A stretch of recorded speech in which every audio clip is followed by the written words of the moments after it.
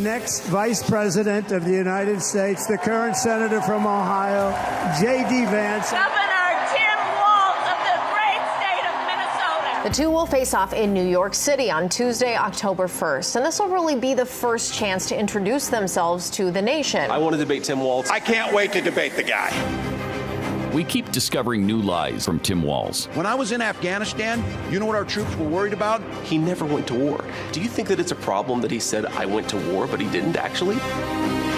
You had said that you and your wife used IVF, but it turned out you used a different kind of fertility. His answer was essentially, me don't understand words good. My grammar's not always correct. Why lie about it? I just don't understand that.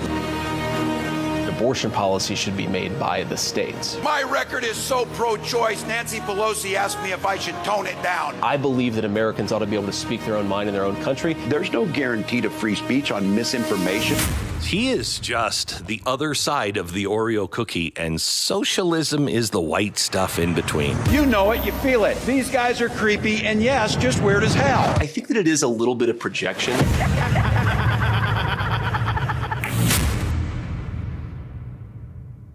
Tonight, J.D. Vance and Tim Walz will go head-to-head in the vice presidential debate.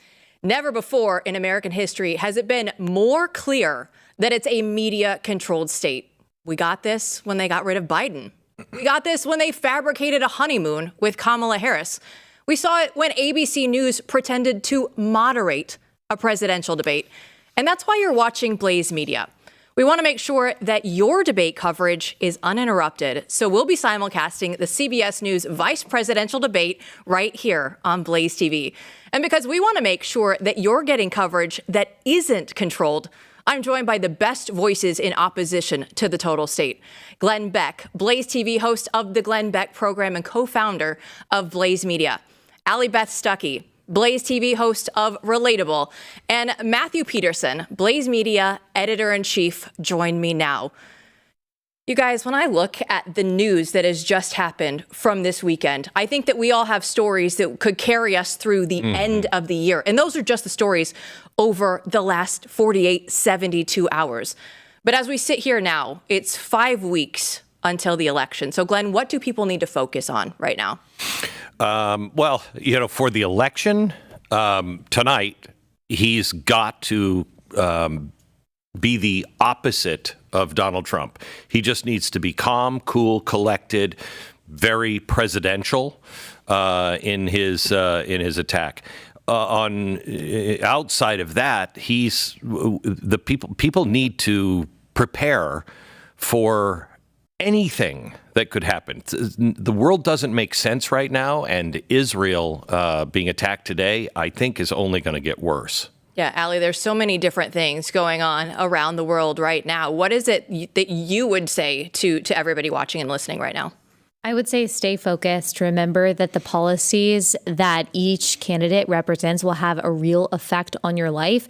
It's easy to not only get overwhelmed, but as you're overwhelmed, get demoralized and feel like nothing matters. Feel like your voice doesn't really count because maybe it's pre-orchestrated anyway. But look, we've only got so few responsibilities and rights and privileges left. We don't know how long these things are going to last. So at the very least, see voting as stewardship of your citizenship, as faithfulness, even as obedience, as being grateful for the opportunity that we have, and get all of your friends to do the same. They want you to feel like you don't have power. Don't give in to that. Matthew, you're editor-in-chief of Blaze Media. You go through and decide different stories all the time. What is it that you are looking at right now? Well, I think to what Glenn said, we know it's going to get crazier. We know that things are going to, volatility will increase. So, if you're sitting there at home, stay calm. You know that there's going to be crazy stories and lies and rumors and all kinds of things happening. It's already been an insane news cycle. It's only going to get crazier, but you know that already.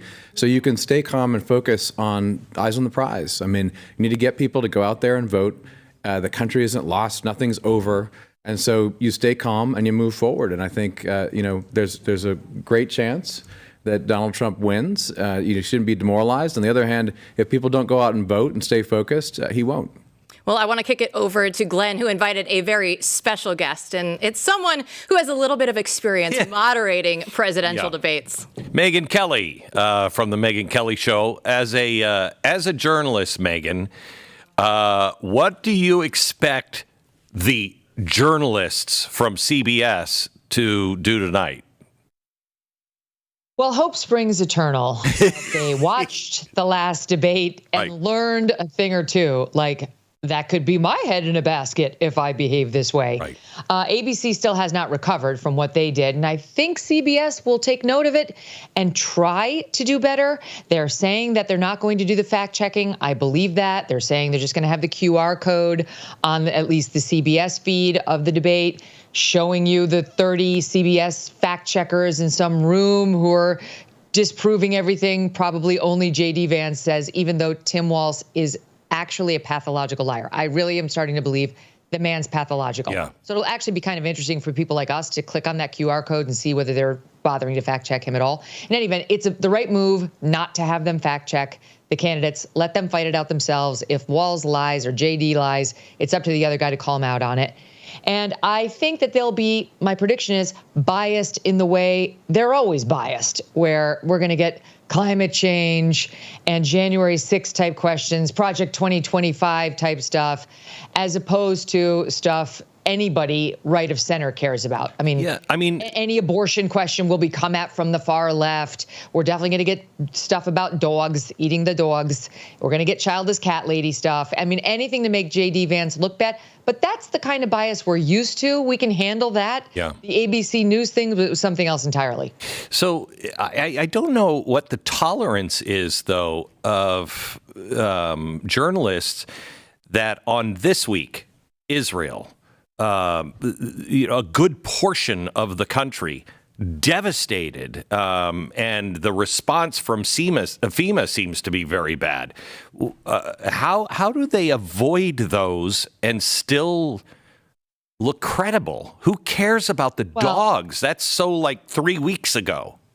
Yes, exactly right. I mean, you're right, because they have been largely ignoring these stories. Like anything that has the opportunity of making Biden-Harris look bad, and what's happening in the wake of Hurricane Helene is right at the top of the list, will be avoided if they can do it. However, there is some tension because as a news moderator, as a debate moderator and a newswoman, you have that debate discussion right before you go out there and the day of saying, what are the big news stories?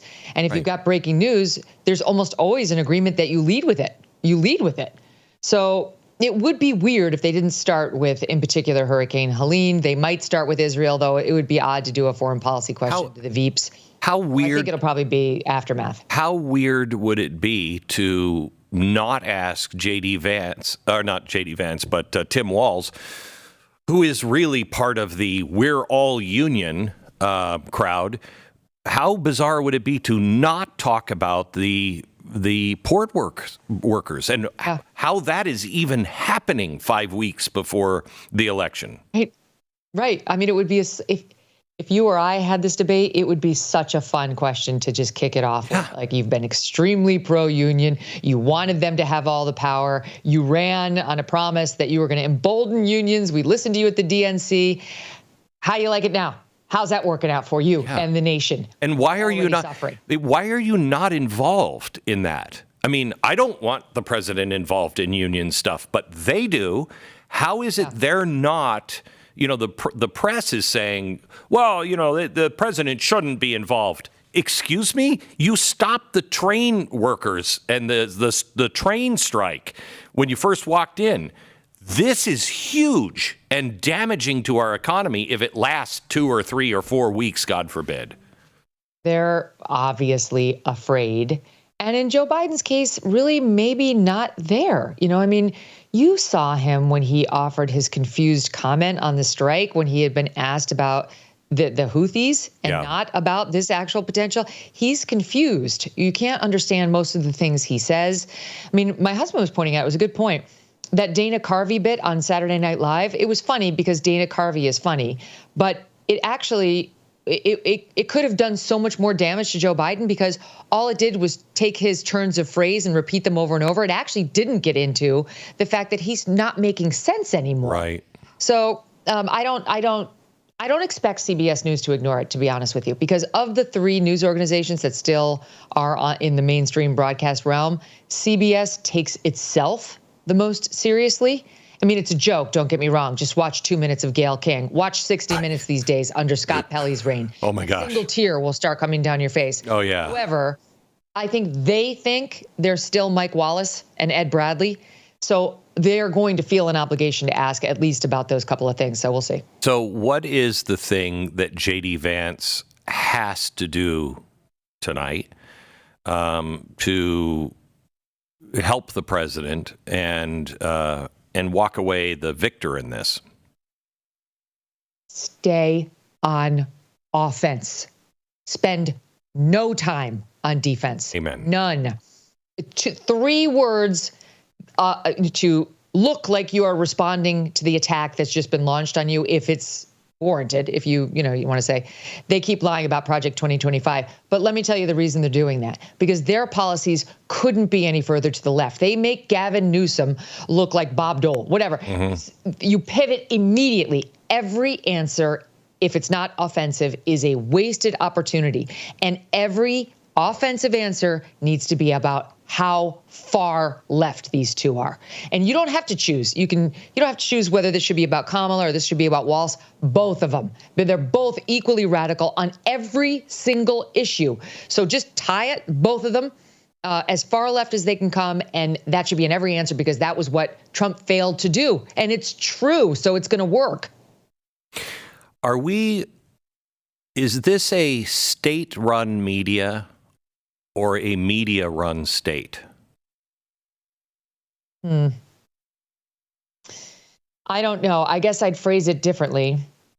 It's just 2 co-governors riding along the tracks next to each other. The media's goals are completely in line with those of this Democratic administration and the Harris campaign. And so while many people often think there's direct coordination, and there has been, just go look at the Twitter files and what they did during COVID and so on, I think most of the decisions just naturally wind up in the same place because they're that far left, both. But they're completely aligned. Does that make sense as a journalist? If you had a source that was telling you, I'm telling you this is a Russian operation. Okay, that's just one. I've got all the guys from Intel. You know us. We've talked to you for years on background. This is a Russian operation. And then you find out that the FBI and these guys knew about the laptop. As a journalist, what would you say the next time that guy calls you to give you a tip? Well, you know me. There's an F-bomb. Yeah, I know. Yeah. Right? But they still listen to those same people. So I can't make that connection because they don't care. They couldn't care less. Remember Sam Harris, who said on his show, I'm going to bastardize exactly how he put it, but it was basically the ends justify the means. That Trump is so uniquely bad that what has to be done to get him off the national scene has to be done. He wasn't talking about assassination, to be clear. And I think I appreciated Sam's honesty, because I really think that is honest and espouses what most of these Democrats believe. He's got to be disposed of. Again, not speaking about the violent way, although some want that too. And it doesn't matter what happens. So they're in line with the James Brennans of the world and the Michael Haydens of the world. They're fine with the plan to dismiss the laptop known to the FBI and under investigation for a year as Russian disinformation, and then to have Chris Wallace stop any debate about it and have Leslie Stahl say on 60, it can't be verified. They're like, yes, you got her.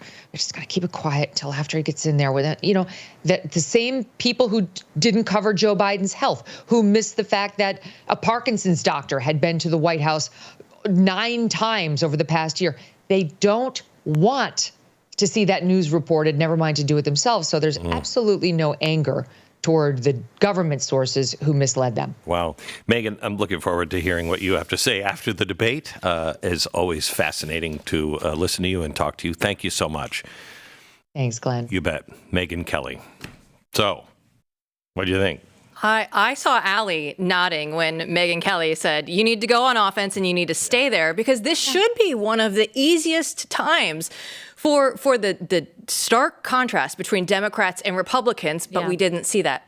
Yeah, gosh, they give us so much material. They have so much material in their past. Even if you were to just focus on policy, they've got their personal stuff too, which I think is fine to bring up. I'm not against that. But both of them are so radical and excited and happy and unabashed about being radical. You know, Tim Walz said that he was more pro-choice than Nancy Pelosi. I mean, I don't even know what that means, except for just full-on post-birth infanticide, which of course is something that happens in the state of Minnesota. So I think she's exactly right. Don't be on the defense. He's even going to play around with some of the internet memes, Tim Walz is, to try to make fun of J.D. Vance. J.D. Vance has got to stay on. And I got to tell you, I wouldn't go onto their personal stuff that he's a liar. You might hit that quickly. He's lying again. You know, as Reagan, there he goes again. You know, he's lying again. But let's talk about the economy. Yeah. Let's talk about war that's coming. Let's talk about these things. I think if J.D. Vance is the adult in the room and sticks to the things the average American wants answered, I think he's a knockout. You know, because everyone knows that politicians lie. I mean, I'm kind of sick. I'm over he's a liar, he's a liar. We know he's a liar. Everyone on TV is a liar as far as the American people are concerned. What you're going to do that will affect my life. Well, I'm curious what you guys think about this, because she actually calmed me down a little bit. Megyn Kelly did, saying that she thinks that they'll lay off the censorship and the bias moderation. My biggest fear, I'm not afraid of, J.D. Vance will be fine, but they're just going to cut him off. And she indicated she thinks they'll have to back away from him. I hope so. We had the story out earlier that CBS is not going to be fact checking, but what does that actually mean? You know, if it's still going to be a 3-against-1, because, as Glenn was saying, is it a media-run state or is it a state-run media? And the problem with not fact-checking is, I'm not asking you to take things that are, maybe you could read it this way or that way. I'm saying Project 2025, that's a flat-out lie.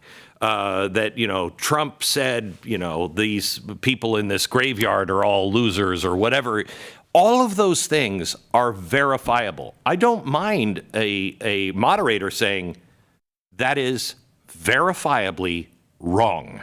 I have no problem, but they'll only do that on one side. Yeah. Well, we know that misinformation and disinformation is very big on the left. Let's go ahead and take a listen to what Tim Walz has said about this before. I think we need to push back on this. There's no guarantee to free speech on misinformation or hate speech, and especially around our democracy. Who defines that? Yeah, what is That's that? The problem. Especially around our democracy. What does that even mean? That we can't criticize politicians because that threatens democracy? That's what it's for. Right? That's what it's for. He said that in 2022, that there is no guarantee to free speech. So what happens if, heaven forbid, he somehow becomes the vice president of the United States? Oh, they're all pushing for that. I can tell you flat out, if they win, I'm not sure if our voices are heard in a year from now. And if there's a massive crisis, they won't be. They will shut us down in any way they can. And that's why, Matthew, we've been just saying it over and over. This is why BlazeTV is doing events like this tonight, but it's also just the reason that BlazeTV exists now.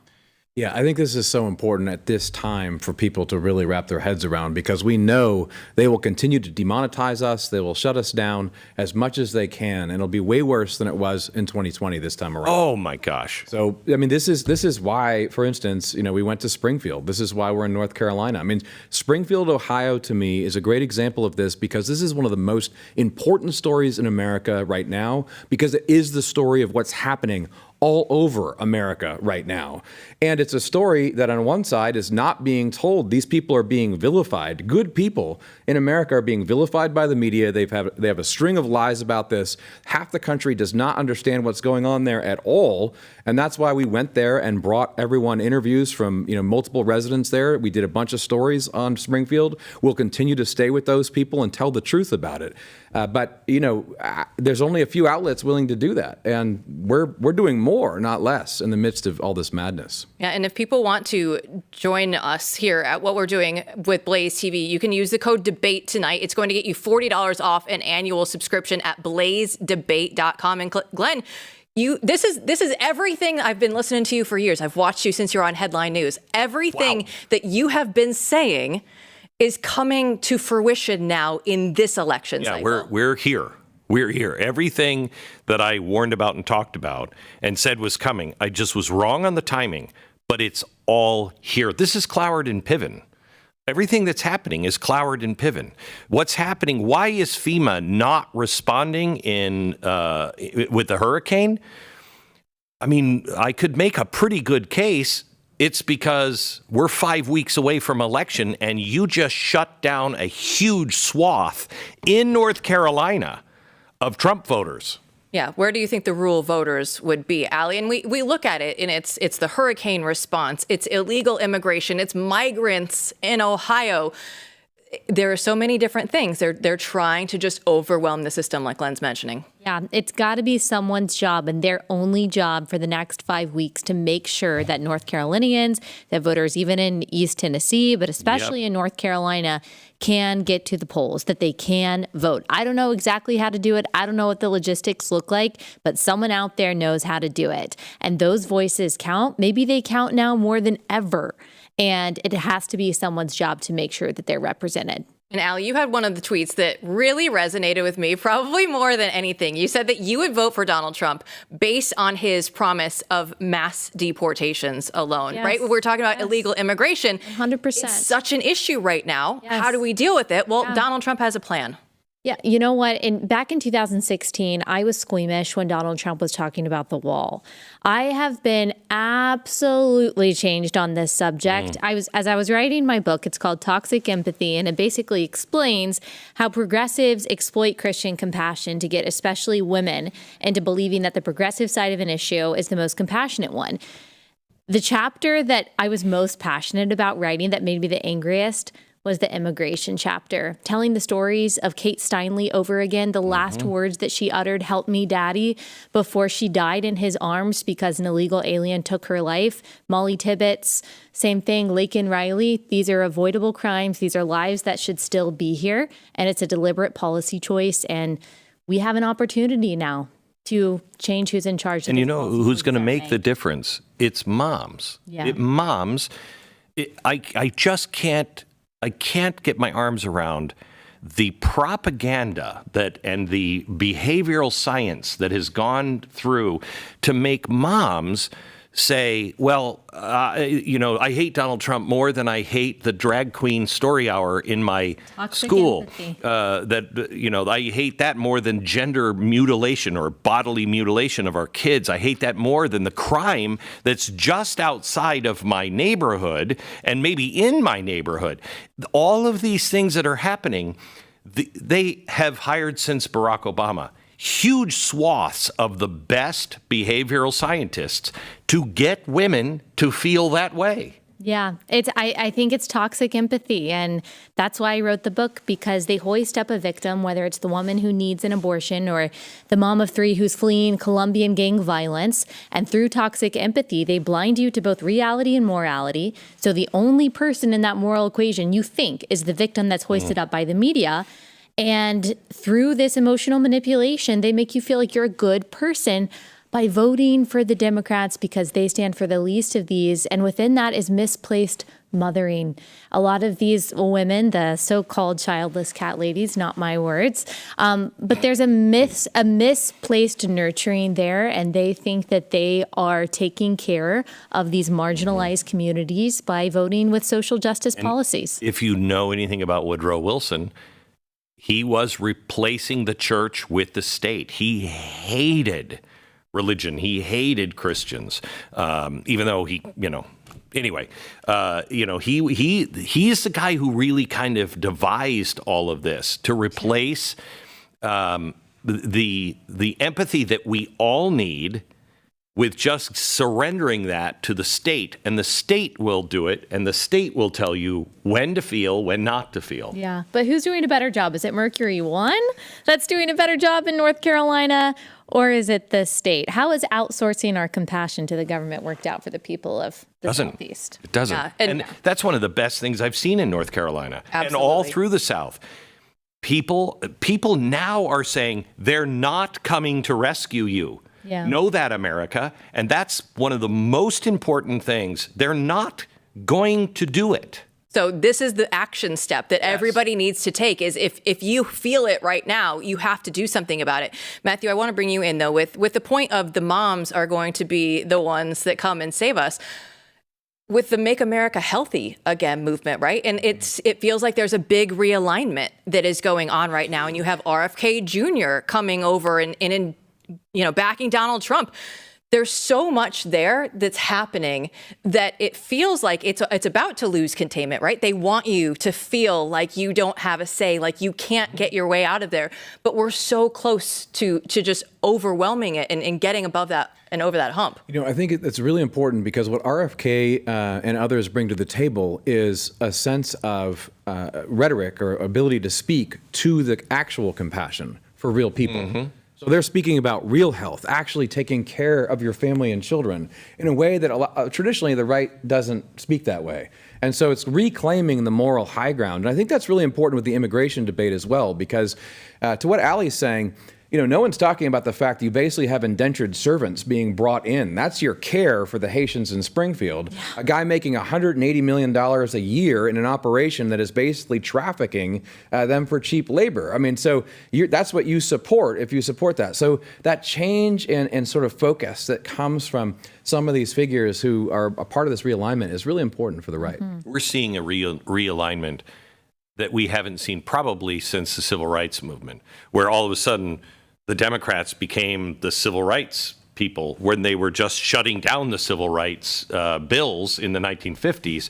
There was this huge realignment. And I think we're at that again. And I think if we can escape the jaws of AI and big tech and big government, we are so close to winning and winning in a different way. I don't mean the Republicans. I mean freedom lovers, constitutionalists. It's about to be a wave that just puts everything else under. And one of those signposts is the Teamsters deciding not to endorse for the first time in forever. I think it's 1996, but don't quote me on that. But right, you see different groups that have been hardcore. Oh no, we are either going to be on the right or we are going to be on the left. Yeah, the Kennedys, like the iconic Kennedy. You see the movement now, though. Yeah. It is, and I only judge this from me. It's a real movement. I have been in the last 5 years, and I think especially because of COVID, I have come to this place where I look at the rest of the world and I see that they're not big fat lumps like we are. And I see them, I've been to Italy, they eat a lot of pasta, okay? Carbs bad. How come they're not all fat? And seeing the things and connecting the dots between big pharmaceuticals, big food, and who owns big food? Who bought big food? Your tobacco companies, R.J. Reynolds. As they were losing the hold on tobacco, they went and bought big food. Well, those guys don't have a good track record of caring about people's health. I think, because I feel the changes in me. I've realigned on war. I've realigned on big food. I'm absolutely realigned on big pharma. And if that's me, it's happening all over the country. Well, I feel that, but then I also feel going to the grocery store every time and trying to just pick up a bag of groceries, right? I know that they're trying to kill us through the food. I want to make better choices, and I want to make healthier choices for myself and those around me. But I also want it to cost less than $300 every time I go to the grocery store, Allie. Yeah, I actually am a little encouraged by what I'm seeing in that arena. It seems like more people are connecting to their local farmers. They're buying meat from their uncle who owns a cow. They're splitting half a cow with their brother, getting creative. Now, I agree with you. I wish it was more accessible for all people. But I mean, this is something that I didn't really start thinking about until 2020. I didn't think about the pharmaceutical companies or who made my vaccines or how many vaccines kids have versus what I had when I was young. I didn't think about any of that. And then all of a sudden 2020 happens and I and millions of other moms are thinking, wait a minute, that doesn't make sense. So if there's anything good that came out of 2020, I think it's that. And I think that's something to remember. No matter what happens in this election, it's going to be for our good. When we lost in 2020, we all were like, oh, this is going to be a nightmare. And it has been a nightmare. But look at where we are. If Donald Trump would have won, we wouldn't be sitting here talking necessarily about big pharma, big food, all of the things. They expose themselves. Yeah. They do it every time, Glenn. Every time. Every single time. Every Hey, time. Thanks so much for your time here on the show. We're going to see you in the post-debate show, so we will see Glenn again. But let's go over to the man who sits next to Glenn every single morning, and Stu Bergier, because, Stu, I know you have your Pulsecast. So what is it? Update everybody on what this is.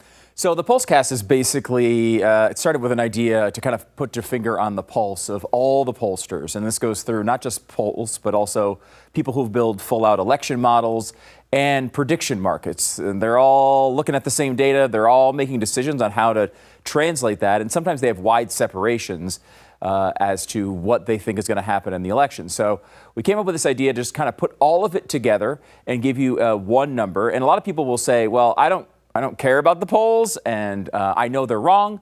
And the thing is, you can't know they're wrong if you don't know what they say. So this is not my prediction as to what's going to happen in the election. We'll be playing with that over the months ahead, or weeks ahead, it feels like months, with the magnets and the chalkboard here. But this is just exactly what I was just saying. It is an explanation as to what they're saying. Right now, all these mainstream data nerds are saying Donald Trump has a 43.93% chance to win the election. Kamala Harris, 56.07. If you look at that graph, what you kind of see is a narrative of the election, right? Donald Trump is ahead, of course, when Joe Biden is in. Kamala Harris gets named as the nominee. She has this media bubble, this media rise, and she goes up to the higher points of that graph. It holds for a little while and then really starts to fade. As we get closer, Donald Trump actually takes the lead just slightly in that graph the day before the debate against Kamala Harris. And since then, her public polling has been a little bit more favorable and has turned towards her. Now, that looks like this massive gap. It really isn't. And to be clear, that is a really, really, really close election you're looking at. When you say it's 43, 44%, we're at basically tossed-up levels. And I can kind of take you through the states here briefly if you want, Jill, but to kind of explain how close this thing is, because it is the closest election I've ever covered, and it is really amazing. So we start with, the way we break this down is we have solid states, and these are states that are basically your blowout states, right? Your Californias, your Oklahomas, you want to throw those in there. So solid Democratic electoral votes. Remember, the goal is, of course, to get to 270. It's solid. You have 167 for the Democrats. And for the Republicans, you're at 109. So the Democrats have a large lead in these sort of hardcore, very blue states over the more red states. Republicans, of course, do begin to catch up here. When we have likely Democrats, you have these states. You have Maine, and Maine breaks up their electoral votes in a kind of a weird way, but New Mexico, Colorado, Minnesota, and New Jersey. For the Republicans, 39 electoral votes that are likely for them: Alaska, Montana, Iowa, South Carolina, and Ohio. All of these are pretty clear. Like, you've seen maybe one or two polls that have been close in these likely states occasionally, but these look pretty clear. That wasn't the case when Joe Biden was running. A lot of these states over here in the likely column were having polls that are showing it really darn close, but not really occurring right now. When we go, this is where we get kind of interesting. The leaning states, and we only have really three. We have one district in the Omaha area in Nebraska, where only one electoral vote, 4 in New Hampshire, and 13 in Virginia. Total of 18 leaning towards the Democrats. And if you remember back when Biden was running, we were seeing close polls in states like Virginia. We're not really seeing that now when it comes to Kamala Harris in the race. Over to the Republican side, we are seeing some closer polls in these lean Republican states. I wouldn't say I'm worried about them, but this is what you're looking at here. 71, these are the big states for the Republicans. You've, of course, got the one district in Maine, which is only one electoral vote, but then 30 in Florida and 40 in Texas. We've seen some polls that have shown these states to be relatively close. Too close for comfort, I would say, for both of those states. But again, I wouldn't get all that nervous about it. If you set up all of this, what I just explained, and this stuff holds, which, it probably will. There may be one change here or there, but generally speaking, these are relatively, you can kind of look at this as a starting point for when it gets really interesting. You have 226 electoral votes for the Democrats and 219 for Republicans. So 226, 219. We have a very close election. And that leaves us with these 7 big swing states. To go through them quickly, North Carolina with 16 electoral votes, Arizona with 11, Georgia with 16, Nevada with 6, Michigan with 15, Wisconsin with 10, and Pennsylvania with 19. I went through just looking through the polling averages right now, and they are incredibly close. There is no state in this entire range that has more than a 2.2 point margin. One other state, I can't remember which one it was. I think it was Nevada with a 1.7% margin. Every other state on the board is below 1 point. Like, this is unheard of for this many states. It is really, really close. There's a couple things to kind of put all of this in perspective, though. Number one, if you have a polling error, which basically we always do. Polls are very good at telling you general things. They are not very good at telling you specific things. You want them to be surgical. You want them to tell us down to the tenth of a point. They don't do a great job to do that. There's always some sort of error built in. In 2022, it was an error that wound up going toward the Democrats. In 2020, it went towards the Republicans. And to that point, if we have an error the size of 2022, this would push all of these states, or many of them, over to the Democratic side, and Kamala Harris would be president with over 300 electoral votes. If you have a miss in the polls, like you saw in 2016 or 2020, the exact reverse happens. These states go over to the Republican side, and you have over 300 electoral votes for Donald Trump. That's how close this is. We don't know that much. I mean, I was talking to Steve Deace off the air today, and we were both saying, I don't think I've ever said I don't know as much as I am saying that now. But the last thing I just want to pass on here, Jill, is it's really, really nerve-wracking if you happen to be a Donald Trump fan or someone who actually likes the country, to see how this is going to turn out. But one thing to remember is Donald Trump is in the best position he has ever been in at this point in any of his runs. In 2016 and 2020, he was much farther behind in the polls than he is now. We have basically a toss-up of maybe the slightest of edges to Harris right now as far as public polling. But as we've seen before, that can turn around and major misses happen in those polls, and Donald Trump can easily win this thing. Stu, I hope so. And the one thing that I know about Blaze Media is we keep the chalkboard industry alive. We do. And well, thanks so much, Stu. We'll see you in the post show. Thank you. Now we're going to talk to Steve Deace, host of the Steve Deace Show on air. Stu was just mentioning you guys were talking off the air and saying, I don't know. Nothing's ever been this close before, Steve. You talk about the polls all the time. I don't know if you're going to have to put money in your poll jar or not. No, we gave that up. Yeah. We gave that up for Lent. That's good. Summer Lent, yes. Because we're getting way too close now. It's too close for comfort. So what are you seeing here? I think every possible scenario is on the table.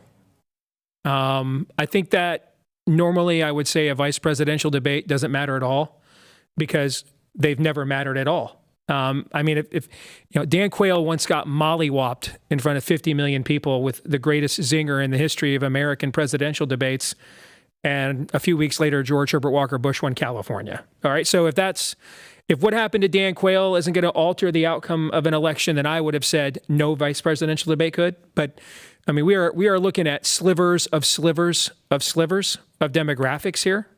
And I think it's possible that maybe a half a point could move based off of what happens tonight.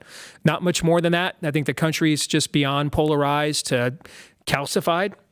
But that half point could be a few 100,000 voters spread out over those decisive 7 states that Stu just talked about.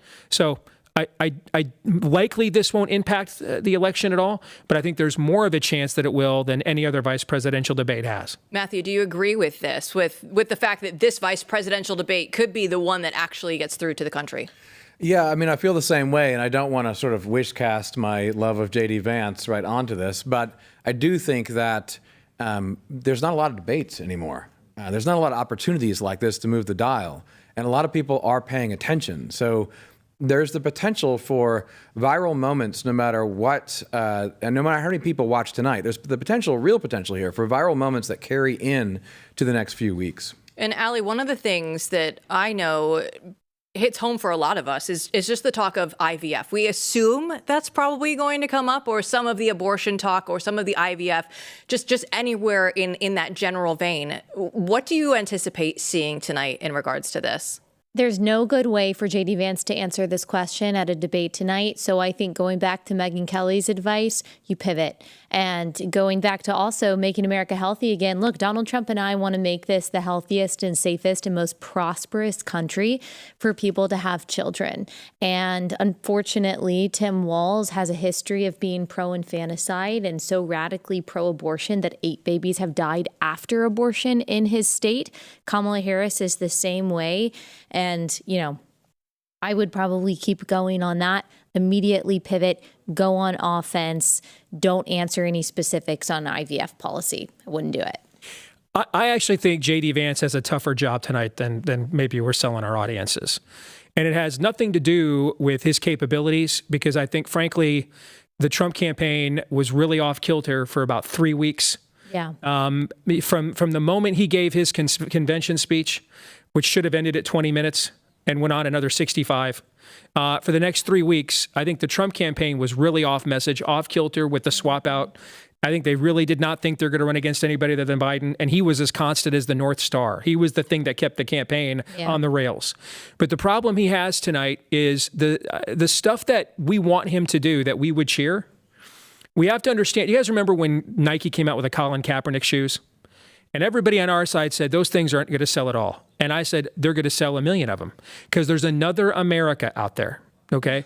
And Tim Walz is on this ticket because the 2 lovely ladies I am flanked by have more testosterone than the average American suburban male does. And Tim Walz is on this ticket to give Mr. Karen permission. Yeah. Mr. Karen's man parts are in a jar. He wouldn't take them back if his wife opened the jar and offered them to him. He doesn't want them back. He likes them there. I hate this visual. He likes being kept there. He likes being told what to do. Okay, he likes it. He likes mowing the lawn with socks with sandals. He likes it. Likes it a lot. Okay, and then he's got a lightsaber fight scheduled for after. And a lot of people like that because that is the suburban dumb dad. That's the Phil Dunphy that we have been sold for a long time. Decades now. And Vance will come out and marine him. Yes. Which we'll cheer. But the thing is, in any other era, the guy would be, if that happens, Walz would be shamed to just walk right off the stage. But in this era, he can actually pivot to being, I'm being bullied by these people, this weirdo, okay, because he is speaking to a different America than we are speaking to.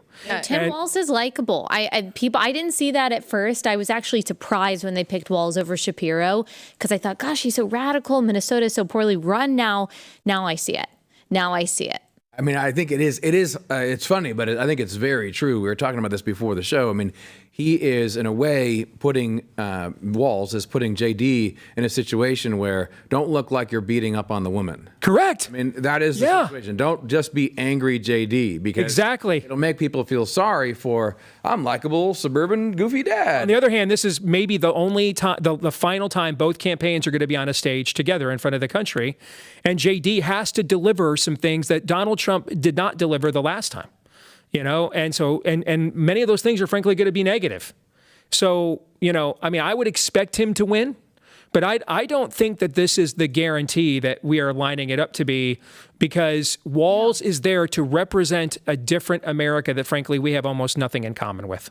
Mm-hmm. Well, and they go out and they could just openly say we want to trans the kids, And there is a portion of America, unfortunately, that is going to respond to that. There's a lot of suburban men that are what? self-transed. You know what? If the men that, want to pretend to be women and they want to go out there and they want to have the sports, against some of the women, they should be allowed to. What is it really hurting anyone right now? That is absolutely true that there are some people, but that is on that issue in particular, that is a small piece of the population, which is why you do not have this campaign running on that. They don't talk about transgenderism at all. It is a completely hidden subject because they know most people feel at least a little squeamish about, Rachel Levine sharing a locker room with their daughter. But who are the guys scrolling through their phones while their daughters that worked their whole lives to get to the state track meet are just being completely dominated by a dude?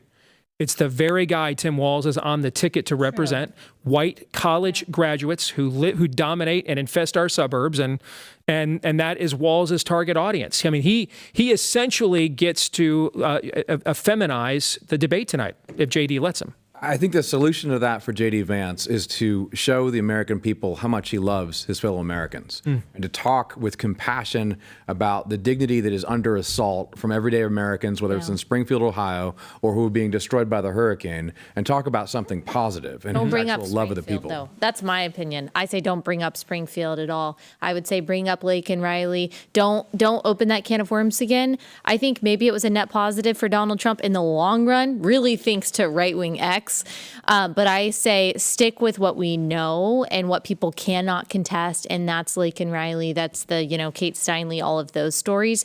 But I agree with you. Show that compassion and that earnestness for the American people, for sure. Absolutely. We know that they're going to come out and they're going to lie, and because that's what they can do on the left without the fact checkers. We did see that CBS isn't going to be doing the fact checking live. It's going to be a QR code, but we know it's going to happen either way. But let's go ahead and bring in our Blaze News senior editor for politics and D.C. correspondent Chris Bedford, because yesterday he gave us a preview of the debate in his Beltway Brief newsletter, and he actually outlined Tim Walz's 5 biggest lies. But you know what? I'm sure that we're going to hear so many more tonight. So Chris joins us now from Washington, D.C. And Chris, I mean, what kind of lies are we going to get on the stage tonight from Tim Walz? What do you think we're going to see from him?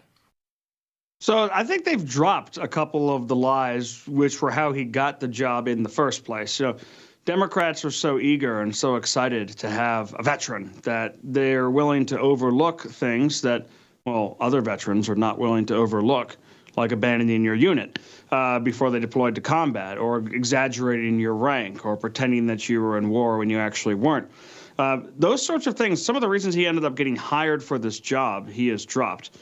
But there are a couple other things he started to push, like the idea that Donald Trump wants to set up a department to go after women who are pregnant, to keep track of them so the government can regulate this. Now, this is insane. It's made up. He cited Project 2025. It's not in Project 2025. Those sorts of things. You'll see these try to attempted defense of the administration, which are completely divorced from reality. Something that, I mean, even CNN was calling out today is that he is, as recently as 2019, has claimed to have been in China the day of Tiananmen Square, and that's not true. He was in Nebraska. There's photographic evidence of it. He didn't get there until months later.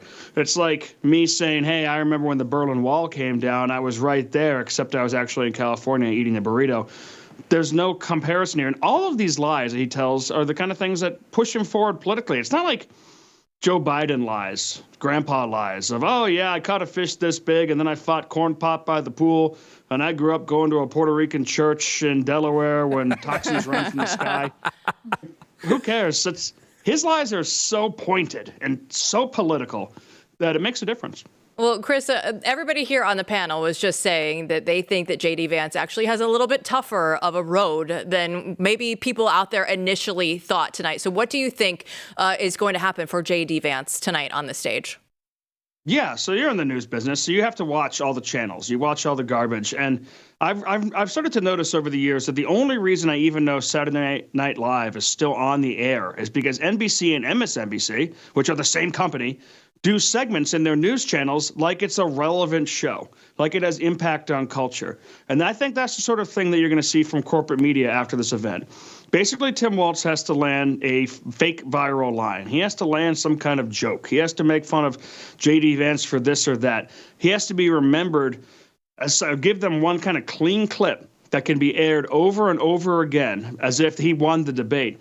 You remember the old Quayle debate back in the day where a line was landed on him, hey, I knew John F. Kennedy, you're no Jack Kennedy. Quayle won that debate, but the viral history, even back then, wouldn't have let you have known that. You wouldn't recognize that from the clip that's remembered.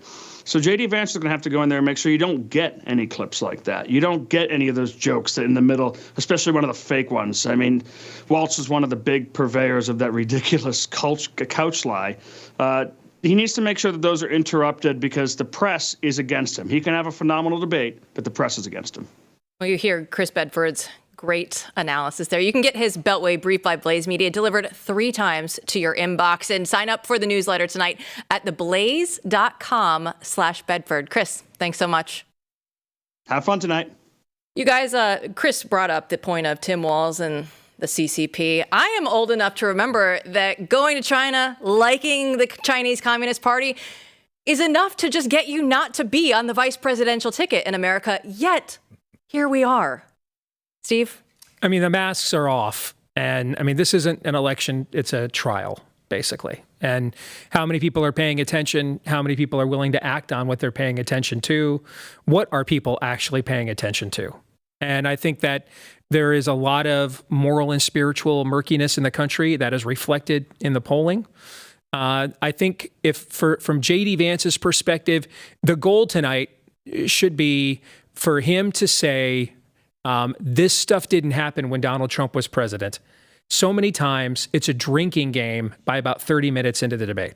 That to me is the thing he has to hammer home over and over and over again. That didn't happen when Donald Trump was president. That didn't happen when Donald Trump was president. This didn't happen. Today didn't happen. Over and over and over again. I mean, it has to be like Kamala's, well, you know, I grew up middle class. It has to be his version of that. All right. He's got to repeat over and over again tonight. That didn't happen when Donald Trump was president. Allie, when I look at this overall, it's just one of those things that, again, we have the port strikes right now. We have inflation. We have the potential of World War III on the horizon. If you're going to focus in on anything of the breaking news stories that would actually resonate with people, how would you do that tonight?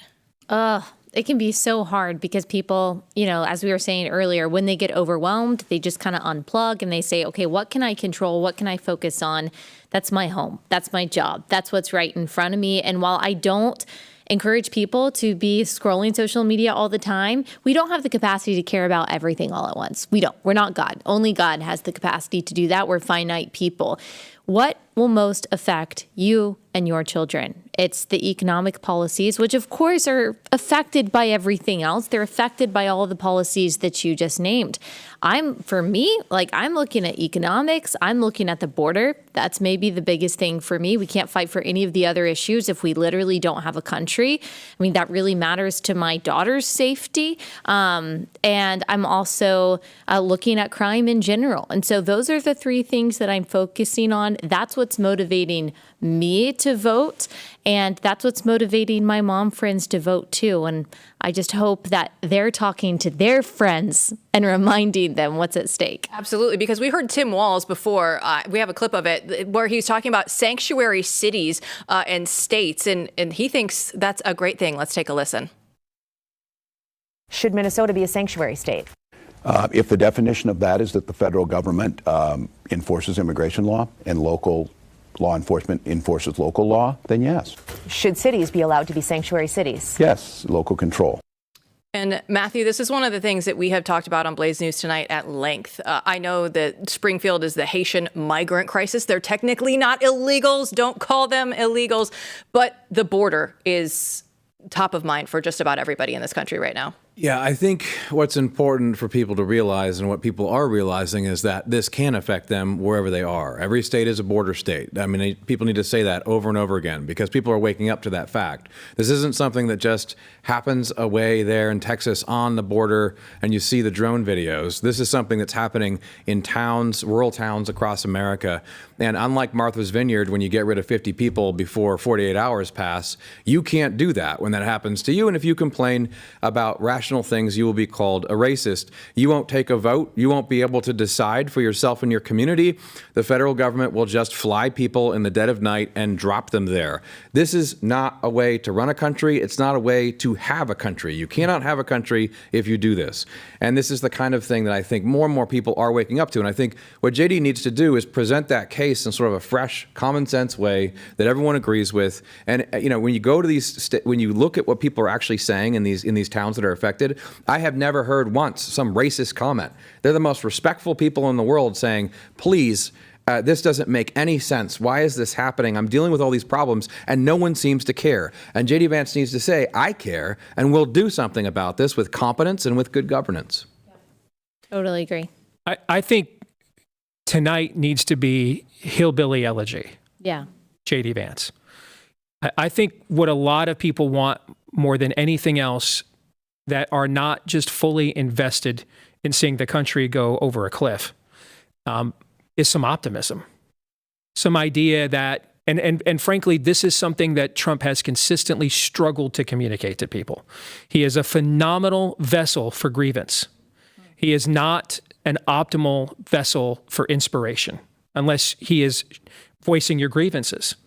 And I think this is an opportunity for JD to cross that chasm and say, listen, man, I'm the author of Hillbilly Elegy. And nobody knows this.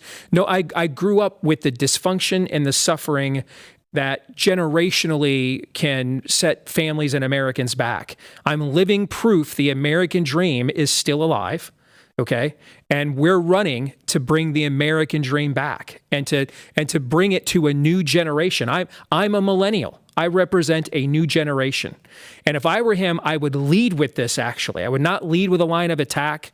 I would try to reset the tone offensively by leading with something aspirational, which they will not expect. They will expect the messaging Terminator that we are all applauding rightfully for the last few months. I would actually come out with almost a State of the Union level of inspiration and use my biography, my life story, to try to insulate me up front against how they're going to try to attack me. And the right is applauding it because it is the red meat for Republicans. It is what we like, but his story has so much depth to it. And Allie, we've heard that Tim Walz has gone off and he's made fun of JD Vance for going to Yale. Okay, that's one thing. But we also saw the JD Vance on stage at the RNC where he said, this is my mom, and she could get her 10-year chip for sobriety when we're in the White House, right? He could turn that and flip it and say, I am the kid that went to Yale. I am also the same kid that grew up in this environment. Yeah, and he will. He will. I think that he'll be able to turn that on. He is a really good communicator. That's the perfect way to go on offense, is to remind people where he came from. He doesn't. Tim Walz, when it gets down to it, does not want to compete with JD Vance, the hillbilly, on who is more down to earth. Just because he was able to rise up from a lot of adversity isn't a reason to knock him. And that's what JD Vance needs to focus on. I agree. There's got to be a softness there. Not saying he should be weak, but there's got to be some kind of softness, and he can't just be internet bully JD Vance. All right, we have just under 3 minutes left. I want everybody to go out there and go to blazetv.com. Use the code DEBATE to get $40 off your annual subscription. And I want to go around the room now for some final thoughts. Matthew, I want to start with you. I mean, we've had so many different talking points here tonight. What do you want to leave people with? Well, first, I mean, the campaign should pay a lot of money for this advice. It's good advice. I know, really. We're so charitable. We're here every day. So generous. We're here every day. I hope they're listening. I think that one thing that we need to focus on here, that JD needs to focus on, is the people don't trust the government, and we're going to restore that trust, and we're going to have competent governance. It's A, I care about you, everything that we've been saying, and it's B, let's put an end to this madness. We can actually put an end. We don't have to live this way.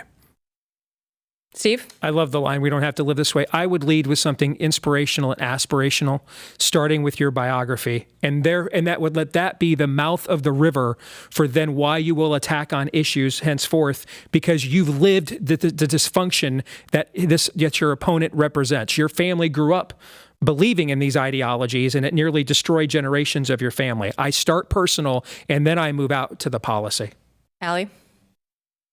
People don't like chaos, no matter what side of the aisle you're on. And right now, he doesn't have to do anything to convince people that the world is unstable and chaotic. People want normalcy. Present yourself, your ticket, as the ticket of stability, the ticket of health, the ticket of prosperity, the ticket of just being able to survive, to be able to survive on one income, to not be afraid of World War III. That's what I genuinely think about the Trump-Vance ticket. And if he can communicate that, I think he'll do well.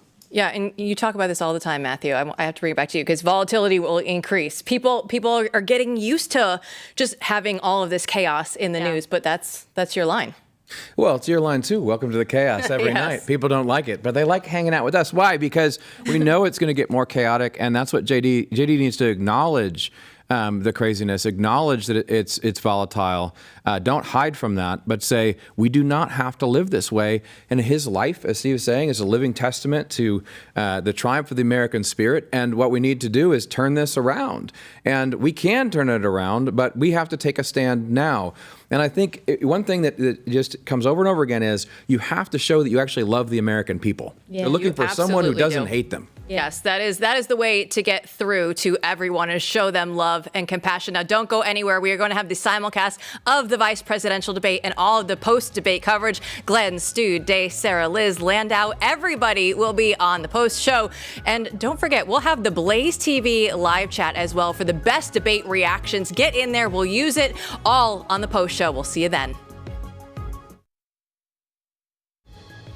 Two men who hope to become vice president of the United States. Democratic Governor Tim Walz of Minnesota and Republican Senator J.D. Vance of Ohio. Now, this is likely the final debate of this election cycle, and voting is already underway in 20 states. CBS News polling shows this remains a race either presidential candidate could win. The CBS News vice presidential debate starts now.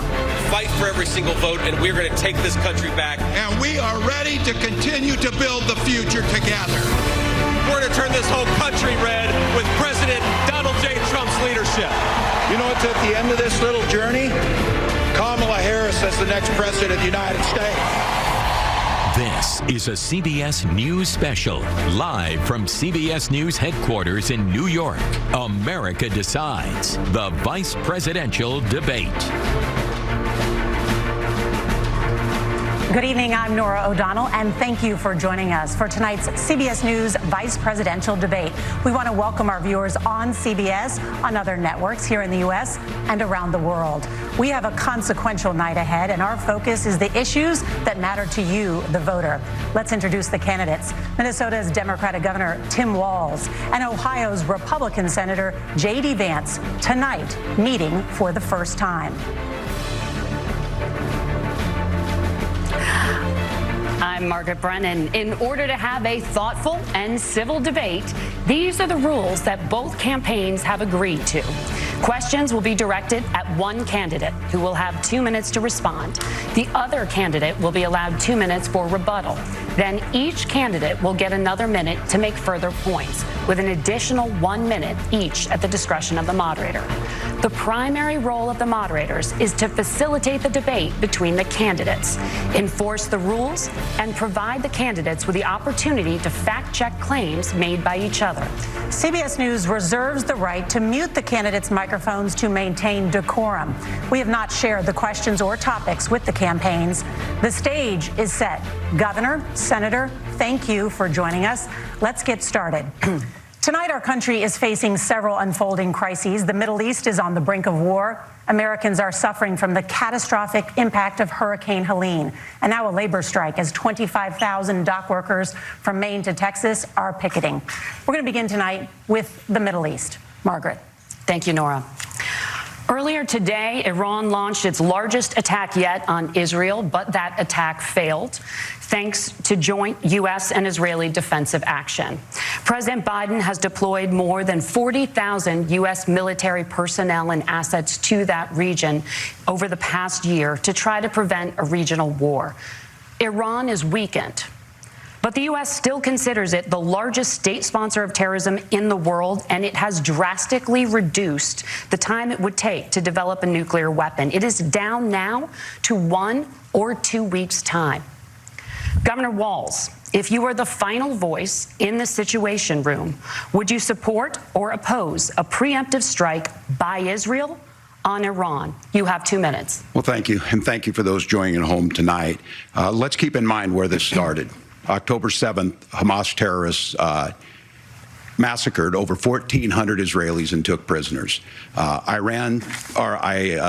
Israel's ability to be able to defend itself is absolutely fundamental. Getting its hostages back, fundamental, and ending the humanitarian crisis in Gaza. But the expansion of Israel and its proxies is an absolute fundamental necessity for the United States to have the steady leadership there. You saw it experienced today, where along with our Israeli partners and our coalition, able to stop the incoming attack. But what's fundamental here is that steady leadership is going to matter. It's clear, and the world saw it on that debate stage a few weeks ago, a nearly 80-year-old Donald Trump talking about crowd sizes is not what we need in this moment. But it's not just that. It's those that were closest to Donald Trump that understand how dangerous he is when the world is this dangerous. His chief of staff, Megyn Kelly, said that he was the most flawed human being he'd ever met. And both of his secretaries of defense and his national security advisors said he should be nowhere near the White House. Now, the person closest to them, Donald Trump, said he's unfit for the highest office. That was Senator Vance. What we've seen out of Vice President Harris is we've seen steady leadership. We've seen a calmness that is able to draw on the coalitions to bring them together. Understanding that our allies matter. When our allies see Donald Trump turn towards Vladimir Putin, turn towards North Korea, when we start to see that type of fickleness around holding the coalitions together, we will stay committed. And as the Vice President said today we will protect our forces and our allied forces, and there will be consequences.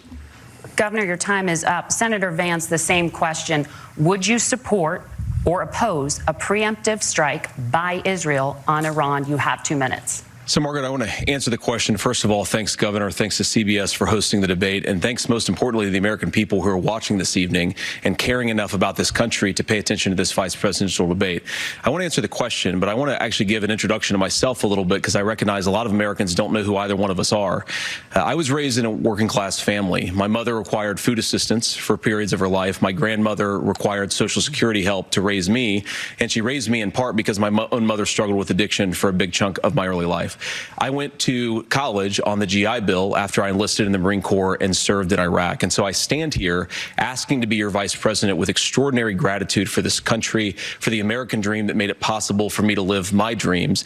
And most importantly, I know that a lot of you are worried about the chaos in the world and the feeling that the American dream is unattainable. I want to try to convince you tonight over the next 90 minutes that if we get better leadership in the White House, if we get Donald Trump back in the White House, the American dream is going to be attainable once again. Now, to answer this particular question, we have to remember that as much as Governor Walz just accused Donald Trump of being an agent of chaos, Donald Trump actually delivered stability in the world, and he did it by establishing effective deterrence. People were afraid of stepping out of line. Iran, which launched this attack, has received over $100 billion in unfrozen assets thanks to the Kamala Harris administration.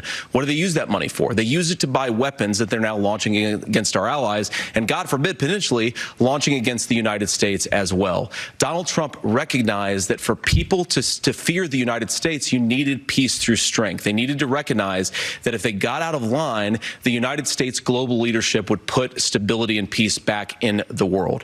Now, you asked about a preemptive strike, Margaret, and I want to answer the question. Look, it is up to Israel what they think they need to do to keep their country safe, and we should support our allies wherever they are when they're fighting the bad guys. I think that's the right approach to take with the Israel question. Thank you, Senator. Governor Walz, do you care to respond to any of the allegations? Well, look, Donald Trump was in office. We'll sometimes hear a revisionist history, but when Donald Trump was in office, it was Donald Trump who we had a coalition of nations that had boxed Iran's nuclear program in, the inability to advance it. Donald Trump pulled that program and put nothing else in its place. So Iran is closer to a nuclear weapon than they were before because of Donald Trump's fickle leadership. And when Iran shot down an American aircraft in international airspace, Donald Trump tweeted, because that's the standard diplomacy of Donald Trump. And when Iranian missiles did fall near U.S. troops and they received traumatic brain injuries, Donald Trump wrote it off as headaches.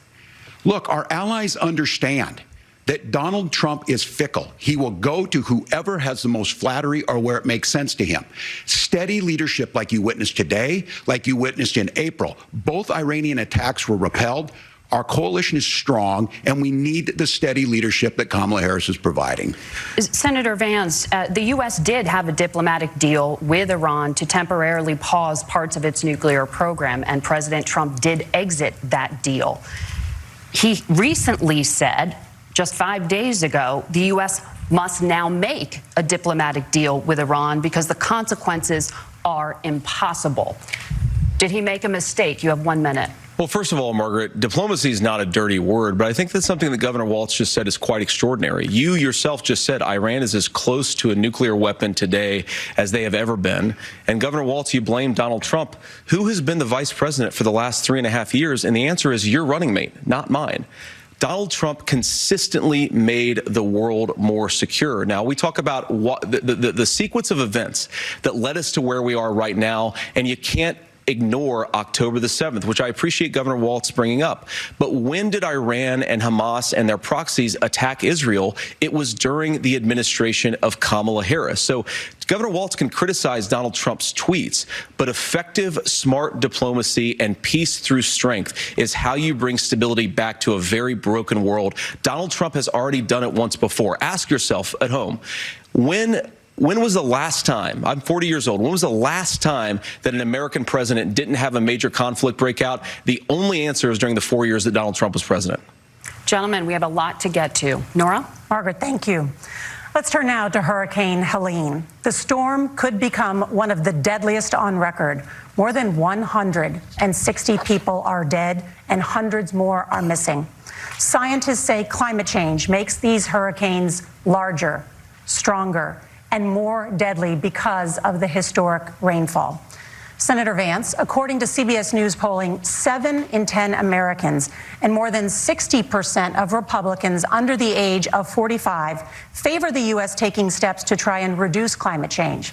Senator, what responsibility would the Trump administration have to try and reduce the impact of climate change? I'll give you 2 minutes. Sure. So first of all, let's start with the hurricane, because it's an unbelievable, unspeakable human tragedy. I just saw today, actually, a photograph of 2 grandparents on a roof with a 6-year-old child, and it was the last photograph ever taken of them because the roof collapsed and those innocent people lost their lives. And I'm sure Governor Walz joins me in saying our hearts go out to those innocent people, our prayers go out to them, and we want as robust and aggressive as a federal response as we can get to save as many lives as possible, and then, of course, afterwards, to help the people in those communities rebuild. I mean, these are communities that I love. Some of them I know very personally in Appalachia, all across the Southeast. They need their government to do their job. And I commit that when Donald Trump is president again, the government will put the citizens of this country first when they suffer from a disaster.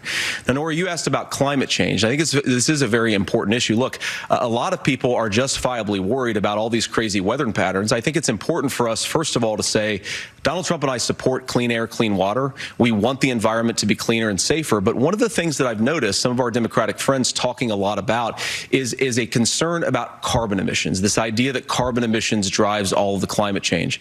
Well, let's just say that's true, just for the sake of argument, so we're not arguing about weird science. Let's just say that's true. Well, if you believe that, what would you want to do? The answer is that you'd want to reshore as much American manufacturing as possible, and you'd want to produce as much energy as possible in the United States of America, because we're the cleanest economy in the entire world. What have Kamala Harris's policies actually led to? More energy production in China, more manufacturing overseas, more doing business in some of the dirtiest parts of the entire world. And when I say that, I mean the amount of carbon emissions they're doing per unit of economic output. So if we actually care about getting cleaner air and cleaner water, the best thing to do is to double down and invest in American workers and the American people. And unfortunately, Kamala Harris has done exactly the opposite. Governor Walz, you have 2 minutes to respond. Well, we got close to an agreement because all those things are happening. Look, first of all, it is a horrific tragedy with this hurricane, and my heart goes out to the folks that are down there in contact with the governors. I serve as co-chair of the Council of Governors as we work together on these emergency managements. Governors know no partisanship. They work together. So all of the governors and the emergency responders are on the ground. Those happen on the front end. The federal government comes in, makes sure they're there to that we recover, but we're still in that phase where we need to make sure that they're staying there, staying focused. Now, look, coming back to the climate change issue, there's no doubt this thing roared onto the scene faster and stronger than anything we've seen. Senator Vance has said that there's a climate problem in the past. Donald Trump called it a hoax and then joked that these things would make more beachfront property to be able to invest in. What we've seen out of the Harris administration now, the Biden-Harris administration, is we've seen this investment. We've seen massive investments, the biggest in global history that we've seen in the Inflation Reduction Act, has created jobs all across the country. 2,000 in Jeffersonville, Ohio, taking the EV technology that we invented and making it here. 200,000 jobs across the country. The largest solar manufacturing plant in North America sits in Minnesota. But my farmers know climate change is real. They've seen 500-year droughts, 500-year floods back to back. But what they're doing is adapting, and this has allowed them to tell me, look, I harvest corn, I harvest soybean, and I harvest wind. We are producing more natural gas and more oil at any time than we ever have. We're also producing more clean energy. So the solution for us is to continue to move forward, that climate change is real.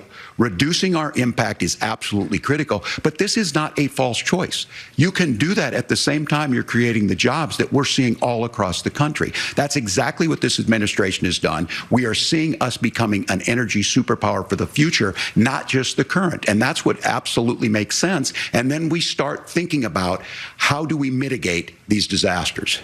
Thank you. Senator, I want to give you an opportunity to respond there. The governor mentioned that President Trump has called climate change a hoax. Do you agree? Well, look, what the president has said is that if the Democrats, in particular Kamala Harris and her leadership, if they really believe that climate change is serious, what they would be doing is more manufacturing and more energy production in the United States of America, and that's not what they're doing. So clearly, Kamala Harris herself doesn't believe her own rhetoric on this. If she did, she would actually agree with Donald Trump's energy policies. Now, something Governor Walz said I think is important to touch upon, because when we talk about clean energy, I think that's a slogan that often the Democrats will use here. And I'm talking, of course, about the Democratic leadership. And the real issue is that if you're spending hundreds of millions or even billions of dollars of American taxpayer money on solar panels that are made in China, number one, you're going to make the economy dirtier. We should be making more of those solar panels here in the United States of America. Some of them are, Tim, but a lot of them are being made overseas in China, especially the components that go into those solar panels. So if you really want to make the environment cleaner, you've got to invest in more energy production. We haven't built a nuclear facility, I think, one in the past 40 years. Senator. Natural gas, we got to invest more in it. Kamala Harris has done the opposite. That's raised energy prices and also meant that we're doing worse by the climate. Senator, your time is up. Governor, would you like to respond? Well, look, we're producing more natural gas than we ever have. There's no moratorium on that. We're producing more oil. But the folks know, and like I said, again, these are not liberal folks. These are not folks that are Green New Deal folks. These are farmers that have been drought one year, massive flooding the next year. They understand that it makes sense. Look, our #1 export cannot be topsoil from erosion from these massive storms. We saw it in Minnesota this summer. And thinking about how do we respond to that, we're thinking ahead on this. And what Kamala Harris has been able to do in Minnesota, we're starting to weatherproof some of these things. The infrastructure law that was passed allows us to think about mitigation in the future. How do we make sure that we're protecting by burying our power lines? How do we make sure that we're protecting lakefronts and things that we're seeing more and more of? But to call it a hoax and to take the oil company executives to Mar-a-Lago, say, give me money for my campaign and I'll let you do whatever you want. We can be smarter about that, and an all-above energy policy is exactly what she's doing, creating those jobs right here. Governor, your time is up. The overwhelming consensus among scientists is that the Earth's climate is warming at an unprecedented rate. Margaret? Thank you, Nora. We're going to turn now to immigration. The crisis at the U.S.-Mexico border consistently ranks as one of the top issues for American voters. Senator Vance, your campaign is pledging to carry out the largest mass deportation plan in American history and to use the U.S. military to do so. Could you be more specific about exactly how this will work? For example, would you deport parents who have entered the U.S. illegally and separate them from any of their children who were born on U.S. soil?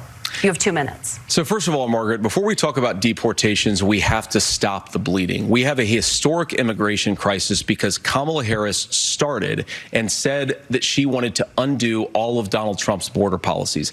94 executive orders suspending deportations, decriminalizing illegal aliens, massively increasing the asylum fraud that exists in our system. That has opened the floodgates. And what it's meant is that a lot of fentanyl is coming into our country. I had a mother who struggled with opioid addiction and has gotten clean. I don't want people who are struggling with addiction to be deprived of their second chance because Kamala Harris let in fentanyl into our communities at record levels. So you've got to stop the bleeding. You've got to re-implement Donald Trump's border policies, build the wall, re-implement deportations. And that gets me to your point, Margaret, about what do we actually do? So we've got 25 million illegal aliens who are here in the country. What do we do with them? I think the first thing that we do is we start with the criminal migrants. About 1 million of those people have committed some form of crime in addition to crossing the border illegally. I think you start with deportations on those folks. And then I think you make it harder for illegal aliens to undercut the wages of American workers. A lot of people will go home if they can't work for less than minimum wage in our own country. And by the way, that'll be really good for our workers who just want to earn a fair wage for doing a good day's work. And the final point, Margaret, is you ask about family separation. Right now in this country, Margaret, we have 320,000 children that the Department of Homeland Security has effectively lost. Some of them have been sex trafficked. Some of them hopefully are at homes with their families. Some of them have been used as drug trafficking mules. The real family separation policy in this country is unfortunately Kamala Harris's wide open southern border. And I'd ask my fellow Americans to remember when she came into office, she said she was going to do this. Real leadership would be saying, you know what, I screwed up. We're going to go back to Donald Trump's border policies. I wish that she would do that. It would be good for all of us. Governor, do you care to respond to any of those specific allegations, including that the vice president is, quote, letting in fentanyl and using kids as drug mules, among other things regarding children? The drug mule is not true, but I will say about this, about the fentanyl, because this is a crisis of this, the opioid crisis. And the good news on this is the last 12 months saw the largest decrease in opioid deaths in our nation's history, 30% decrease in Ohio. But there's still more work to do. But let's go back to this on immigration. Kamala Harris was the Attorney General of the largest state and a border state in California. She's the only person in this race who prosecuted transnational gangs for human trafficking and drug interventions. But look, we all want to solve this. Most of us want to solve this, and that is the United States Congress. That's the Border Patrol agents. That's the Chamber of Commerce. That's most Americans out here. That's why we had the fairest and the toughest bill on immigration that this nation's seen. It was crafted by a conservative senator from Oklahoma, James Lankford. I know him. He's super conservative, but he's a man of principle, wants to get it done. Democrats and Republicans worked on this piece of legislation. The Border Patrol said, this is what we need in here. These are the experts. And the Chamber of Commerce and the Wall Street Journal said, pass this thing. Kamala Harris helped get there. 1,500 new border agents, detection for drugs, DOJ money to speed up the adjudications on this, just what America wants. But as soon as I was getting ready to pass and actually tackle this, Donald Trump said no, told them to vote against it because it gives him a campaign issue. It gives him what would Donald Trump talk about if we actually did some of these things? And they need to be done by the legislature. You can't just do this through the executive branch.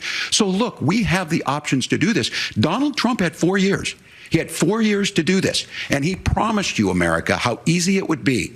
I'll build you a big, beautiful wall, and Mexico will pay for it. Less than 2% of that wall got built, and Mexico didn't pay a dime. But here we are again, 9 years after he came down that escalator, dehumanizing people and telling them what he was going to do. As far as the deportation plan, at one point, Senator Vance said it was so unworkable to be laughable. So that's where we're at. Pass the bill, she'll sign it. Governor, your time is up. Senator, the question was, will you separate parents from their children, even if their kids are U.S. citizens? You have 1 minute. Margaret, my point is that we already have massive child separations thanks to Kamala Harris's open border. And I didn't accuse Kamala Harris of inviting drug mules. I said that she enabled the Mexican drug cartels to operate freely in this country. And we know that they use children as drug mules. And it is a disgrace, and it has to stop. Look, I think what Tim said just doesn't pass the smell test. For 3 years, Kamala Harris went out bragging that she was going to undo Donald Trump's border policy. She did exactly that. We had a record number of illegal crossings. We had a record number of fentanyl coming into our country. And now that she's running for president, or a few months before, she says that somehow she got religion and cared a lot about a piece of legislation. The only thing that she did when she became the vice president, when she became the appointed border czar, was to undo 94 Donald Trump executive actions that opened the border. This problem is leading to massive problems in the United States of America. Parents who can't afford health care, schools that are overwhelmed. It's got to stop, and it will when Donald Trump is president again. Senator, your time is up. Governor, what about our CBS News polling, which does show that a majority of Americans, more than 50%, support mass deportations? Look, we fixed this issue with a bill that is necessary, but the issue on this is what happens when you don't want to solve it. You demonize it. And we saw this. And Senator Vance, and it surprises me on this, talking about and saying, I will create stories to bring attention to this. That vilified a large number of people who were here legally in the community of Springfield. The Republican governor said, it's not true. Don't do it. There's consequences for this. There's consequences. We could come together. Senator Langford did it. We could come together and solve this if we didn't let Donald Trump continue to make it an issue. And the consequences in Springfield were the governor had to send state law enforcement to escort kindergartners to school. I believe Senator Vance wants to solve this, but by standing with Donald Trump and not working together to find a solution, it becomes a talking point. And when it becomes a talking point like this, we dehumanize and villainize other human beings.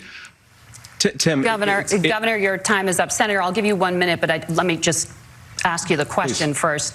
The governor has made the point, and I think as a sitting lawmaker, you know that Congress controls the purse strings and any funding. So you have said repeatedly that Donald Trump would, through executive action, solve this. Do you disagree that Congress controls the purse strings and would need to support many of the changes that you would actually want to implement? You have 1 minute. Look, Margaret, first of all, the gross majority of what we need to do at the southern border is just empowering law enforcement to do their job. I've been to the southern border more than our border czar, Kamala Harris, has been, and it's actually heartbreaking because the Border Patrol agents, they just want to be empowered to do their job. Of course, additional resources would help, but most of this is about the president and the vice president empowering our law enforcement to say, if you try to come across the border illegally, you've got to stay in Mexico, you've got to go back through proper channels. Now, Governor Walz brought up the community of Springfield, and he's very worried about the things that I've said in Springfield. Look, in Springfield, Ohio, and in communities all across this country, you've got schools that are overwhelmed. You've got hospitals that are overwhelmed. You have got housing that is totally unaffordable because we brought in millions of illegal immigrants to compete with Americans for scarce homes. The people that I'm most worried about in Springfield, Ohio, are the American citizens who have had their lives destroyed by Kamala Harris's open border. It is a disgrace, Tim. And I actually think, I agree with you. I think you want to solve this problem, but I don't think that Kamala Harris does. Senator, your time is up. Governor, you have 1 minute to respond. Yeah, well, it is law enforcement that asked for the bill. They helped craft it. They're the ones that supported it. That's because they know we need to do this. Look, this issue of continuing to bring this up, of not dealing with it, of blaming migrants for everything. On housing, we could talk a little bit about Wall Street speculators buying up housing and making them less affordable, but it becomes a blame. Look, this bill also gives the money necessary to adjudicate. I agree. It should not take 7 years for an asylum claim to be done. This bill gets it done in 90 days. Then you start to make a difference in this, and you start to adhere to what we know, American principles. Look, I don't talk about my faith a lot, But Matthew 25:40 talks about, to the least amongst us you do unto me. I think that's true of most Americans. They simply want order to it. This bill does it. It's funded. It's supported by the people who do it. And it lets us keep our dignity about how we treat other people. Thank you, Governor. And just to clarify for our viewers, Springfield, Ohio does have a large number of Haitian migrants who have legal status, temporary protected status. Well, Margaret, but thank you, Senator. We have so much to get to. Margaret, I think it's important because we're going to turn now to the economy. Thank you, Margaret. The rules were that you guys weren't going to fact check, and since you're fact checking me, I think it's important to say what's actually going on.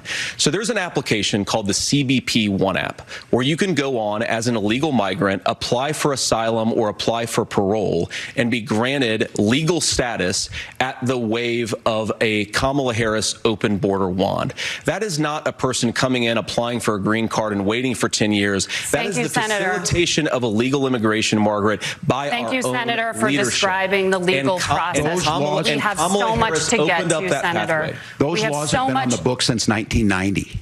Thank you, gentlemen. The we want to have One app has not been on the books since 1990. It's something that Kamala Harris created, Margaret. Gentlemen, the audience can't hear you because your mics are cut. We have so much we want to get to. Thank you for explaining the legal process. Nora. Thank you, Margaret. The economy is a top concern for voters. Each of your campaigns has released an economic plan, so let's talk about the specifics.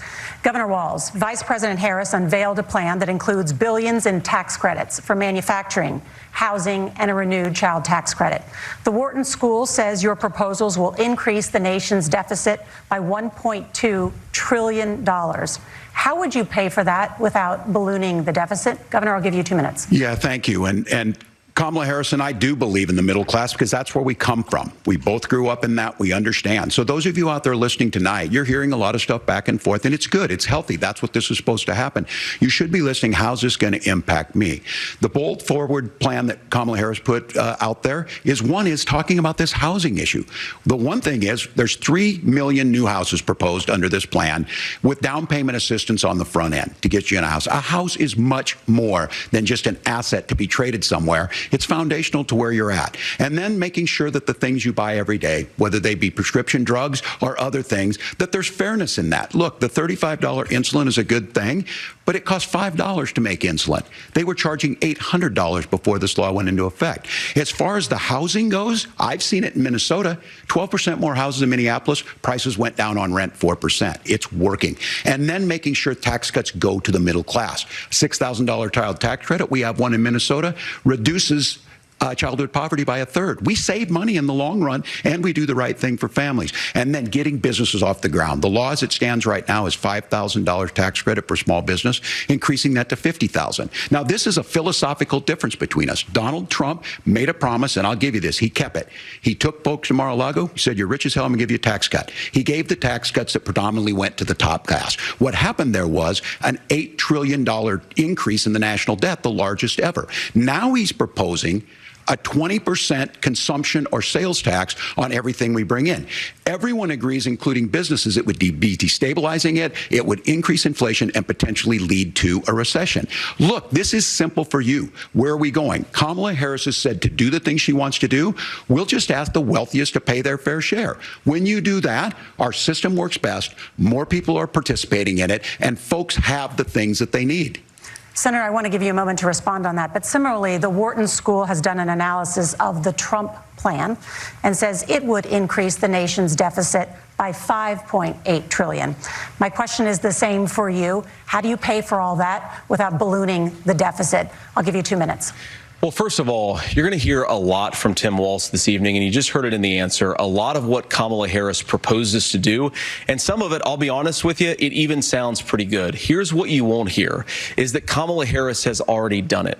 Because she's been the vice president for 3.5 years. She had the opportunity to enact all of these great policies, and what she's actually done instead is drive the cost of food higher by 25%, drive the cost of housing higher by about 60%, open the American southern border, and make middle-class life unaffordable for a large number of Americans. If Kamala Harris has such great plans for how to address middle-class problems, then she ought to do them now. Not when asking for a promotion, but in the job the American people gave her 3.5 years ago. And the fact that she isn't tells you a lot about how much you can trust her actual plans.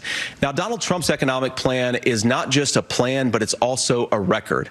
A lot of those same economists attack Donald Trump's plans, and they have PhDs, but they don't have common sense and they don't have wisdom, because Donald Trump's economic policies delivered the highest take-home pay in a generation in this country, 1.5% inflation, and to boot, peace and security all over the world. So when people say that Donald Trump's economic plan doesn't make sense, I say look at the record. He delivered rising take-home pay for American workers. Now, Tim admirably admits that they want to undo the Trump tax cuts. But if you look at what was so different about Donald Trump's tax cuts, even from previous Republican tax cut plans, is that a lot of those resources went to giving more take-home pay to middle-class and working-class Americans. It was passed in 2017, and you saw an American economic boom unlike we've seen in a generation in this country. That is a record that I'm proud to run on, and we're going to get back to that common sense wisdom so that you can afford to live the American dream again. I know a lot of you are struggling. I know a lot of you are worried about paying the bills. It's going to stop when Donald Trump brings back common sense to this country. Governor, do you want to respond to that? What has Kamala Harris done for the middle class? Yeah, well, Kamala Harris's day one was Donald Trump's failure on COVID that led to the collapse of our economy. We were already before COVID in a manufacturing recession, but 10 million people out of work, largest percentage since the Great Depression. 9 million jobs closed on that. That was day one. Whether it was the Infrastructure Act or other things we moved. Now, you made a question about experts, said this. I've made a note of this. Economists can't be trusted. Science can't be trusted. National security folks can't be trusted.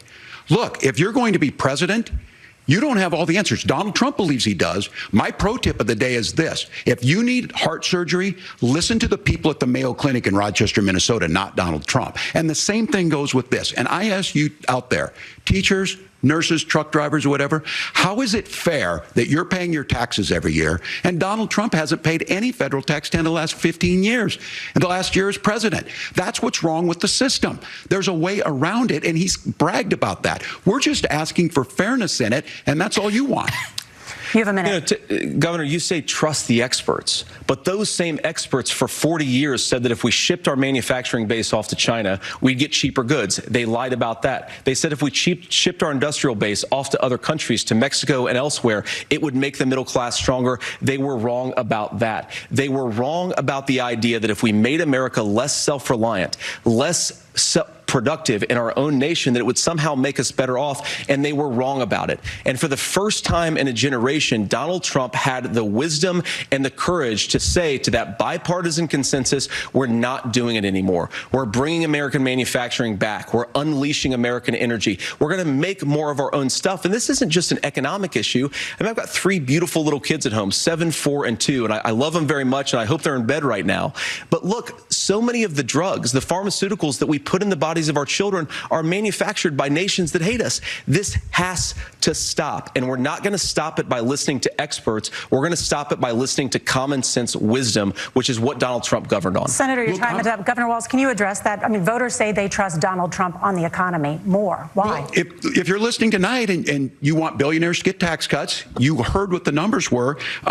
Look, I'm a union guy on this. I'm not a guy who wanted to ship things overseas, but I understand that, look, we produce soybeans and corn. We need to have fair trading partners. That's something that we believe in. I think the thing that most concerns me on this is Donald Trump was the guy who created the largest trade deficit in American history with China.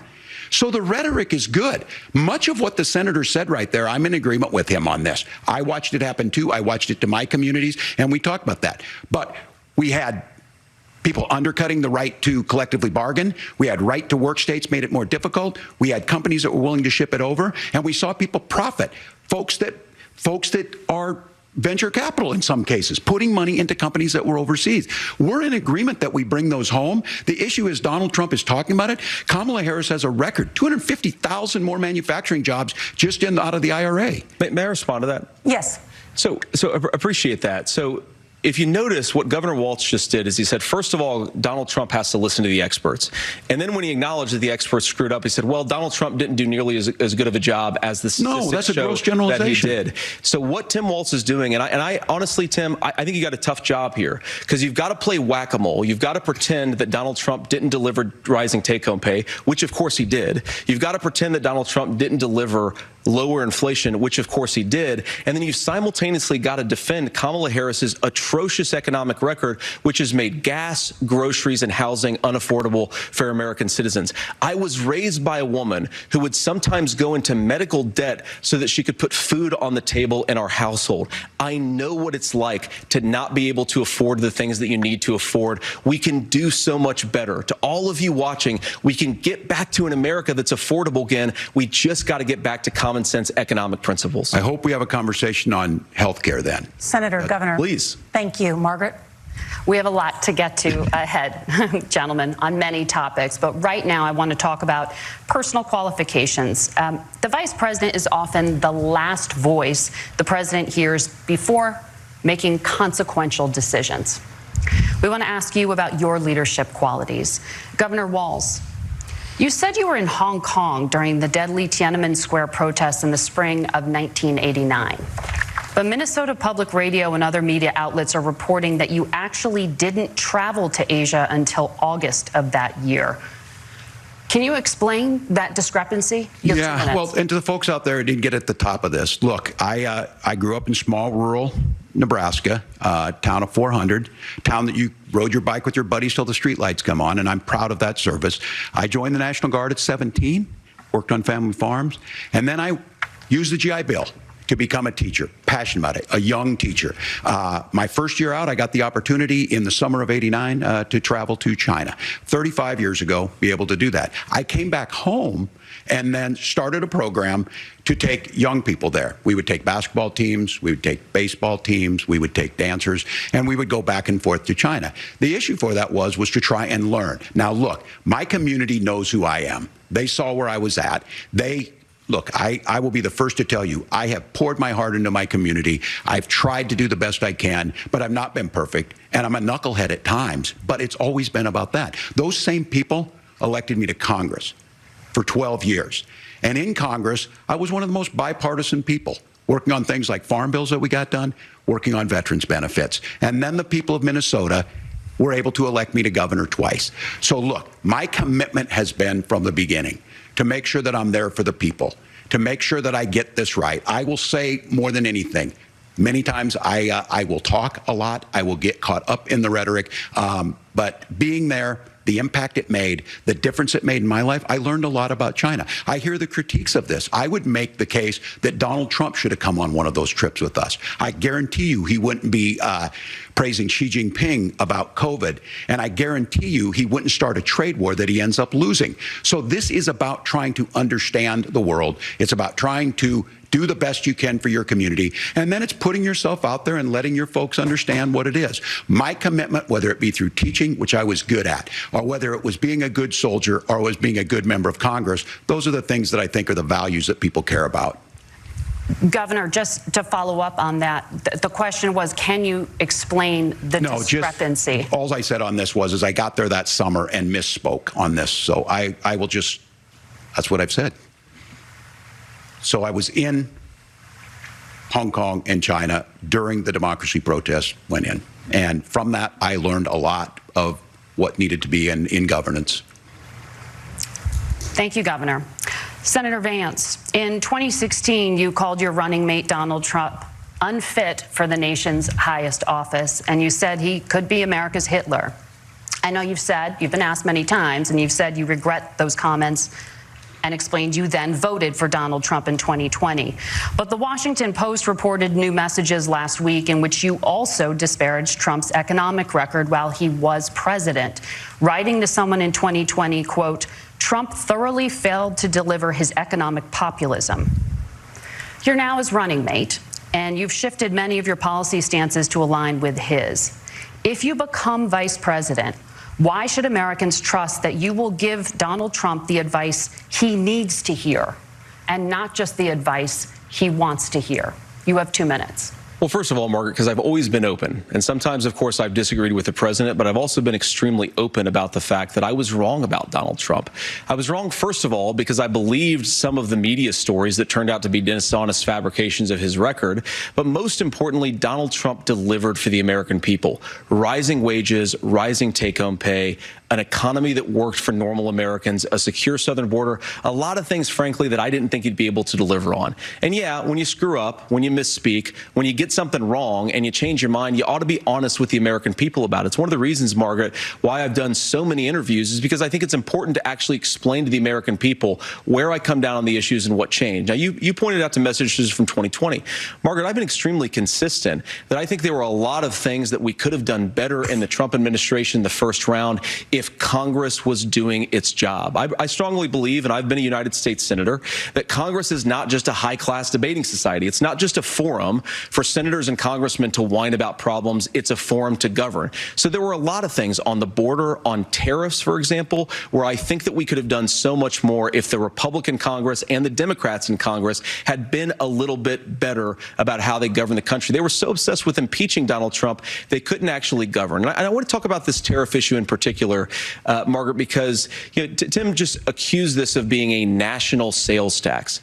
Look, the one thing, and you're probably surprised to hear me praising Joe Biden, but the one thing that Joe Biden did is he continued some of the Trump tariffs that protected American manufacturing jobs. And it's the one issue, the most pro-worker part of the Biden administration, it's the one issue where Kamala Harris has run away from Joe Biden's record. Think about this. If you're trying to employ slave laborers in China at $3 a day, you're going to do that and undercut the wages of American workers unless our country stands up for itself and says, you're not accessing our markets unless you're paying middle-class Americans a fair wage. Senator, your time is up. Nora? Thank you. Now to the issue of reproductive rights. Governor Walz, after Roe versus Wade was overturned, you signed a bill into law that made Minnesota one of the least restrictive states in the nation when it comes to abortion. Former President Trump said in the last debate that you believe abortion, quote, in the 9th month is absolutely fine. Yes or no? Is that what you support? I'll give you 2 minutes. That's not what the bill says. But look, this issue is what's on everyone's mind. Donald Trump put this all into motion. He brags about how great it was that he put the judges in and overturned Roe versus Wade, 52 years of personal autonomy. And then he tells us, oh, we send it to the states. It's a beautiful thing. Amanda Zaworski would disagree with you on it's a beautiful thing. A young bride in Texas waiting for their child at 18 weeks. She has a complication, a tear in the membrane. She needs to go in. The medical care at that point needs to be decided by the doctor. And that would have been an abortion. But in Texas, that would have put them in legal jeopardy. She went home, got sepsis, nearly dies, and now she may have difficulty having children. Or in Kentucky, Hadley Duvall, a 12-year-old child raped and impregnated by her stepfather. Those are horrific. Now, when God asked about that, Senator Vance said 2 wrongs don't make a right. There is no right in this. So in Minnesota, what we did was restore Roe versus Wade. We made sure that we put women in charge of their health care. But look, this is not where, if you don't know Amanda or a Hadley, you soon will. Their Project 2025 is going to have a registry of pregnancies. It's going to make it more difficult, if not impossible, to get contraception and limit access, if not eliminate access to infertility treatments. For so many of you out there listening, me included, infertility treatments are why I have a child. That's nobody else's business, but those things are being proposed. And the catch-all on this is, well, the states will decide what's right for Texas might not be right for Washington. That's not how this works. This is basic human right. We have seen maternal mortality skyrocket in Texas, outpacing many other countries in the world. This is about health care. In Minnesota, we are ranked first in health care for a reason. We trust women. We trust doctors. Senator, do you want to respond to the governor's claim? Will you create a federal pregnancy monitoring agency? No, Nora, certainly we won't. And I want to talk about this issue because I know a lot of Americans care about it, and I know a lot of Americans don't agree with everything that I've ever said on this topic. And, you know, I grew up in a working class family in a neighborhood where I knew a lot of young women who had unplanned pregnancies and decided to terminate those pregnancies because they feel like they didn't have any other options. And, you know, one of them is actually very dear to me. And I know she's watching tonight, and I love you. And she told me something a couple years ago that she felt like if she hadn't had that abortion, that it would have destroyed her life because she was in an abusive relationship. And I think that what I take from that as a Republican who proudly wants to protect innocent life in this country, who proudly wants to protect the vulnerable, is that my party, we've got to do so much better of a job at earning the American people's trust back on this issue where they frankly just don't trust us. And I think that's one of the things that Donald Trump and I are endeavoring to do. I want us as a Republican Party to be pro-family in the fullest sense of the word. I want us to support fertility treatments. I want us to make it easier for moms to afford to have babies. I want it to make it easier for young families to afford a home so they can afford a place to raise that family. And I think there's so much that we can do on the public policy front just to give women more options. Now, of course, Donald Trump has been very clear that on the abortion policy specifically, that we have a big country and it's diverse. And California has a different viewpoint on this than Georgia. Georgia has a different viewpoint from Arizona. And the proper way to handle this, as messy as democracy sometimes is to let voters make these decisions, let the individual states make their abortion policy. And I think that's what makes the most sense in a very big, a very diverse, and let's be honest, sometimes a very, very messy and divided country. Governor, would you like to respond and also answer the question about restrictions? Yeah, well, the question got asked, and Donald Trump made the accusation that wasn't true about Minnesota. Well, let me tell you about this idea that there's diverse states. There's a young woman named Amber Thurman. She happened to be in Georgia, a restrictive state. Because of that, she had to travel a long distance to North Carolina to try and get her care. Amber Thurman died in that journey back and forth. The fact of the matter is, how can we as a nation say that your life and your rights, as basic as the right to control your own body, is determined on geography?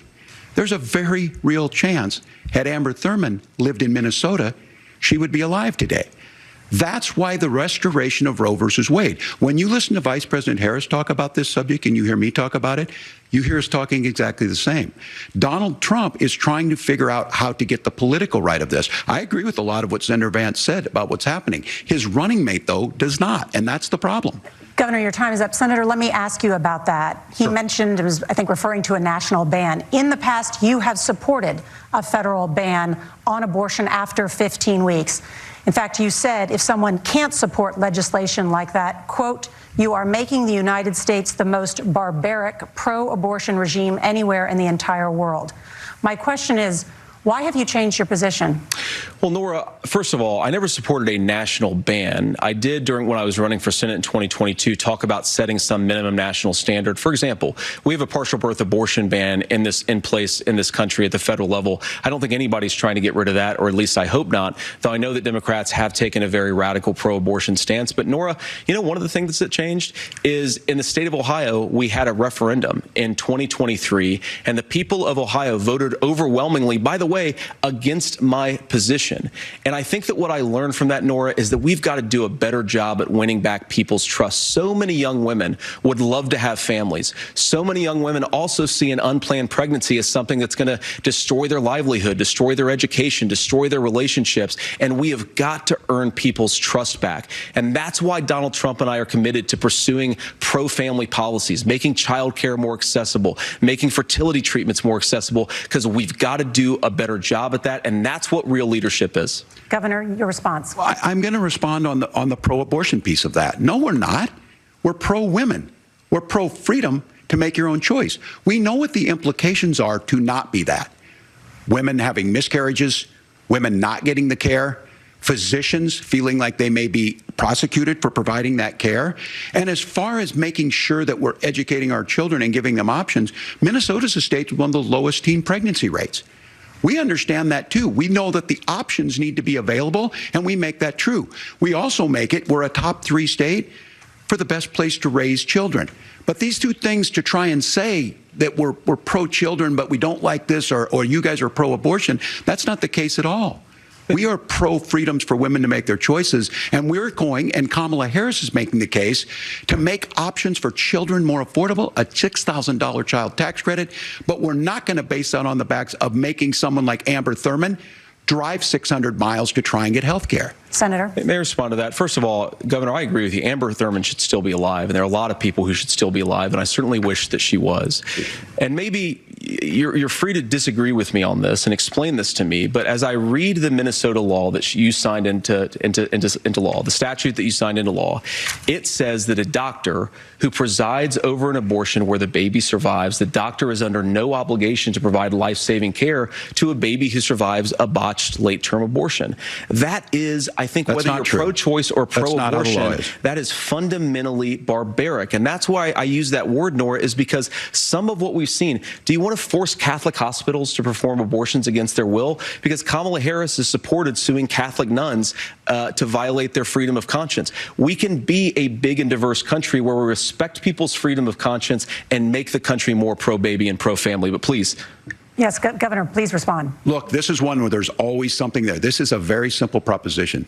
These are women's decisions to make about their health care decisions, and the physicians who know best when they need to do this. Trying to distort the way a law is written to try and make a point, that's not it at all. What was I wrong about, Governor? Please tell me, what was I wrong about? That is not the way the law is written. Look, I've given But this, how? I've given this advice on a lot of things, that getting involved, getting engaged, that's been misread, and it was fact-checked at the last debate.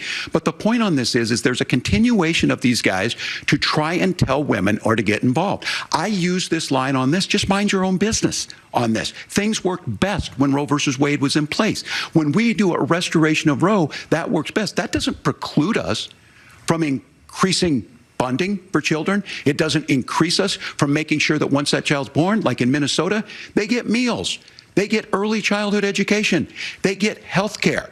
So the hiding behind we're going to do all these other things when you're not proposing them in your budget, Kamala Harris is proposing them. She's proposing all those things to make life easier for families. I asked a specific question, Governor. You gave me a slogan as a response. It's not the case. It's not true. That's not what the law says. So they fact-checked it with President Trump. Gentlemen, there's a lot to discuss. We have to move on, and we're going to be right back with much more of the CBS News vice presidential debate in just a moment. All right, welcome back. It's been a fiery debate so far. I like pork chops. Thank you. I'm glad you're doing the Tim Walz impression, because I can't physically do it with my voice right now. I will say it's been an interesting back and forth. I think J.D. Vance, this looks easy for him. Yeah, he's not breaking a sweat. No, he's not breaking a sweat. Walz broke a sweat. Several times. And he started looking nervous. He's the type of person that looks sweaty even before he says anything. Yeah, and he also looks like a Muppet. He does. Thank you. I thought the same thing. He looks exactly like a Muppet. Jill is here. What do you think so far? Yeah, I mean, Walz came out of the gate looking very nervous. He dropped like 5 or 6 ums right out of the gate. Yeah. Then he found what he knew was going to be his comfort zone. It's just attacking Donald Trump, right? And so he gets into that, and then he feels a little bit more comfortable once they get to abortion. Democrats can talk all day about those topics, but it has been. That is, by the way, that is the law. It is the law. It is the law. You can run from it as many times as you want, and that's what they're going to do on national television. But when people hear that at 9 months, you don't even have to care about the life of the child, which is it's a child the entire time. At 9 months, you cannot argue with that. Let me go over to Hillary. Hillary, what are people saying? Who's winning the debate? Well, so we love our BlazeTV subscribers because you're always active in the chat. People are really, really into this debate. Richard Klim said, I appreciate how calm and cool JD is.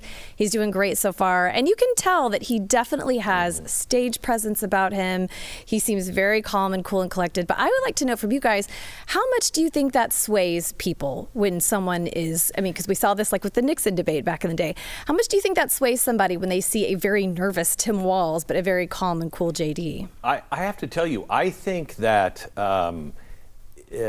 we are living in a world of chaos, and for someone just to say, you know, Governor, I appreciate your point of view, and I agree with it, to bring some sort of decorum back to not be so passionate where he's yelling or sweating like Tim Walz is, for somebody just to be cool about everything and just be like, no, well, I disagree, and here's what this is all about.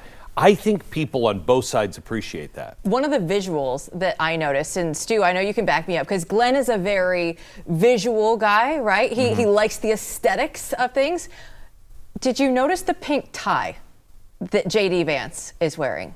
I didn't. It's not in your face. It's not bright red. He's just cool, calm, approachable. Boy, I'm shocked I missed that. It's a pink tie. Great. It's not red.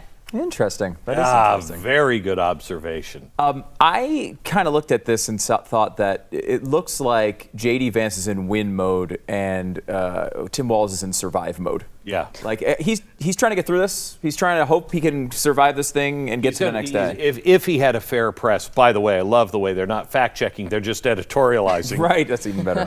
But the fact that he answered, that was one of the worst answers to any question I've ever heard in a debate when, Tiananmen Square. Just answer it. Yeah, I know. He has that problem. Sorry to interrupt you guys. We had another message. Beth Ann said JD Vance, because he answers the questions, do you feel like he's doing a better job of getting to the heart of those questions? Oh, yeah. He's answering all of them. I think he's answering all of them. He will make his point, and then he always comes back halfway through or so and says, but specifically on your question, I think he's doing a fantastic job. Yeah, there's not a point in there where I would say, oh my gosh, he didn't answer this question well, right? There's nothing that comes to mind with that. All right, we're going to be going back to the debate here in just a few seconds. You can keep going into the BlazeTV chat room and drop your questions in there. We'll get to more of them coming up here in just a little bit. We're going to now rejoin the debate. Tim Walz, JD Vance. We'll see you in a little bit. Welcome back to the CBS News Vice Presidential Debate. We want to turn now to America's gun violence epidemic. The leading cause of death for children and teens in America is by firearms. Senator Vance, you oppose most gun legislation that Democrats claim would curb gun violence. You oppose red flag gun laws and legislation to ban certain semi-automatic rifles, including AR-15s. So let me ask you, earlier this year, for the first time, the parents of a school shooter were convicted of involuntary manslaughter and sentenced to 10 years in prison. Do you think holding parents responsible could curb mass shootings? I'll give you 2 minutes. Yeah, well, Nora, on that particular case, I don't know the full details, but I certainly trust local law enforcement and local authorities to make those decisions. I think in some cases the answer is going to be yes, and in some cases the answer is going to be no. And the details really matter here, of course. For example, if a kid steals a gun, that's going to be different than if a parent hands over a gun knowing that their kid is potentially dangerous. But look, I want to just sort of speak as a father of 3 beautiful little kids, and our oldest is now in 2nd grade. And like a lot of parents, we send our kids to school with such hope and such joy and such pride at their little faces on the first day of school. And we know, unfortunately, that a lot of kids are going to experience this terrible epidemic of gun violence. And of course, our hearts go out to the families that are affected by this terrible stuff. And we do have to do better. And I think that Governor Walz and I actually probably agree that we need to do better on this. The question is just, how do we actually do it? Now, here's something that really bothers me and worries me about this epidemic of violence. The gross majority, close to 90% in some of the statistics I've seen, of the gun violence in this country is committed with illegally obtained firearms. And while we're on that topic, we know that thanks to Kamala Harris's open border, we've seen a massive influx in the number of illegal guns run by the Mexican drug cartels. So that number, the amount of illegal guns in our country is higher today than it was 3.5 years ago. But what do we do about the schools? What do we do to protect our kids? And I think the answer is, and I say this not loving the answer, because I don't want my kids to go to school in a school that feels unsafe or where there are visible signs of security. But I unfortunately think that we have to increase security in our schools. We have to make the doors lock better. We have to make the doors stronger. We've got to make the windows stronger. And of course, we've got to increase school resource officers, because the idea that we can magically wave a wand and take guns out of the hands of bad guys, it just doesn't fit with recent experience. So we've got to make our schools safer. And I think we've got to have some common sense bipartisan solutions for how to do that. Governor, you have 2 minutes. Well, I think all the parents watching tonight, this is your biggest nightmare. Look, I got a 17-year-old, and and he witnessed a shooting at a community center playing volleyball. Those things don't leave you. As a member of Congress, I sat in my office surrounded by dozens of the Sandy Hook parents, and they were looking at my 7-year-old picture on the wall. Their 7-year-old were dead, and they were asking us to do something. And look, I'm a hunter. I own firearms. The vice president is. We understand that the Second Amendment is there, but our first responsibility is to our kids to figure this out. In Minnesota, we've enacted enhanced red flag laws, enhanced background checks, and we can start to get data. But here's the problem. If we really want to solve this, we've got folks that won't allow research to be even done on gun violence. And this idea that we should just live with it, here's what I do think, that this is a good start to the conversation. I 100% believe that Senator Vance hates it when these kids, it's abhorrent and it breaks your heart. I agree with that. But that's not far enough when we know there are things that work. I've spent time in Finland and seen some Finnish schools. They don't have this happen, even though they have a high gun ownership rate in the country. There are reasonable things that we can do to make a difference. It's not infringing on your Second Amendment. And the idea to have some of these weapons out there, it just doesn't make any sense. Kamala Harris, as an attorney general, worked on this issue. She knows that it's there. No one's trying to scaremonger and say we're taking your guns, but I ask all of you out there, do you want your schools hardened to look like a fort? Is that what we have to go? When we know there's countries around the world that their children aren't practicing these types of drills. They're being kids. We owe it to them to get a fix. These are things that shouldn't be that difficult. You can still keep your firearms, and we can make a difference. We have to. If you're listening tonight, this breaks your heart. Senator. Tim, first of all, I didn't know that your 17-year-old witnessed a shooting. I'm sorry about that, and I hope that he's doing okay. Christ have mercy. It is awful. And I appreciate what Tim said, actually, about Finland, because I do think it illustrates some of the frankly, weird differences between our own country's gun violence problem and Finland. Okay, first of all, we have way higher rates of mental health abuse, or mental health substance abuse. We have way higher rates of depression, way higher rates of anxiety. We unfortunately have a mental health crisis in this country that I really do think that we need to get to the root causes of, because I don't think it's the whole reason why we have such a bad gun violence problem, but I do think it's a big piece of it. Another driver of the gun violence epidemic, especially that affecting our kids, it doesn't earn as many headlines, but is the terrible gun violence problem in a lot of our big cities. And this is why we have to empower law enforcement to arrest the bad guys, put them away, and take gun offenders off the streets. I think there's a whole host of things that we can do here, but I do think at our schools we've got to talk about more security. Senator, thank you. Governor, you previously opposed an assault weapons ban, but only later in your political career did you change your position. Why? Yeah, I sat in that office with those Sandy Hook parents. I've become friends with school shooters. I've seen it. Look, the NRA, I was the NRA guy for a long time. They used to teach gun safety. I'm of an age where my shotgun was in my car so I could pheasant hunt after football practice. That's not where we live today. And several things I want to mention on this is, talking about cities and where it's at, the number one where the most firearm deaths happen in Minnesota are rural suicides. And we have an epidemic of children getting guns and shooting themselves. And so we have, and we should look at all of the issues, making sure folks have health care and all that, but I want to be very careful. This idea of stigmatizing mental health, just because you have a mental health issue doesn't mean you're violent. And I think what we end up doing is we start looking for a scapegoat. Sometimes it just is the guns. It's just the guns, and there are things that you can do about it. But I do think that this is one, and I think this is a healthy conversation. I think there's a capacity to find solutions on this that work, protect Second Amendment, protect our children. That's our priority. Gentlemen, thank you. Margaret? Thank you, Nora. Let's turn now to the top contributor to inflation, the high cost of housing and rent. There's a shortage of more than 4 million homes in the United States, and that contributes to the high housing prices. Governor Walz, the Harris campaign promises a $25,000 down payment assistance for first-time home buyers and a $10,000 tax credit. They also promise to build 3 million new homes. Where are you building these homes, and won't handing out that kind of money just drive up prices higher? No, it's not handing out. We have, first, let me say this issue of housing, and I think those of you listening on this, the problem we've had is that we've got a lot of folks that see housing as another commodity. It can be bought up, it can be shifted, it can be moved around. Those are not folks living in those houses. Those of you listening tonight, that house is a big deal. I bought and owned one house in my life. My mom still lives in the house where I was. And when I think of a house, I'm thinking of Christmas services after midnight mass where you go with your family. We need to make it more affordable. And one of the things, as I said, this program that the Vice President is pushing forward and bringing a new way of approaching this is something we're doing in Minnesota from that lead. We in the state invested in making sure our housing was the biggest investment that we'd ever made in housing.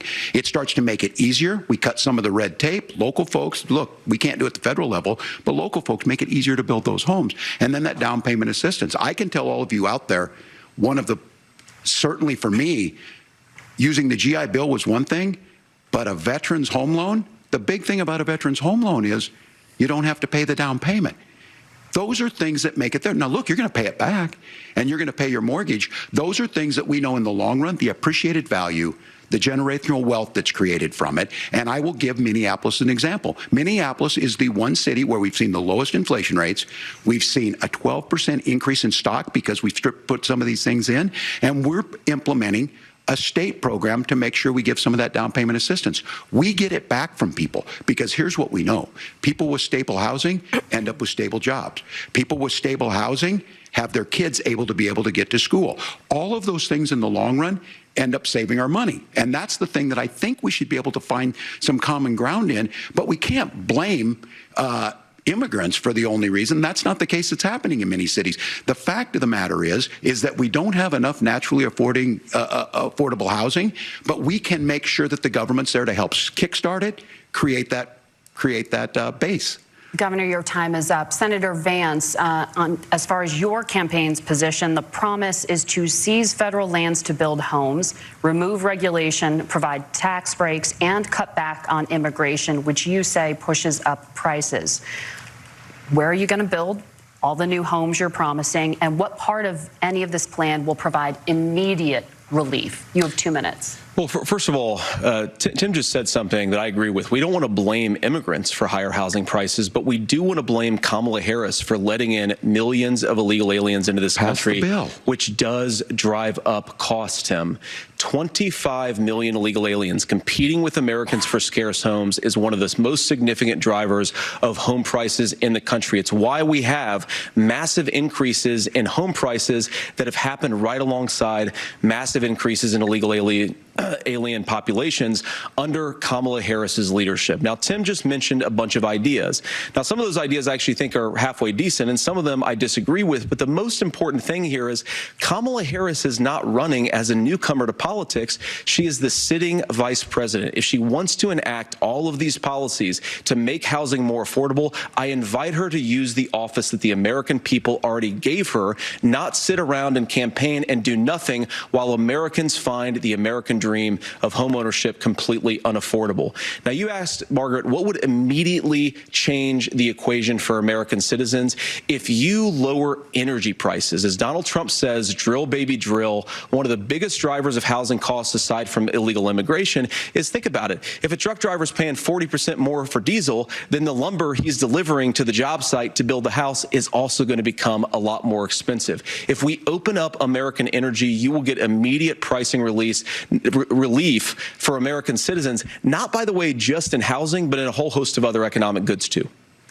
Senator Vance, you still have 23 seconds there. Do you want to answer? Can I have it? Where? Yeah.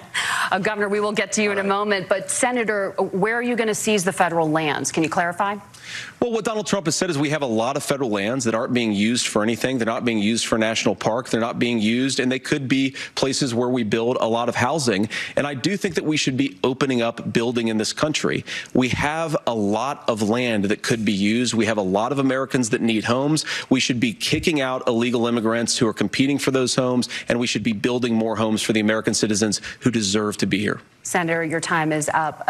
Governor, I do want to let you respond to the allegation that the vice president is letting in Well, of course, that's not true. And again, you have the facts. I guess we agreed not to fact check. I'll check it. That, look, crossings are down compared to when Donald Trump left office. But it's, again, blaming and not trying to find the solution. I was going to ask, though, on this question, are we going to drill and build houses in the same federal land? And I think when people hear federal lands, these are really important pieces of land. Now, Minnesota doesn't have a lot of federal lands. I know in the western part of the countries we do.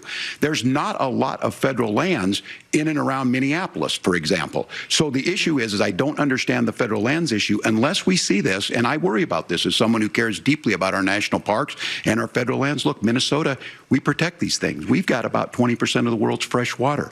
These lands protect. They're there for a reason. They belong to all of us. But again, this is when you view housing and you view these things as commodities. Like, there's a chance to make money here. Let's take this federal land and let's sell it to people for that. I think there's better ways to do this. We've seen it in Minnesota. We're able to refurbish some of these houses. We're able to make some investments. That gets people in. And I'm still on the fact on this. Economists, Senator Vance, you said you don't like the economists. Which economists are saying that it is immigrants that's adding to the cost? Governor, your time is up. But Senator, on that point, I'd like for you to clarify. There are many contributing factors to high housing costs. What evidence do you have that migrants are part of this problem? Well, there's a Federal Reserve study that we're happy to share after the debate. We'll put it up on social media, actually, that really drills down on the connection between increased levels of migration, especially illegal immigration, and higher housing prices. Now, of course, Margaret, that's not the entire driver of higher housing prices. It's also the regulatory regime of Kamala Harris. Look, we are a country of builders. We're a country of doers. We're a country of explorers. But we increasingly have a federal administration that makes it harder to develop our resources, makes it harder to build things, and wants to throw people in jail for not doing everything exactly as Kamala Harris says they have to do. And what that means is that you have a lot of people who would love to build homes who aren't able to build homes. I actually agree with Tim Walz. We should get out of this idea of housing as a commodity. But the thing that has most turned housing into a commodity is giving it away to millions upon millions of people who have no legal right to be here. What are the federal regulations? I deal with this as a governor. You can very quickly reply. I'm sorry. I get this as a governor, and I don't necessarily disagree with that in some cases, many of those are local, many of them are state. I don't know which ones are federal, but I think whenever we talk regulations, people think they can get rid of them. I think you want to be able to get out of your house in a fire. I think you want to make sure that it's fireproof and those types of things. So which are the regulations? Because the vice president's not responsible for those. Congress writes those. Governor, thank you. Gentlemen, we have a lot to get to. You're passionate about the housing crisis, I can tell. But Nora? Thank you. One of the top problems facing Americans is the high cost of health care. Senator Vance, at the last presidential debate, former President Trump was asked about replacing the Affordable Care Act. In response, he said, "I have concepts of a plan." Since then, Senator, you've talked about changing how chronically ill Americans get health insurance. Can you explain how that would work? And can you guarantee that Americans with pre-existing conditions won't pay more? I'll give you 2 minutes. Well, of course, we're going to cover Americans with pre-existing conditions. In fact, a lot of my family members have gotten health care. I believe, members of my family actually got private health insurance, at least for the first time, switched off of Medicaid onto private insurance for the first time under Donald Trump's leadership. And I think that, a lot of people have criticized this concepts of a plan remark. Look, it's very simple common sense. I think as Tim Walz knows from 12 years in Congress, you're not going to propose a 900-page bill standing on a debate stage. It would bore everybody to tears, and it wouldn't actually mean anything because part of this is the give and take of bipartisan negotiation. Now, when Donald Trump was actually president, and again, he has a record to be proud of, prescription drugs fell in 2018 for the first time in a very long time. Under Kamala Harris's leadership, prescription drugs are up about 7%. Under Donald Trump's entire 4 years, they were up about 1.5%. He introduced pricing transparency. Think about healthcare. You go into a hospital, you try to buy something, and nobody knows what it actually costs. That price transparency will actually give American consumers a little bit more choice and will also drive down costs. And we talked about, the reinsurance regulations is what I was talking about. Look, Donald Trump has said that if we allow states to experiment a little bit on how to cover both the chronically ill but the non-chronically ill, it's not just a plan. He actually implemented some of these regulations regulations when he was president of the United States. And I think you can make a really good argument that it salvaged Obamacare, which was doing disastrously until Donald Trump came along. And I think this is an important point about President Trump. Of course, you don't have to agree with everything that President Trump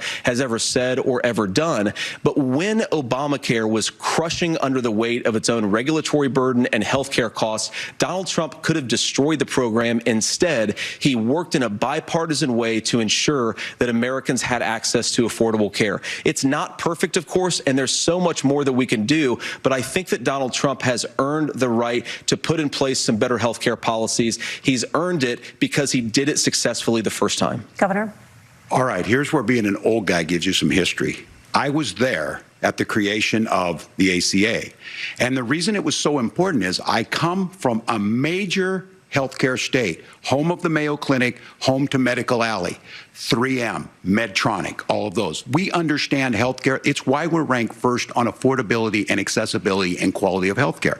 And so what I know is under Kamala Harris, more people are covered than they have before. And those of you listening, this is critical to you. Now, Donald Trump all of a sudden wants to go back and remember this. He ran on the first thing he was going to do on day one was to repeal Obamacare. On day one, he tried to sign an executive order to repeal the ACA. He signed on to a lawsuit to repeal the ACA, but lost at the Supreme Court. And he would have repealed the ACA had it not been for the courage of John McCain to save that bill. Now, fast forward, what that means to you is you lose your pre-existing conditions. If you're sitting at home and you got asthma, too bad. If you're a woman, probably not. Broke your foot during football, might kick you out.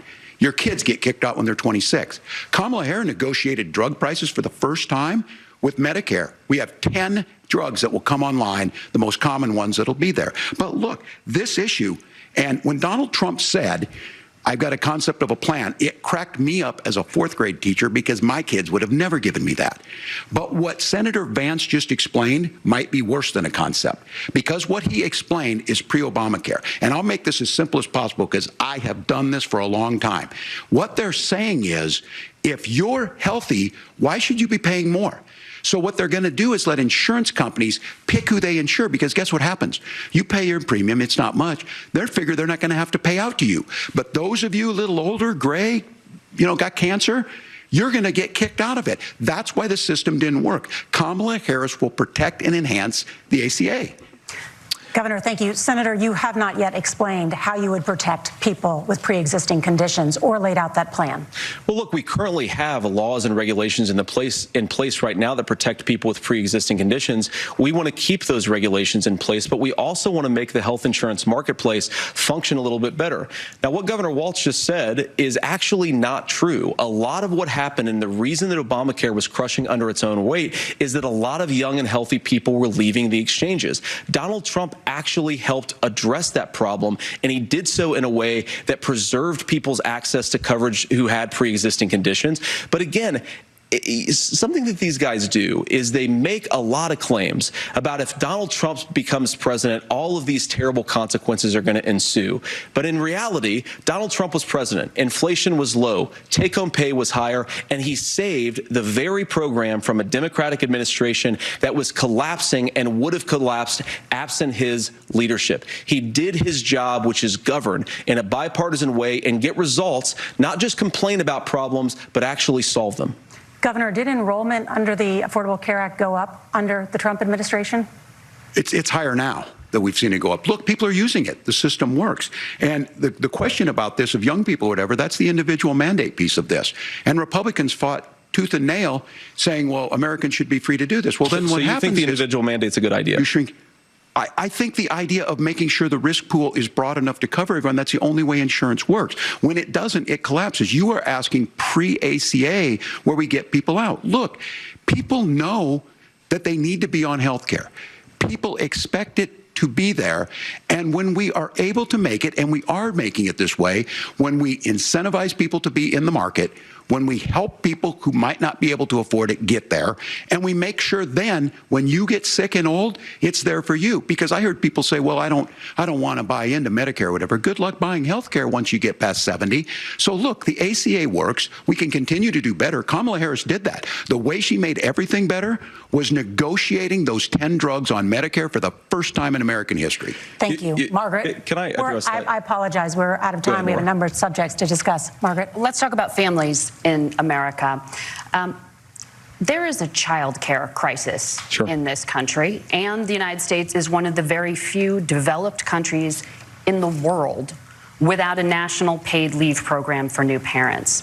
Governor Walz, you said that if Democrats win both the White House and Congress, this is a day one priority for you. How long should employers be required to pay workers while they are home taking care of their newborns? You have 2 minutes. Yeah, well, that's negotiable, and that's what Congress worked. But here's what the deal is. Americans sitting out there right now, you may work for a big company. Look, we're home in Minnesota to some of the largest Fortune 500 companies. Kamala Harris knows that in California. Those companies provide paid family medical leave. One is, I think they're moral and they think it's a good thing, but it also keeps their employees healthy. We in Minnesota passed a paid family medical leave. You have a child, and I had to go back to work 5 days after my kids were born. This allows you to stay home a certain amount of time. What we know is that gets the child off to a better start, the family works better, we stay in their employers, we get more consistency in that. So Kamala Harris has made it a priority. We implemented it in Minnesota, and we see growth. That's how you become a pro-business state. But the negotiations on it, and here's the issue, those big companies are able to offer it. Those of you out there who don't have it, just imagine what happens if you get cancer or your child gets sick. We know what happens. You end up staying home. In some places, that means no paycheck because you've got no protection on that. This is the case of an economy that Donald Trump has set for the wealthiest amongst us. He's willing to give those tax breaks to the wealthiest. He's willing to say, bust those unions up, do whatever. What we're saying is the economy works best when it works for all of us. And so a paid family medical leave program, and I will tell you, go to the families or go to the businesses and ask them. As far as childcare on this, you have to take it at both the supply and the demand side. You can't expect the most important people in our lives to take either our children or our parents to get paid the least amount of money. And we have to make it easier for folks to be able to get into that business and then to make sure that folks are able to pay for that. We were able to do it in Minnesota, and I'm still telling you this. We were listed as the best state. We're still in crisis on this. A federal program of paid family and medical leave and help with this will enhance our workforce, enhance our families, and make it easier to have the children that you want. Governor, your time is up. Senator, do you support a national paid leave program? And if so, for how long should employers be mandated to pay their employees while they are home taking care of their newborn? You have 2 minutes. Yeah, well, first of all, Margaret, a number of my Republican colleagues and some Democrats, too, have worked on this issue. And I think there is a bipartisan solution here because a lot of us care about this issue. I mean, look, I speak from this very personally because I'm married to a beautiful woman who is an incredible mother to our 3 beautiful kids, but is also a very, very brilliant corporate litigator. And I'm so proud of her. But being a working mom, even for somebody with all of the advantages of my wife, is extraordinarily difficult.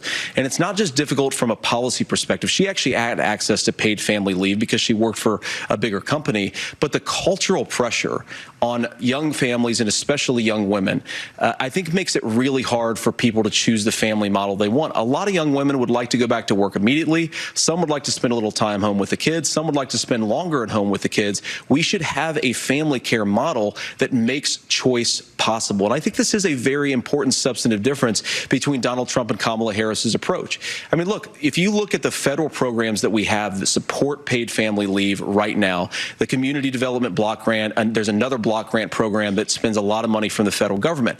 These programs only go to one kind of child care model. Let's say you'd like your church maybe to help you out with child care. Maybe you live in a rural area or an urban area and you'd like to get together with families in your neighborhood to provide child care in the way that makes the most sense. You don't get access to any of these federal monies. We want to promote choice in how we deliver family care and how we promote child care because, look, It is unacceptable. And, of course, Tim and I have been on the campaign trail a lot the past 7 or 8 weeks. And one of the biggest complaints I hear from young families is people who feel like they don't have options, like they're choosing between going to work or taking care of their kids. That is an incredible burden to put on American families. We're the only country that does it. I think we could do a heck of a lot better. Senator, thank you. You have also said, Senator Vance, many things about the American family. The Federal Reserve says parents will spend nearly as much on child care as they do on housing each month. So I want to get your thoughts on this. President Trump recently said, as much as child care is talked about as being expensive, it's relatively speaking not very expensive compared to the kinds of numbers we'll be taking in. Is President Trump committed to the $5,000 per child tax credit that you have described? You have 1 minute. Well, what President Trump said, Margaret, I just want to defend my running mate here a little bit, is that we're going to be taking in a lot of money by penalizing companies for shipping jobs overseas and penalizing countries who employ slave laborers and then ship their products back into our country and undercut the wages of American workers. It's the heart of the Donald Trump economic plan. Cut taxes for American workers and American families. Cut taxes for businesses that are hiring and building companies in the United States of America, but penalize companies and countries that are shipping jobs overseas. That's the heart of the economic proposal. And I think what President Trump is saying is that when we bring in this additional revenue with higher economic growth, we're going to be able to provide paid family leave, child care options that are viable and workable for a lot of American families. Can you clarify how that will solve the child care shortage? Well, because as Tim said, a lot of the child care shortage is we just don't have enough resources going into the multiple people who could be providing family care options. And we're going to have to, unfortunately, look, we're going to have to spend more money. We're going to have to induce more people to want to provide child care options for American families, because the reason it's so expensive right now is because you've got way too few people providing this very essential service. Thank you, Senator. Governor Walz, your ticket also has some child care tax credit proposals. Do you think Congress will agree to the $6,000 credit for newborns and $3,000 credit for children over the age of 6, as your campaign has promised? Is that realistic? Well, if these members of Congress are listening to anybody, I can tell you, and this is the biggest issue. Everybody listening tonight knows. I mean, I'm sure they were shocked to hear it's not that expensive. And let's be clear, whether it's $5,000 or $6,000, that pays you about 3 or 4 months.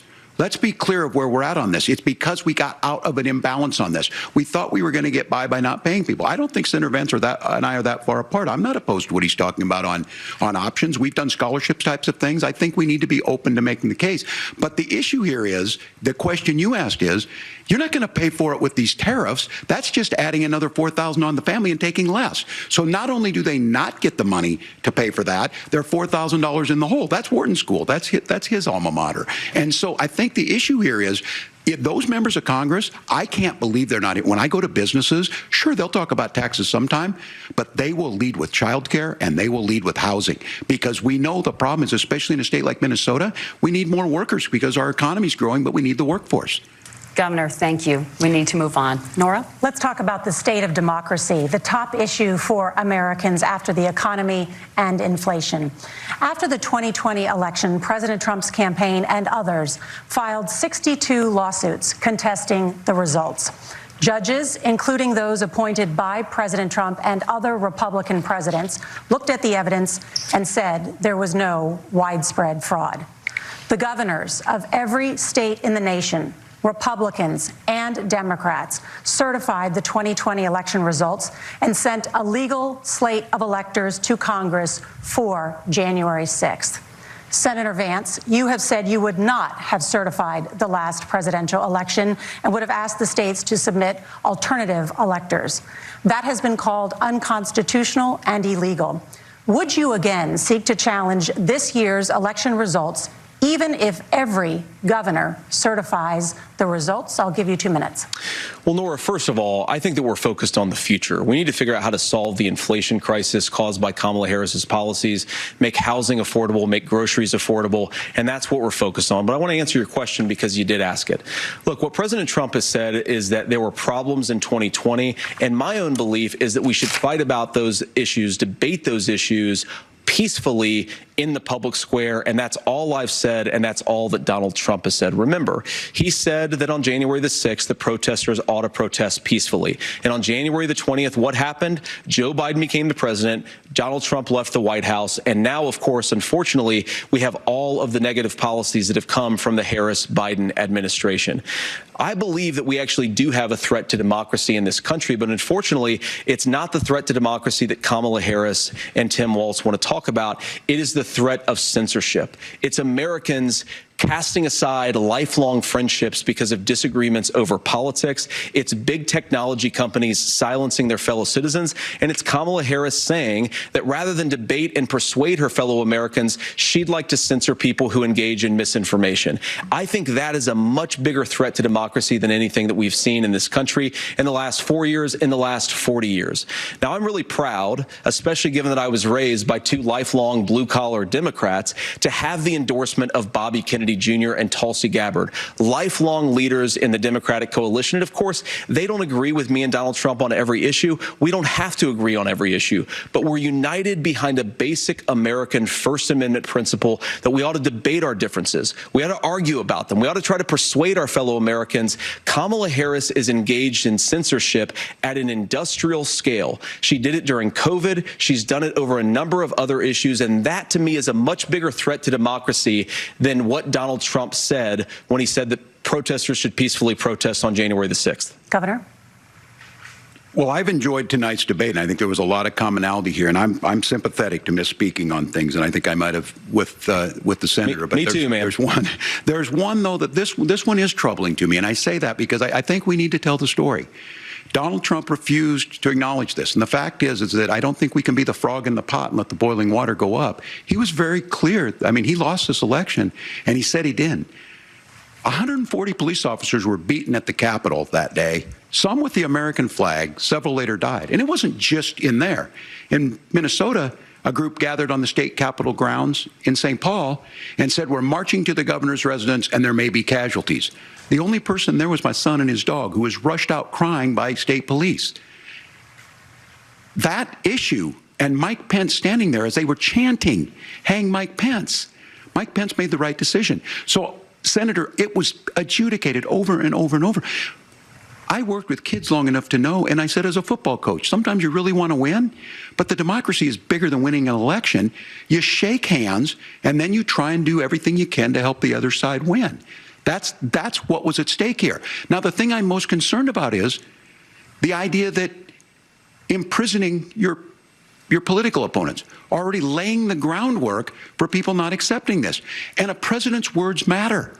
A president's words matter. People hear that. So I think this issue of settling our differences at the ballot box, shaking hands when we lose, being honest about it, but to deny what happened on January 6th, the first time in American history that a president or anyone tried to overturn a fair election and the peaceful transfer of power. And here we are 4 years later in the same boat. I will tell you this, that when this is over, we need to shake hands this election, and the winner needs to be the winner. This has got to stop. It's tearing our country apart.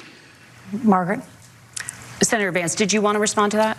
Yeah, well, look, Tim, first of all, it's really rich for Democratic leaders to say that Donald Trump is a unique threat to democracy when he peacefully gave over power on January the 20th, as we have done for 250 years in this country. We are going to shake hands after this debate and after this election. And of course, I hope that we win, and I think we're going to win. But if Tim Walz is the next vice president, he'll have my prayers, he'll have my best wishes, and he'll have my help whenever he wants it.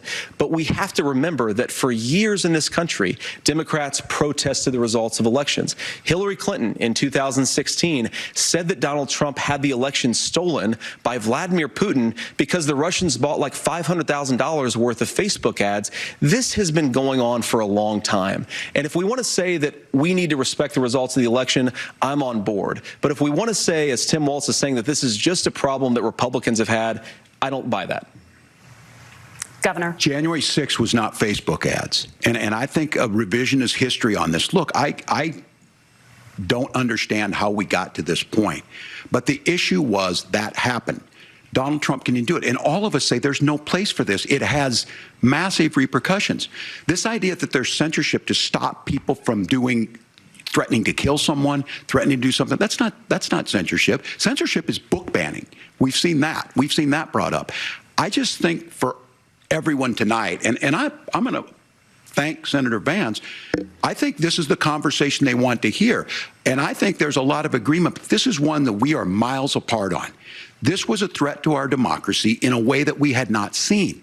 And it manifested itself because of Donald Trump's inability to say. He is still saying he didn't lose the election. I would just ask that. Did he lose the 2020 election?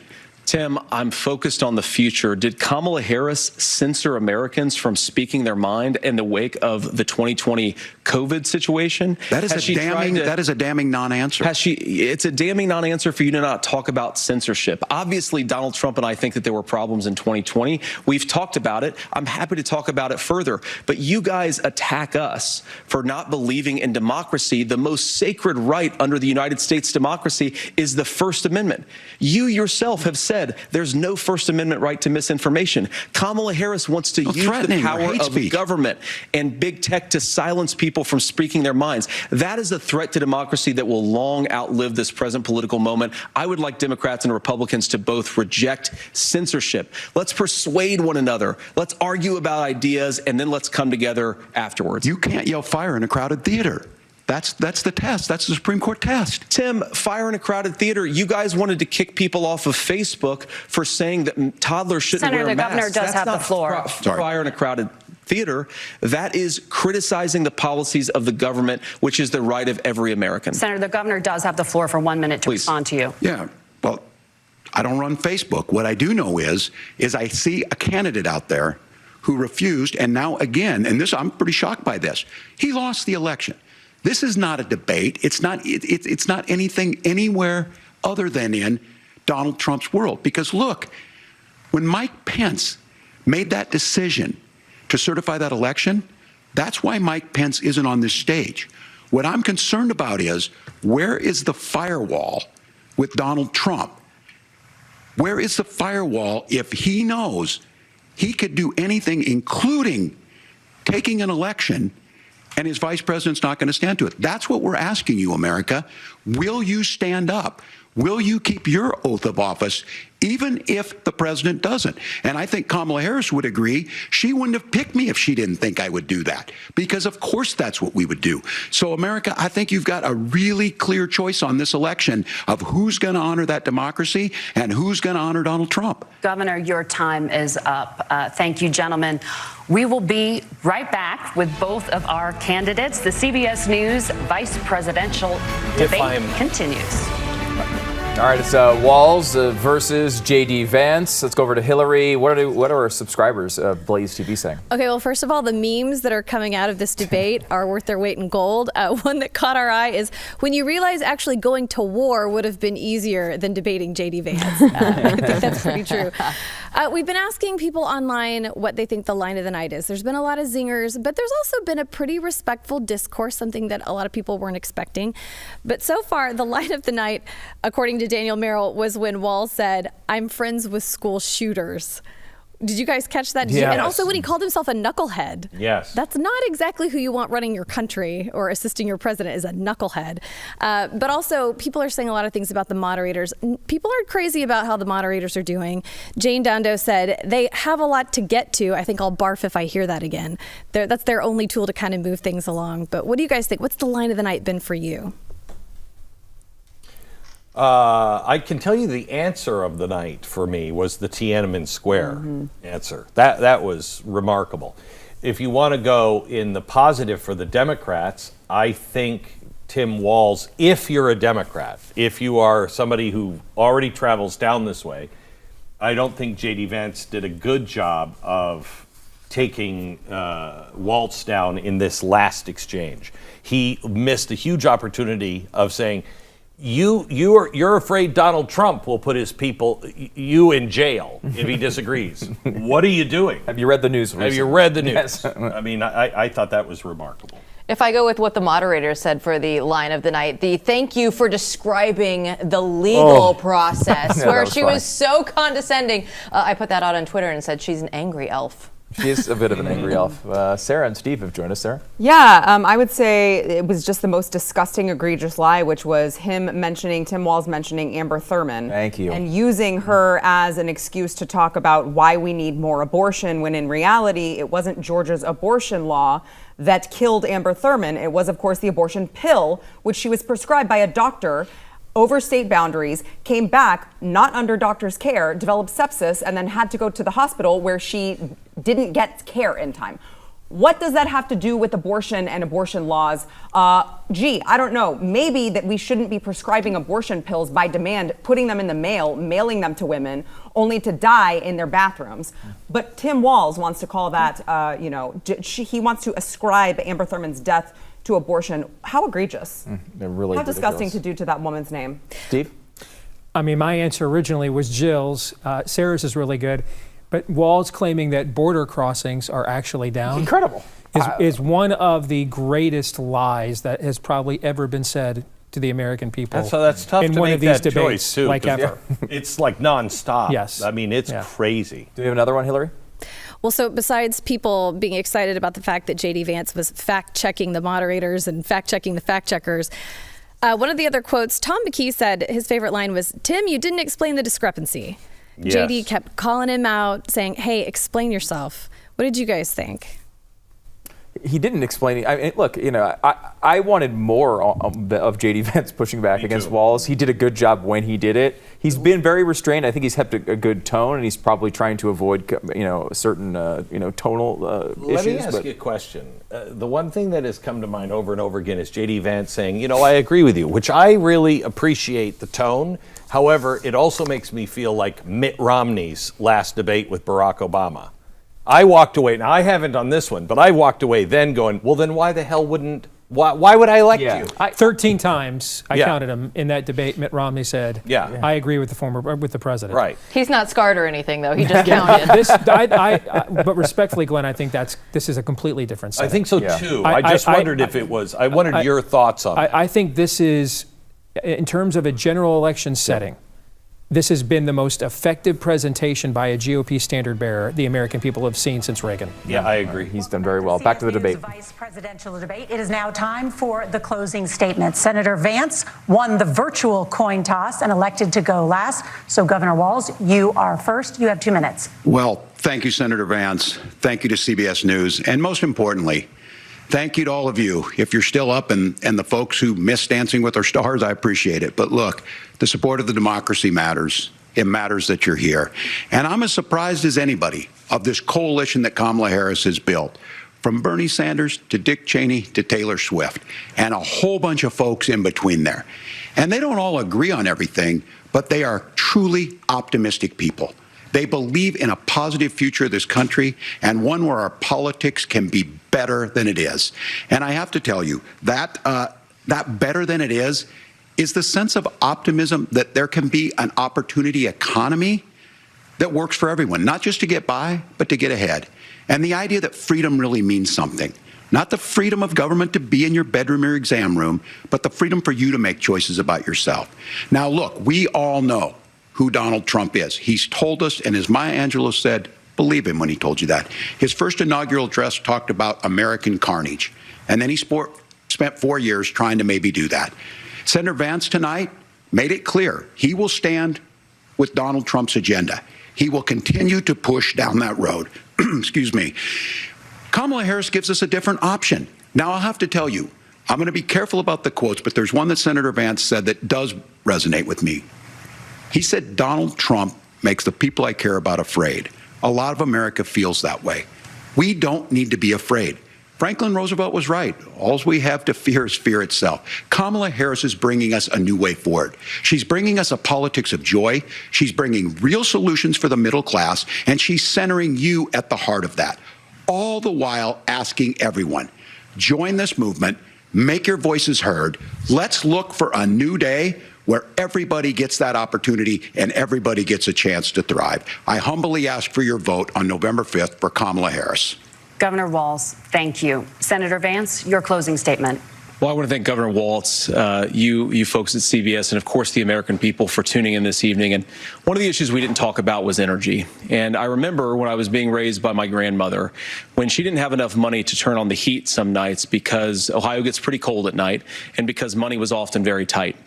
And I believe, as a person who wants to be your next vice president, that we are a rich and prosperous enough country where every American, whether they're rich or poor, ought to be able to turn on their heat in the middle of a cold winter night. That's gotten more difficult thanks to Kamala Harris's energy policies. I believe that whether you're rich or poor, you ought to be able to afford a nice meal for your family. That's gotten harder because of Kamala Harris's policies. I believe that whether you're rich or poor, you ought to be able to afford to buy a house. You ought to be able to live in safe neighborhoods. You ought to not have your communities flooded with fentanyl, and that too has gotten harder with because of Kamala Harris's policies. Now, I've been in politics long enough to do what Kamala Harris does when she stands before the American people and says that on day one, she's going to work on all these challenges I just listed. She's been the vice president for 3.5 years. Day one was 1,400 days ago, and her policies have made these problems worse.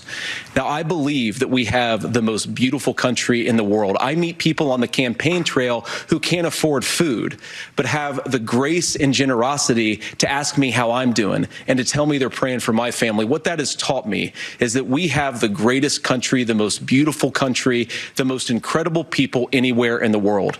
But they're not going to be able to achieve their full dreams with the broken leadership that we have in Washington. They're not going to be able to live their American dream if we do the same thing that we've been doing for the last 3.5 years. We need change. We need a new direction. We need a president who has already done this once before and did it well. Please vote for Donald Trump. And whether you vote for me or vote for Tim Walz, I just want to say I'm so proud to be doing this, and I'm rooting for you. God bless you, and good night. Senator Vance, thank you. And thank you both for participating in the only vice presidential debate of this election cycle. I'm Margaret Brennan. And I'm Nora O'Donnell. And a reminder, there are just 35 days until Election Day. Please get out and vote. And for all of us here at CBS News, thank you and good night. All right, there you go. Tim Walz, J.D. Vance, the only VP debate that we will see this cycle. And a pretty interesting one. We have a great panel here. Glenn Beck, Sarah Gonzalez. We've got Steve Deace. We've got Jill Savage. We've got the whole group here. This is going to be a lot of fun today. Glenn, why don't you lead us off? What were your reactions? I think I just officially met the best vice presidential candidate of my lifetime. I can't think of a vice president that has impressed me in a debate more than him. This guy's, I believe, ready to be president. He shows that Donald Trump is not planning on staying king forever, because Donald Trump didn't pick a sycophant. He didn't pick everything that you would say, that the left would say Donald Trump is going to pick. He picked a successor. He picked someone who can take his 4 years and make it 12 years. It definitely seems like what the pick meant, and the performance was, I think, impressive. A clinic at times. I mean, really impressive from J.D. Vance. I kept coming back to the idea of putting myself in the mold of an MSNBC viewer who has just heard this guy's like humping couches and some weirdo. Imagine seeing that guy. Like, that is totally not the impression you'd get at all if you have an open mind at all. I don't think there's any way you can think Tim Walz. I don't think there's anybody watching MSNBC. Well, that's a fair point. Yeah, I think that I totally agree with Glenn. I think, he was unfazed. He was cool, calm, and collected. He was so different than what the leftist media and Kamala Harris and Tim Walz have been trying to portray him as this entire time, which is not just, as you mentioned, humping couches. Thank you for the imagery. Not that there's anything wrong with that. No, that's true. We all have our choices. I'm going to go out on a limb here. I'm not shaming. I'm not shaming. Community. Yeah. But I do think that, this was perhaps their first look at J.D. Vance and what he was about, and hearing from him. And I do think that it's going to be very hard for them to continue with this rhetoric that he is some far right-wing radical, that he is, Project 2025. He's a part of it. Him and Donald Trump are going to destroy the country. He was a very reasonable person. He was very personable with Tim Walz. It's going to be very hard for them to continue this rhetoric that he is a far-right extremist now that they've actually heard from him himself. Jill, what do you think? Well, they want to go out and say J.D. Vance is weird, right? The far-right rhetoric No, and to Glenn's point, this is somebody in the vice presidential debate that is actually memorable. What did we have the last time around when Donald Trump was on the top of the ticket? Mike Pence. What were we talking about after the VP debate? The fly. Exactly. How different is this scenario that we're sitting here talking about right now than the fly that landed on Mike Pence's head? Now, I'm not going to go out and say it's a Reagan a time for choosing, which I do have in my car at all times just in case. But it is. It's something that is going to elevate J.D. Vance to a different status where you can't just write him off and say, oh, he's not somebody to be taken seriously. He's not a man of substance. He was speaking to everyday Americans, and that's what we needed to have happen. He didn't wait until the very end for his closing remarks. He did it often early, and he just spoke to the American people. Steve? I thought that was the best apologetic for Donald Trump's candidacy, record, policies, ideas the American people have ever heard from anybody, is what I thought. I think if the president is the former president is smart, that will be the last word, and he will not attempt to finish the job. Let that be the last word the American people hear. And I think there was some polling from Emerson today, and there's very few public pollsters that I had regard for right now. Emerson is one of the few that I do. And Emerson came out today with a poll of Pennsylvania that showed a clear majority of Pennsylvanians admit that Trump's policies are better for them. And yet their top line result in the state was still a tie. So there was a 7-point gap, which is monstrous, between people who admit that Trump's policies are better for them than who actually is willing to vote for him in terms of the margin. And I think, we could sit here, and I'm getting it from some of my ideological buddies around the country, and I'm usually in this camp. We could have hit him harder there, could have hit him harder here, could have hit him harder there. But the number one thing that J.D. Vance did tonight with his presidential posture, presence, he made Donald Trump something he is not to a majority of the American people. Accessible. And I think that... And stable. Yes. And what he did, that entire presentation tonight, the fact he could have... When we were talking, Jill, before the debate, I was concerned he was going to just beat him up too bad. I don't think Tim Walz did that bad at all. He was shaky at the start. I think from a substance standpoint, he even won a couple of rounds. But if I could use a baseball analogy, because my Tigers are in the playoffs, Tim Walz is a solid Bill Buckner, perennial Major League Baseball starting first baseman. What you saw here tonight was Stan Musial, Lou Gehrig, Miguel Cabrera level talent at the same position. I am not comparing Vance to Walz.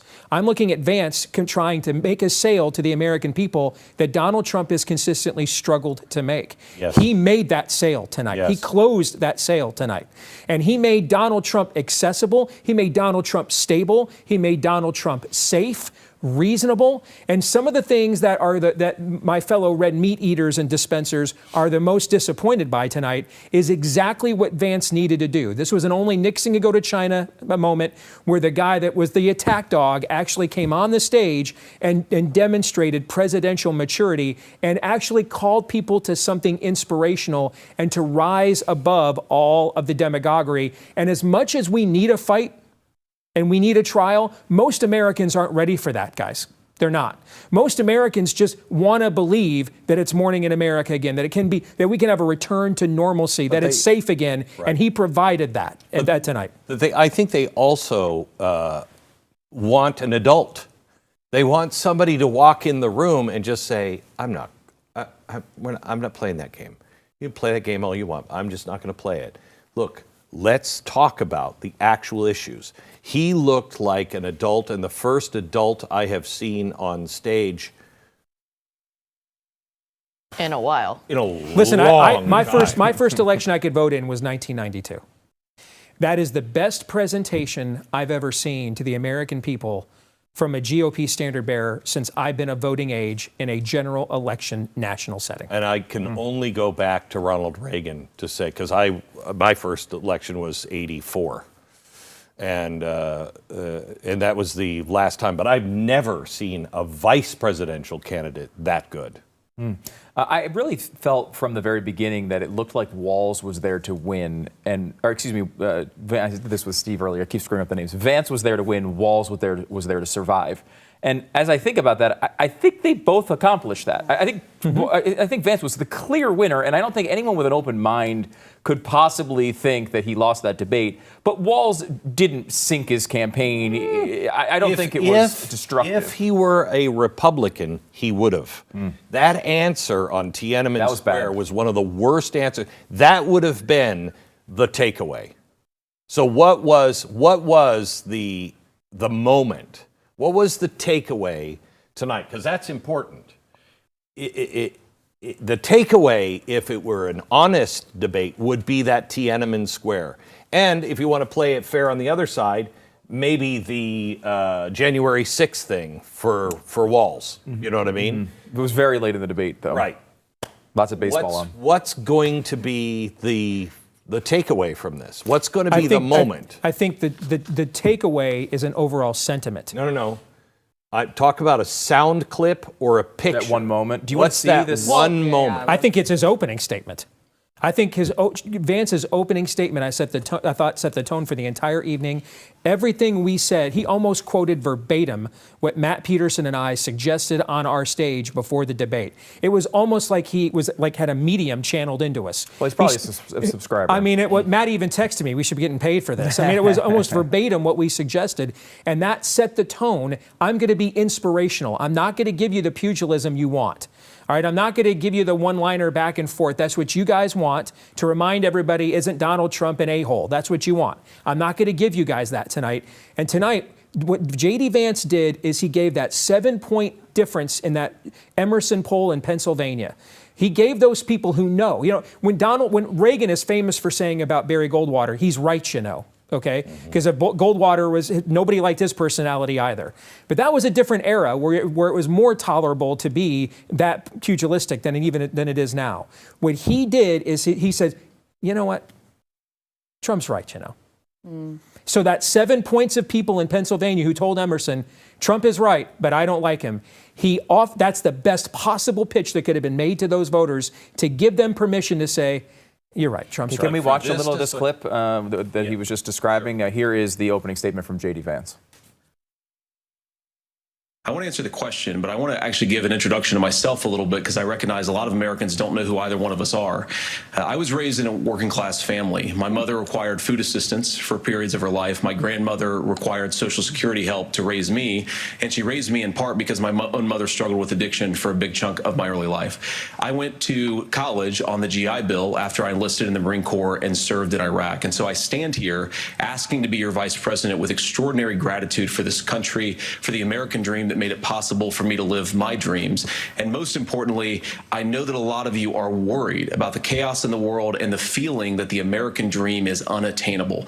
I want to try to convince you tonight over the next 90 minutes that if we get better leadership in the White House, if we get Donald Trump back in the White House, the American dream is going to be attainable once again. I will tell you, I think everyone should go home tonight and stream Hillbilly Elegy. Even if you've watched it already, stream it. That thing should be #1 on Netflix this week because that explains who he is, why he's inspirational, what he believes in. This guy is dirt strong. And when you see, I thought it was going to be, okay.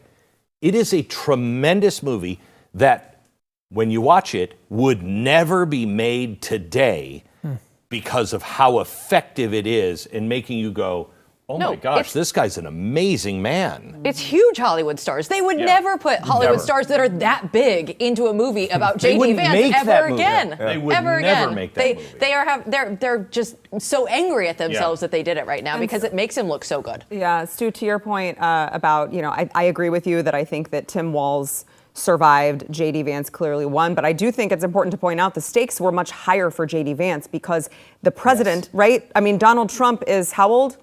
79, 78. Okay, so the stakes are much higher for the vice president who has the president who is unfortunately in his elderly years. And you wouldn't have a party like the Democrats that say, no, leave him in there because she's worse. Right. That's why we didn't hear anything about his, senility. Right. This guy, I would feel comfortable with him replacing the president. And I think that yeah, exactly. And I think that America needed to see that. They needed to see that this person was a palatable person, because the likelihood of him potentially replacing Donald Trump is unfortunately much higher than the likelihood of Tim Walz somehow rising, to the top with Kamala Harris. I think the odds of this is going to be controversial. I think the odds of an assassination of Donald Trump have gone down after this for the left. Because this guy would immediately step up, call for calm, say, we're going through the election. Well, you have to get there to November 5th first. Yeah. You have to make it there first. No, but once you get there, then. But once you get there. Nobody wants him to be, don't take Trump out. He's our best shot at winning that or losing. That's what they would say. I think that if I'm a Democrat, I look at that and I'm scared. Like, I'm scared that this guy's probably, the leader. That's why they had to call him weird from the very beginning. They saw it before many of us did. Yeah. Yes. They also knew Tim Walz was the weird one. So that's a 12-year. They always accuse you of what they are or what they're doing. Party projection. All right, remember, FDR was 12 years. Yeah, there you go. Plus, can I just say this, if we're going to be controversial, wouldn't it be the most Trump thing ever to win this election? Get vindication, stand up there, give your inaugural address, serve your first 100 days and say, peace out, and just walk. I prove my point. That'd be like the most Trumpian thing ever, wouldn't it? Yes. All right, I want to go to Liz Wheeler. She's the BlazeTV host of the Liz Wheeler Show. Liz, what'd you think? All right, first of all, to Glenn's point, when J.D. Vance was announced as Trump's vice presidential running mate, I was standing with Tucker Carlson in the green room at the RNC, and we both just turned and looked at each other and said the exact same thing. We said, assassination insurance. Well done, Donald Trump, for that pick. So I think he did prove that point tonight. Listen, J.D. Vance did something tonight in the debate, which I had advised him to do, which is to use Tim Walz as if nobody's going to remember Tim Walz in 4 years. What I mean by this is think back to Hillary Clinton in 2016. Everyone is always going to remember that campaign. Donald Trump versus Hillary Clinton, unforgettable in the course of political history. But you think, who was her running mate? Tim Kaine, that weirdo guy. You can barely even recall his face. You can barely even recall his face. Nobody knows his name. Nobody cares his name. That's going to be the case for Tim Walz in just a matter of years here. No one's even going to remember who he was. No one's going to care. So J.D. Vance did an incredibly strategically smart thing at the very beginning of this debate, and he didn't make a case against Tim Walz. He made his case against Kamala Harris. J.D. Vance was standing on that stage running the Trump administration versus the Kamala Harris administration, and it was incredibly smart. He simply used Tim Walz as this sort of punching bag to punch and pivot to Kamala Harris's record, to contrast Kamala Harris's record against what President Trump has done in office and what he will do when he is back in the White House. And it worked brilliantly. At the very beginning, I echo what Steve said, that opening statement from J.D. Vance was as good as it gets. It was about J.D. Vance, the person, without making it about J.D. Vance, the personality. It made it only about, here's why you can trust me, because I get you. I want to be a fighter for you. It was a masterful debate. It was fun to watch. I think J.D. Vance did better the first half of the debate than he did the second half of the debate. He faltered a bit, and I say this kind of laughingly because my standards for people on debate stage are impossibly high.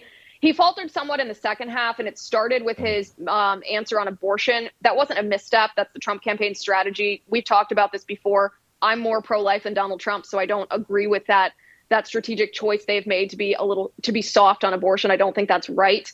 J.D. Vance lost a little bit of his authority after he made that answer, and he kind of played nice guy a little bit with Tim Walz. I think that undermines the campaign that Donald Trump is running a little bit when he plays nice guy, as if you can just debate like gentlemen in Congress and then go out and have a beer after. You don't really do that when the other side is posing an existential threat to our country. So I do think that was a little bit of a misstep by J.D. Vance. But overall, my takeaway is that J.D. Vance highlighted the issues that are most important to the American voter. That would be the immigration crisis, the economy, and forever wars. If you're trying to recruit undecided voters, those are the three issues to use to try to earn their vote. And J.D. Vance did a very good job highlighting Kamala Harris's failures and highlighting Donald Trump's successes. So they say nobody's going to cast their vote one way or the other based on a vice president, but If they do, Yeah. then J.D. Vance earned some votes tonight. So, Liz, let me ask you. It's interesting to me that Trump's strategy is exactly the opposite of every president and vice presidential ticket I've ever seen. The lead in this time is the attack dog, and the vice president is the one. Let's play nice. Let's be reasonable. You know what I mean? It's usually the president who is, we're going to be reasonable, and the crazy attack dog.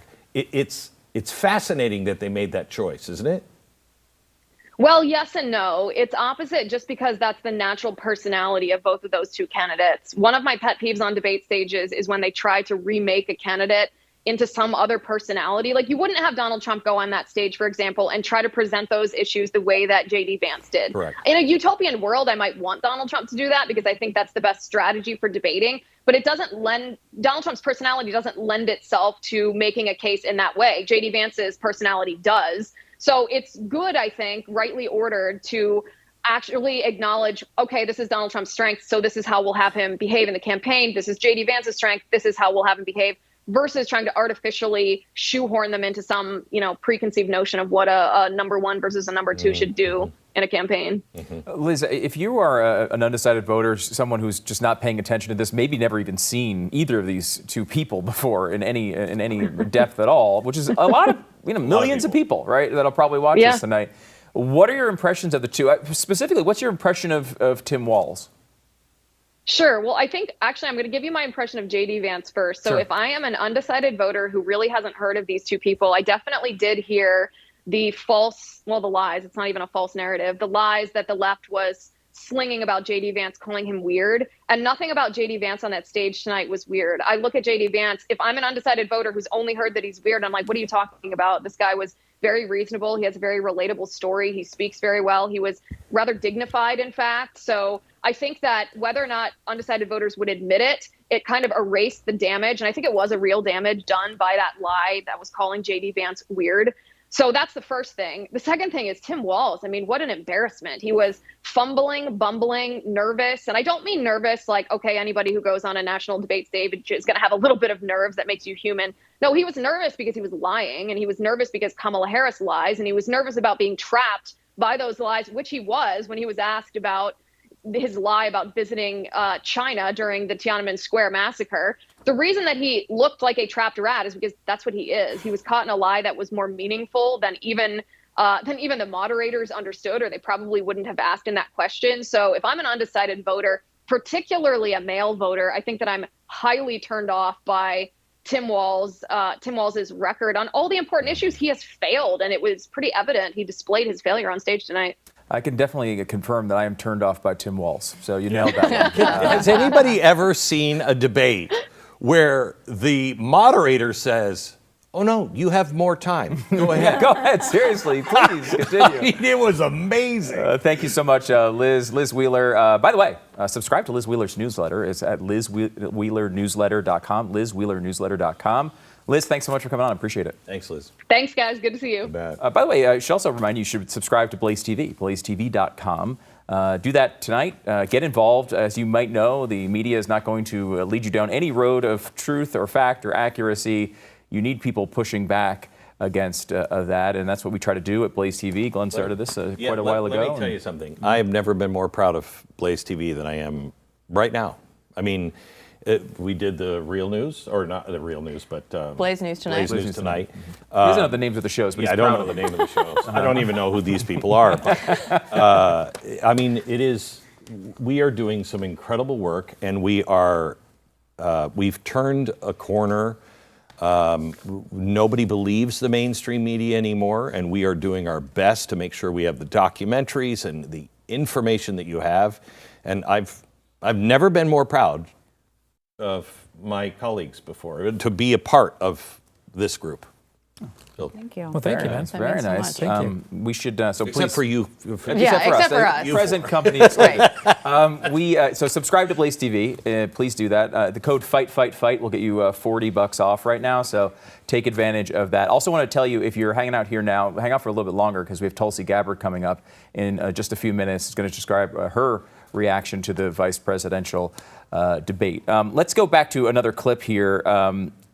Abortion was a big topic, and this was where the Democrats believe they're on their best footing. This is their issue, they believe, which is a shocking thing to think about when you actually think about what is going on. But Liz mentioned the abortion issue, and this is one they kept going back to over and over again, talking about these individual women and these problems that they've had, and to be honest, lying constantly about it. Watch. And then he tells us, oh, we send it to the states. It's a beautiful thing. A little shorter than I expected, but I thought he really. I see his point. Right? Yeah. He didn't tell the whole story there at all. Like, that's enough of that guy. Just cut it down. Are you less proud of BlazeTV now? Yes. Okay, I just want to make sure. It was too many compliments back there. He didn't mention the crew, just the host. That's the town. fair point. Yes. All right, let's. I think the clip is ready now. Let's watch. And then he tells us, oh, we send it to the states. It's a beautiful thing. Amanda Zaworski would disagree with you on it's a beautiful thing. A young bride in Texas waiting for their child at 18 weeks. She has a complication, a tear in the membrane. She needs to go in. The medical care at that point needs to be decided by the doctor. And that would have been an abortion. But in Texas, that would have put them in legal jeopardy. She went home, got sepsis, nearly dies, and now she may have difficulty having children. They went on and on and on, talked about a story that you talked about earlier, Sarah. Amber Thurman was it Georgia or North Carolina? Georgia. She went to North Carolina. She went to North Carolina. The pills, I believe. Yes, and got the pill, came back and died in her home without medical treatment, and they're trying to blame the law for this. This is a blatant lie, Sarah. Yeah, I mean, what's so frustrating to me about this, and especially when he mentioned Texas law as well, what's so frustrating about this is that they want to blame the abortion law for all of these women's deaths, when in reality, if you'd like to blame anyone, you can blame the left for constantly pushing the narrative that doctors are not allowed to treat women whose lives are in danger. That is not true. And so if you want to blame one side, you blame them for misconstruing, for mischaracterizing, for painting this false narrative. And if the doctors are confused, which they claim that they are, they say, well, the doctors just don't know what to do. They don't want to get in trouble. If you want to claim that the doctors are confused because of you guys. The doctors are confused because you're lying to them and you're telling them that they will get in trouble. And that is why. They also, I think we should bring up the fact that was the abortion pill. Yeah, the thing they say is safer than Tylenol. We can just send that out to anybody. Yeah, every mailbox is an abortion. Yeah, every mailbox can have an abortion pill. That is so unbelievably irresponsible. The way they cast that as totally safe and effective, it is not safe. You're sending these girls into their bathrooms of their house. Imagine being a 14-year-old girl getting an abortion pill, having that abortion on the floor of your bathroom where you have to go back every day, sometimes several times, to the scene of the worst experience of your life. It is so irresponsible. Abby Johnson's movie, Unplanned, shows that very well. You actually get to see what they're going through. What you're saying is just normal for all of these young women in the country to be going through alone without doctor supervision.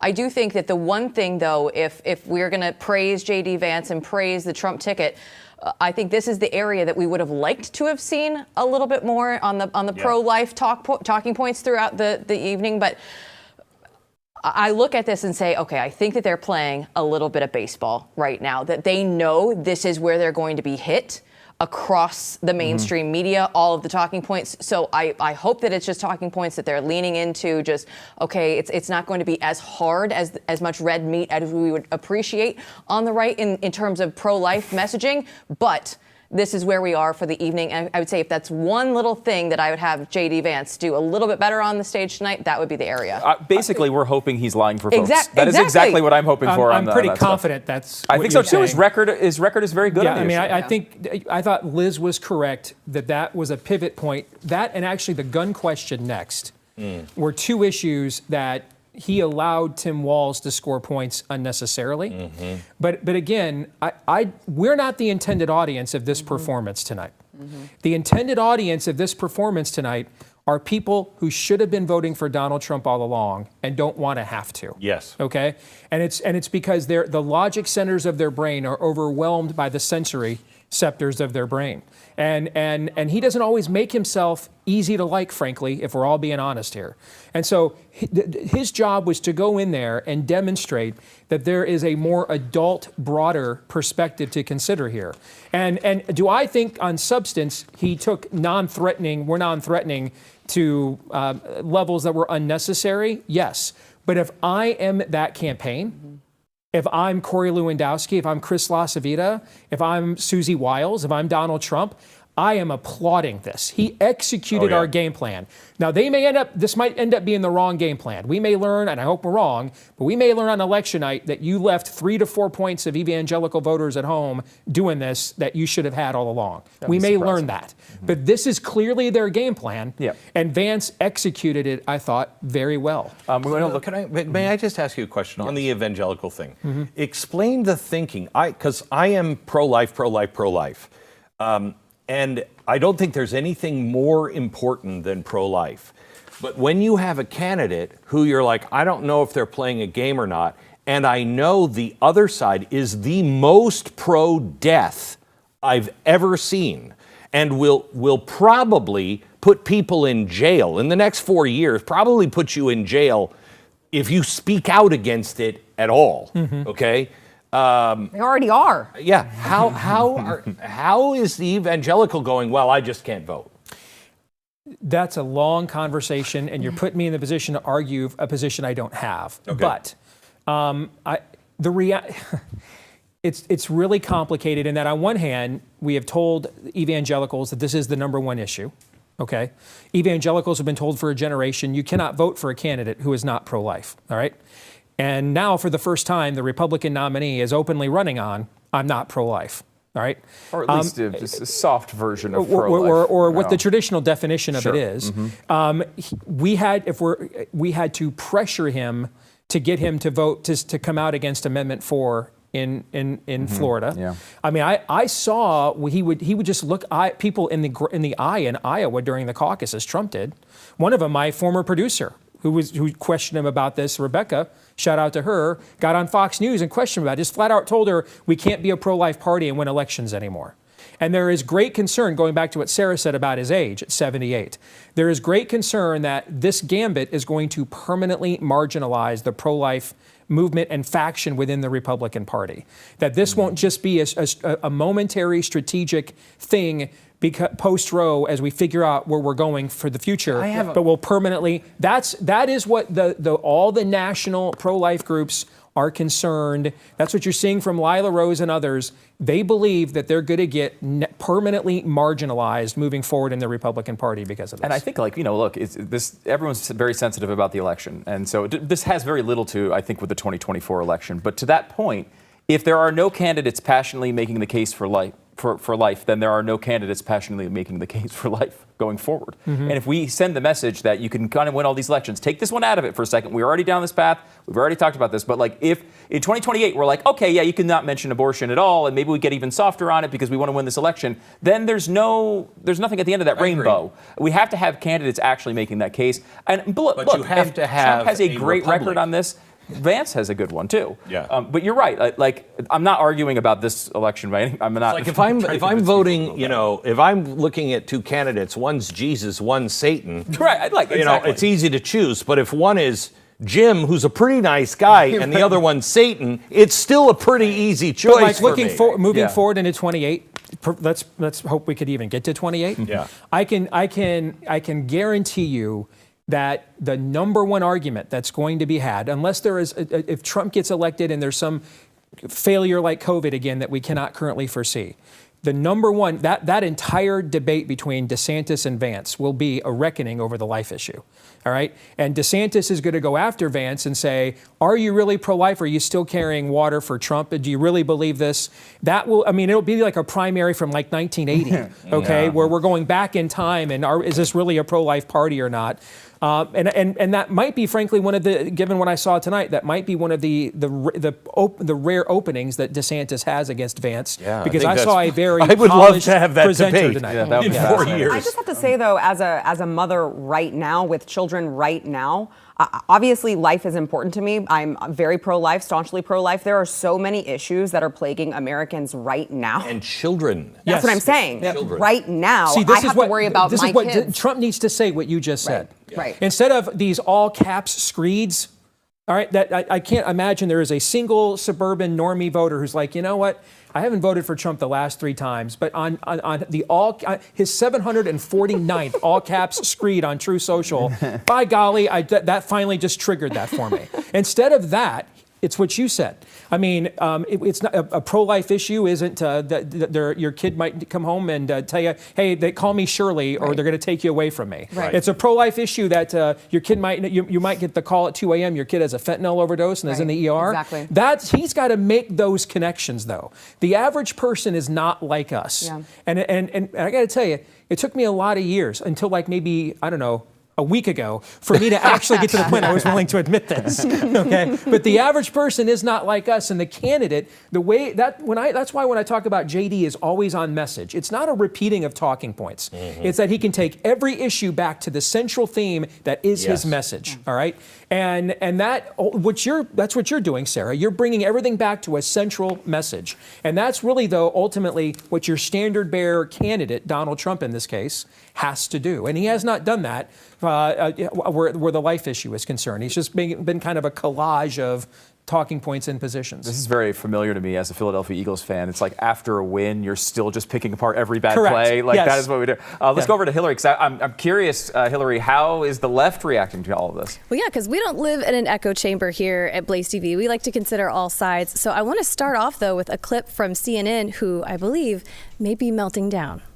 I think there was a clear lack of preparation and execution here on Walz's part. I think actually it's the opposite. I think he had too much preparation. He had so many lines that he was clearly trying to say that he didn't listen and said when J.D. Vance said one of the many things he really hit Kamala Harris on, not Tim Walz, but Kamala Harris, he didn't respond because he clearly had things in his mind. I think the lack of interviews that he has done with national media, with local media, it showed. He needed more reps. Yeah, no, I agree. I mean, J.D. Vance is much more experienced at this, at public speaking, at defending himself, at pivoting. So they're coming up with every excuse in the book. On X, Brooklyn Dad Defiant, he said, fact check, J.D. Vance is dancing around the climate change question because 1, Trump doesn't believe in climate change. 2, Project 2025 eliminates all mention of it. And 3, Project 2025 eliminates NOAA, FEMA, etc. What do you guys think? They really kept trying to hammer away at this Project 2025 thing. Yeah, I wish it was true. It's a blatant lie. It's a blatant lie. I know. There's a lot that I like in Project 2025. I got a text from a buddy of mine today who does a lot of canvassing for GOP candidates around the country. And he texted me about some of the GOP rhino congressmen getting drilled by Democrat ads right now. And he said, man, I really wish our people were really as right-wing as these Democrat ads are portraying them to be. I mean, might as well earn those attacks. Well, that's how I felt when they had the Affordable Care Act. Like, I'm sorry, can we get some Republicans in Congress that are actually going to vote to repeal it when the vote matters? Like, right? I would beg for that to happen. Yeah, our side has been running away from the opposition to the ACA, and we're still almost everything. Yes, and Project 2025. You know what was almost everything they say about it is a lie. I found the line of the night. Here's the line of the night. You asked me that early. I didn't have a line. You're a little slow, but that's okay. I'm a little slow, but I have the line of the night, and that is, that's what Congress does. They make the laws. In what world? Yes. In what world? The administration is making the laws. That's the problem. In Schoolhouse Rock. That's where they make the laws. I'm just a bill on Capitol Hill. But what I'm fascinated by, Vance has been a senator for what, 15 minutes? Yeah. I mean, Walz was in the Minnesota State Legislature for years, a governor for years, right? Yeah, I mean, they're and in Congress. I forgot about that. They're acting like that Vance is the seasoned pro. Right. No, I really don't think that Tim Walz did that bad. I really, he was clearly nervous at the beginning. And I even think he scored points on their talking points, as Liz Wheeler said, on some issues in the second half of the debate. But I think in terms of just talent and presentation, he was just simply outclassed. One's a president, one's not. Yeah. Or as we say, in sports talk radio, one guy is a difference maker. The other guy's a jag. You don't just need a guy. to give sports references to Glenn. I know. This is all going over. I have no idea. Well, we've been hearing on social also from Pete Buttigieg. He said it's long been time for J.D. Vance to be held to account for harming the people of Springfield with the lies he admitted to spreading. Tim Walz did it tonight. And then Ilhan Omar, everybody's favorite, she said maybe J.D. Vance should have stayed on the couch. MAGA Republicans are afraid of Tim Walz because he wants to give every American the Minnesota miracle wins like universal school meals, worker protections, and paid family and medical leave. So they're looking for any way to kind of prop him up. And I agree with Steve. It wasn't that he did poorly, but J.D. Vance just did such an incredible job that they're really having to try and pick and choose these moments where they feel like Tim Walz got a win in. There's never been a human being on earth that has been scared of Tim Walz. Afraid of Tim Walz. It's literally never occurred. Can you imagine the 1-2 punch of Kamala Harris and Tim Walz going over to negotiate in China or Russia? What would Kim Jong-un do? I can't. Terrified. Terrified. We have Tulsi Gabbard coming up here in a few minutes, so stay tuned for that. Want to go over to Dave Landau? I would love to go to Dave Landau. Dave Landau is with us, of course. He is the host of Normal World. He's going to be at the Skyline Comedy Club October 18th and 19th in Appleton, Wisconsin. Tickets are at DaveLandau.com. You are going to love seeing Dave live. If you happen to be in the area, make sure you take advantage of that. He's funny. Dave, how's it going, man? Good. How about you? Really well. What did you think of this nonsense? I have to say I'm a Lions fan, so I'm used to my team kicking ass when it doesn't matter. Dave, you're seriously a Lions fan for real? I am for real. I've been a Lions fan for 40 years, man. I know. This is what I mean. Like, I can't get my hopes up. I want them to. Yes. I want them to win. I want two teams to win this year, but it'll be early in February, but I doubt it. We'll see. I don't know. The Lions, I mean, we can get to that talk. I'm The fine. Lions, If that's the direction we're going, yeah. Glenn's going to leave if we do it, unfortunately. He did kick ass, though, right? I mean, Dave, I'm not imagining that because I wanted him to win, am I? No, not at all. I think he did great. I mean, it was kind of ridiculous from even the beginning where they're like, let's start talking about what's really pressing the issues of America, the Middle East. And then it was just them dodging questions for the first little bit. But I thought J.D. Vance was... It was an adult. It was very nice to see two people that were having a conversation, and it got about as heated as two people deciding who's going to pick up the check at Olive Garden. All right. So, how do you sum up this debate? Watching it from someone who's actually trying to make up their mind as a voter. Oh, I think you'd have to. I don't know if anybody's out there who's really trying to make up their mind at this point, but I think you would kind of start seeing a little bit of J.D. Vance as not this extremely polarizing far-right figure that the media has been trying to paint him for the last few months. Probably the worst moment for Walz, I think, was when he was asked about Tiananmen Square. Something that How could he not have a prepared answer for this? Everyone knew this was coming. I think that was prepared. That was it? Yeah, he said the knucklehead thing. What did you think, Dave, on the Tiananmen Square? I love that he dodged it because he thought he was in China. Turned out he was just at Panda Express. But it turns out that a lot of his military, service has been a little bit questionable. I guess he's most known for being the helicopter pilot in the plane that Brian Williams got attacked in. Nice. He's also, he saved Private Ryan. So there's a lot of things that he's talked about that I'm not sure if they're true. Yeah, there's quite a few of them. I want to go to some clips from the debate if we could here, sure. Dave. Let's check this one out. I don't talk about my faith a lot, but Matthew 25:40 talks about, to the least amongst us you do unto me. I think that's true of most Americans. They simply want order to it.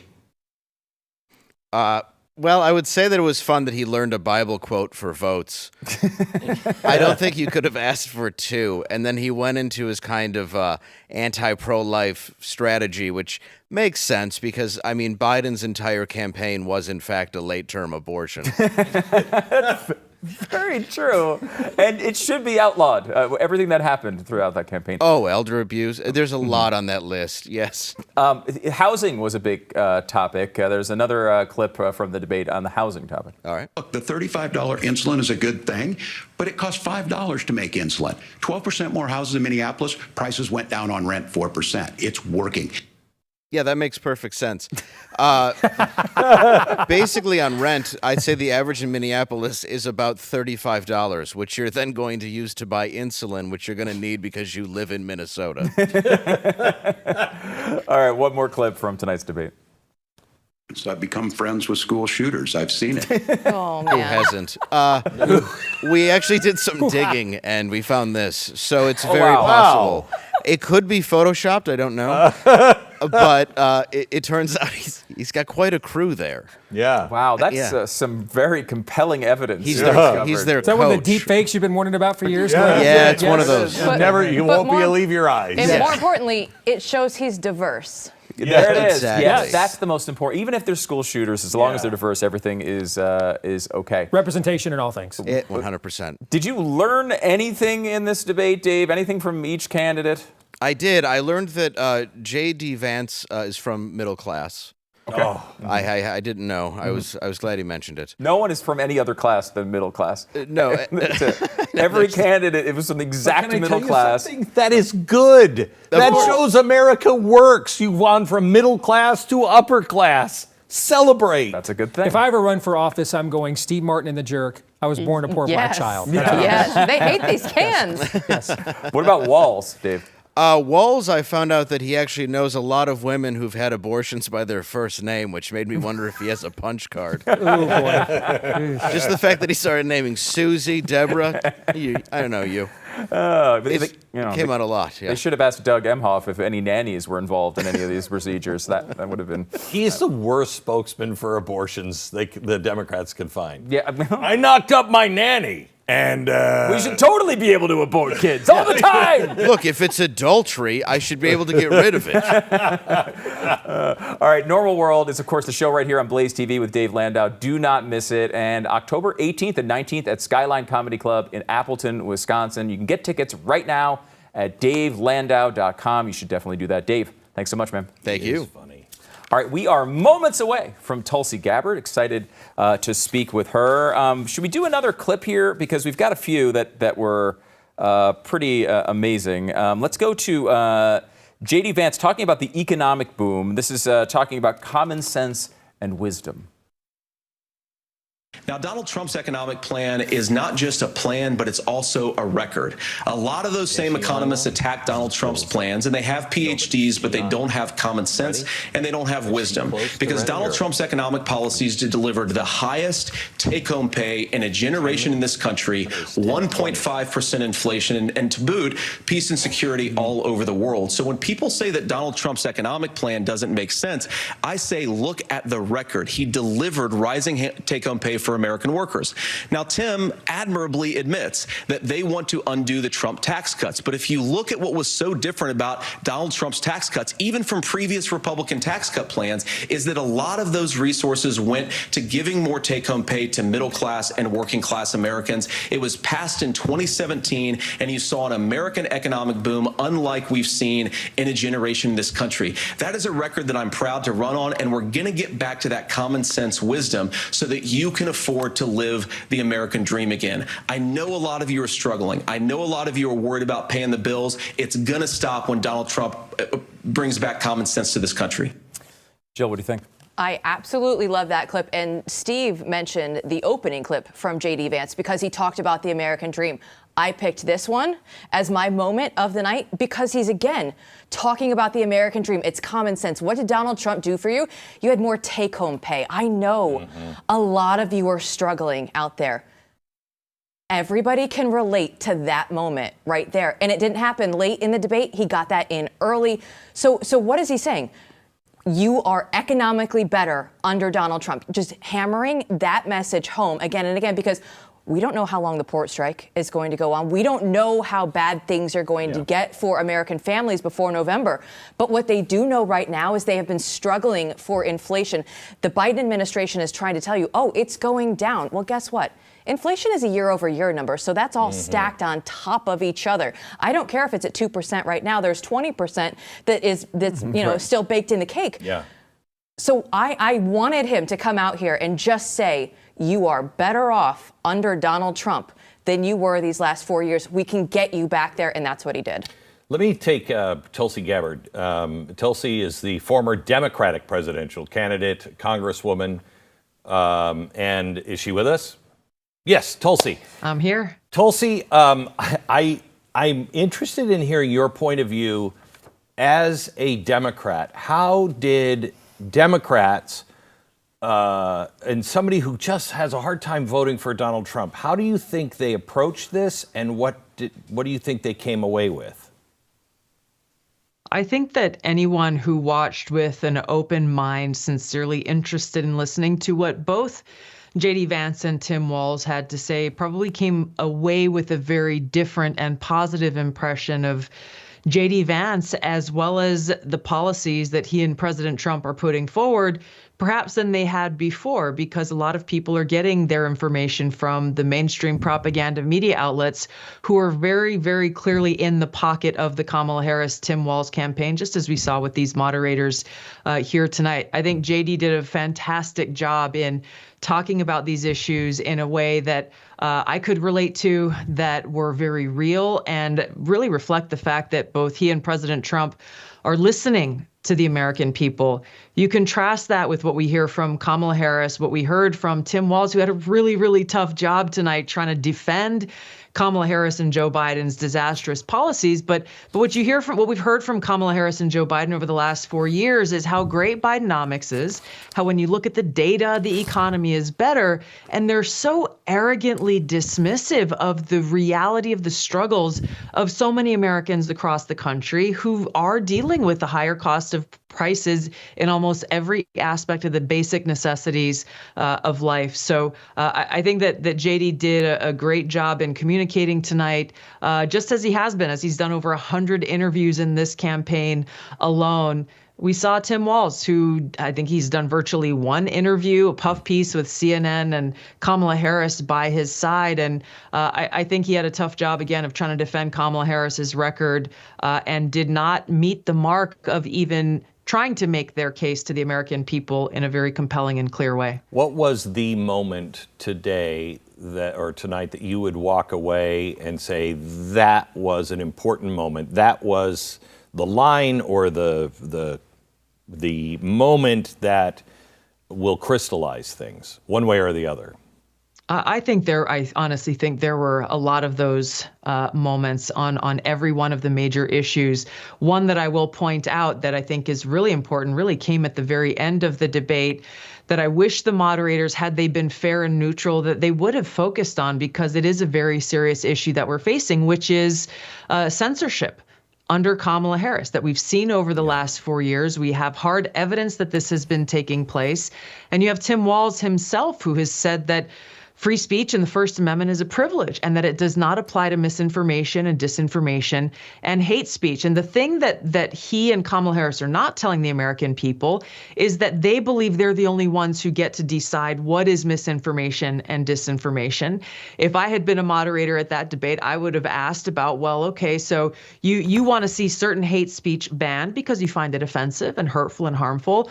Well, would you then support banning then Hillary Clinton's hateful, offensive speech and labeling me a traitor to the country that I love and I'm willing to lay my life down for? That was deeply offensive, and it was also 100% false. So their double standard is very real. They want to protect speech that they like. They want to ban speech that they don't like. And JD was on point when he said, fundamentally, we cannot have a democratic republic unless we protect every American's right to free speech and encourage this vibrant marketplace of ideas where we can debate issues that are important to us, where more speech always wins and the best ideas will rise to the top. I will tell you that the freedom of speech thing and misinformation, disinformation is fascinating to me, mainly because of the amount of obvious lies that are told, and from a governmental level. But tonight, the Tiananmen Square answer was breathtakingly bad, but I'm not sure that makes a difference in America anymore, does it? I don't know. I think that Tim Walz and his team will sell it as, well, he stumbled or this or that, or he misspoke, which is what he's trying to say. He's a knucklehead. But yeah, which to me is just disingenuous. If you make a mistake, own it. Take responsibility for it. I think that's what we all want from our leaders. When you screw up, take ownership, be accountable, and talk about how you will be better. The fact that this free speech issue is not being taken seriously. Sorry, I'm going to keep harping on this because of what's happened just this week. People like me and Bobby Kennedy and others who've directly seen political retaliation because of our exercising of free speech. Obviously, this is personal and important to all of us. And we know that this election is about our right to free speech, among many other issues. But to see John Kerry sitting on that panel in the World Economic Forum saying that the First Amendment is the greatest obstacle to quote unquote effective governance.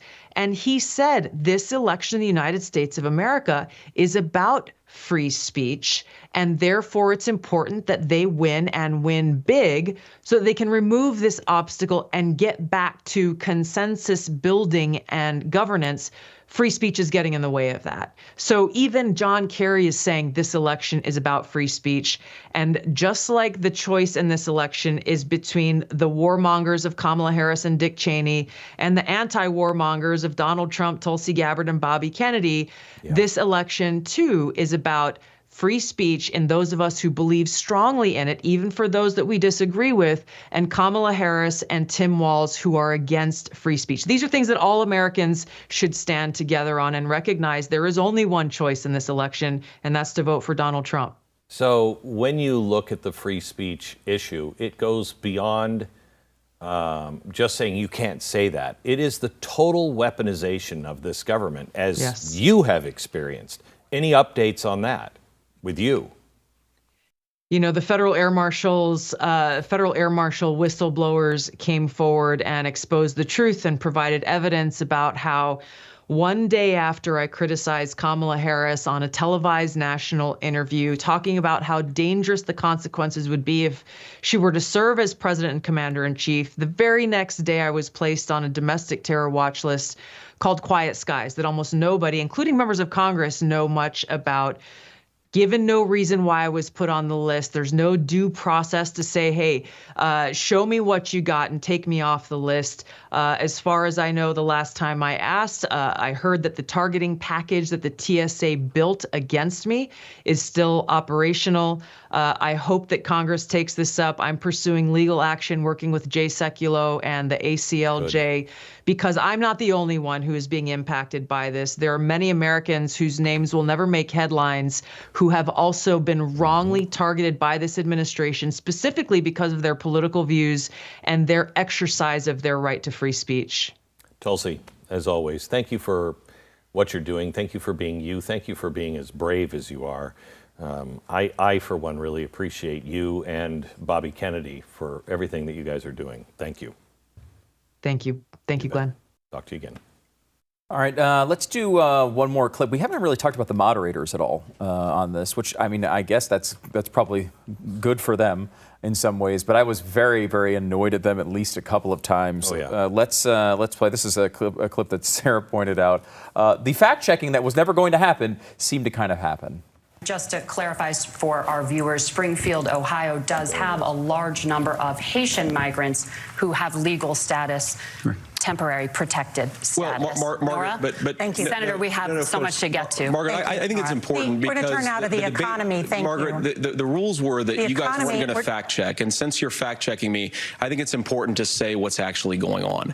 So there's an application called the CBP One app where you can go on as an illegal migrant, apply for asylum or apply for parole, and be granted legal status at the wave of a Kamala Harris open border wand. That is not not a person coming in, applying for a green card and waiting for 10 years. That is the facilitation of illegal immigration, Margaret, by Thank our you, own Senator, for leadership. describing the legal process. We have so much to get to, Senator. Those laws have been on the books since 1990. Thank you, gentlemen. The we want to CBP have. One app has not been on the books since 1990. It's something that Kamala Harris created, Margaret. Gentlemen, the audience can't hear you because your mics are cut. We have so much we want to get to. Thank you for explaining the legal process. He was just explaining the legal process. They had so much they want to get to, which is why they had to cut the mics. It wasn't the fact that they were trying to fact check him, and he, of course, had to really body check them in their insistence of using, they want to play the semantics game, right? Well, actually, they have temporary protected status here in this country, right, because of the CBP One app that Kamala and Joe created for them so that they could make it easier to cross the border totally unvetted. We all know this. We all see this. And I just think that it's so incredible to me that they try to use the cats and the dogs to say, oh, well, the city manager. You know, we asked the Springfield, Ohio city manager whether or not that was happening, and he said that it wasn't. Okay, well, why don't you ask Laken Riley's parents if she's still alive due to illegal immigration or people with temporary protected status? It doesn't matter who they are. And I just thought that was a really, really masterful way to take down these moderators who claimed that they were not going to fact check and tried to get one in. Obviously, they didn't like it either because they muted his damn mic. Yeah, that was amazing. I was like, I guess you could theoretically completely cure the illegal immigration problem by just saying everyone is legal. Right. Which is what they did with these people. Right. Like they would have been illegal, except they just... Right. They were illegal, and then they went on the phone and set an appointment and then just came in temporarily protected. Right, but they were still illegal. You guys just made it easier. So I think that they walked themselves into that one because JD was able to say, yeah, well, right, but it's only because Kamala made it easier for them to get in legally. It was also just a satisfying moment as someone who wants conservatives to win these debates, someone who had those facts. Right, he had them right there. He knew exactly what it was, how to describe it.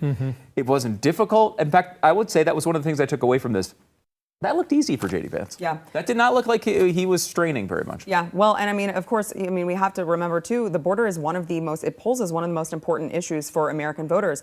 I seem to recall, I'm old enough to remember, when it was just a Texas issue. It was just an Arizona issue. Right. It was just, I don't know, maybe a California issue, depending on who you talk to. Now, because of the mass amounts that they are bringing in and all of the busing that's happening in Chicago to New York City and cities across the world, now all of a sudden, this is an American problem. And so that answer really resonates with the country if they're watching this. Well, yeah, and Ron DeSantis, he was brilliant in sending them to Martha's Vineyard. And what did the people in Martha's Vineyard do?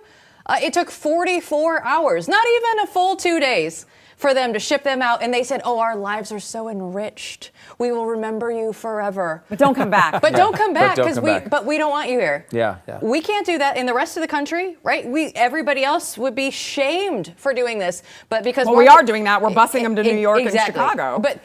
But now it's like everybody in Martha's Vineyard, they got the free hall pass, and now everybody else is stuck with them. And by the way, just to update on the region, the nice island next door, Nantucket, had illegal migrants sexually assaulting children last week. It's every day, Stu. It's every day. There is a new headline about an illegal immigrant or a temporarily protected immigrant, however you want to phrase it. I just go with illegal alien. Yeah, illegal alien, thank you. Doing something to cause harm to Americans every single day. And so that's something that's going to resonate with Americans. I think that's true. Hillary has some more questions from BlazeTV subscribers. I do. And by the way, you can subscribe and be part of that group at blazetv.com. Use the code FIGHT, get $40 off. Hillary, what are people saying?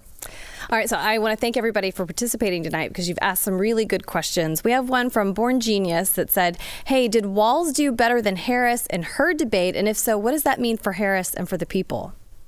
Oh, not even close. No. Kamala Harris won that debate. That's why I looked like Tim Walz on this set here a month ago. Okay. I actually think I had the same look on my face that a Minnesota high school football player has when Tim Walz comes into your locker room. All right, that's the look I had on my face after that debate. So Steve was ready to melt down after the last one. He's doing much better, everyone. Tonight. This is my pleased face. Yeah. I'm not as pessimistic about that. I actually think that Tim Walz, maybe it's because my expectations were lower, like the bar was low, and so he met it. But I was more impressed with Tim Walz than I was with Kamala Harris in the debate. Again, perhaps it's because I haven't heard from him and I just assumed based off of his jazz hands every time he goes to a campaign stop that it would just be a disaster. Yeah. And it wasn't. So no, maybe I I'm think giving that's him too much possible. credit. I mean, I think Walz actually did pretty good at times. I just think the level of discipline and talent that he was up against compared to what Kamala faced, where it just felt like Trump was just winging it. I just think that he faced a different level of talent tonight. I don't think it felt like Trump was winging it. He just was. And he was taking the bait every time it was said. Yes. Well, my favorite part of that, by the way, was at one point Walz said, "I can't believe these guys are up at the other debate talking about crowd sizes." Like, that was Kamala who brought that up, and they did it intentionally to get him to talk about crowd sizes. But it was infuriating. back to that CNN clip we played where they thought Walz was unprepared. I think part of that could be the approach that Vance took. I think that they were anticipating that Vance was going to come in swinging, all right, and they were good at they had all the Trump one-liners, the greatest hits lined up, okay, and he held a conversation the kind of conversation Normie America wants. All right, I want Normie America to be ready for the conversation we need to have. They're not. What they're ready for is the conversation that J.D. Vance had with them tonight. They're ready for that at least. That CNN clip is going to get me through the rest of the week. I'm just saying it right now. It's going to be a tough week. That CNN clip is going to be the best part. Well, our subscribers had some other questions. They wanted Keith. He wanted to know how many times did Walz actually get in a final word, and does it impact voters to not hear the Republican counterpoint? Do you feel like he got in a final word more than once tonight? On two issues, I thought that Walz was allowed to get the final word on the life issue and the gun issue. And I think part of that is because Vance was there to execute a game plan that is not necessarily his own posture on these issues. Is maybe is that a nice way of putting it? Yeah. And that happens with every VP at some level. Yes. It is a bit of a skill, and it's understandable. Even like I would actually, be okay with like Kamala Harris if she came out and they said, well, why haven't you fixed these problems in the last 3.5 years? And she said, because Joe Biden wanted to do something else. I tried to convince him of the opposite, and he wouldn't go along with it. Right. Like, that's an honest way to actually lose responsibility for this disaster we've seen. Right. She just won't do it because it's not true, first of all, and also they want to kind of maintain this idea that this was a successful presidency somehow, which it was not. Hillary, do we have more? I do. Well, so I want to thank all the subscribers. If you haven't subscribed, please do. You can use the code DEBATE at blazetv.com/debate and save $40 on your annual subscription. And one of the perks is getting to ask questions of our hosts and also kind of give your input. We can respond to that. And that's what we've been doing all evening long. It's one of the perks of being a subscriber. And so we did have another message from Linda Van Soest, who said, do you think the exchange regarding January 6th will hurt or help Trump and Vance? Because they did spend quite a bit of time on that. I don't think that it's going to change anyone's minds. I think that people have had years now to develop their own personal opinion on January 6th, and I don't. The only thing that I will say is that it will just have caused frustration on behalf of conservatives, not hearing J.D. Vance take the opportunity that was laid out on a pedestal for him on a silver platter of, oh, you want to talk about imprisoning political opponents? That's where you want to go? Okay, let's go there, Kamala and Tim. So I think that that's the only way, that's the only effect that it's going to have on voters. I just think January 6th is something that people have already made their minds up on. I agree. And I don't want to be a one-note pony here tonight or one-note Johnny, but I really do believe J.D. Vance's mission tonight was to give permission to all of Sarah's suburban women, who unfortunately don't think the way she does. Okay, we're going to win them over, Steve. And their suburban husbands, whom you have a higher T level than. Right. Okay, J.D. Vance's mission tonight was to give them permission to vote the way their logic centers in their brain know they must vote, but they have convinced themselves emotionally that they don't have to, or it's not that bad, or we can figure this out in another 4 years because I don't like this guy. He opened up another path of making people accessible to voting for Donald Trump. That is not easy to do, regardless of what the persona of the candidate is, but he's on his third run, right? He was already maybe the most famous person in the world before he ran for president, okay? And so he accomplished that tonight. And I think that was their number one objective, and I think he stuck the landing on it. Mm-hmm. I agree. Hillary? Any more? Or are we done for the night?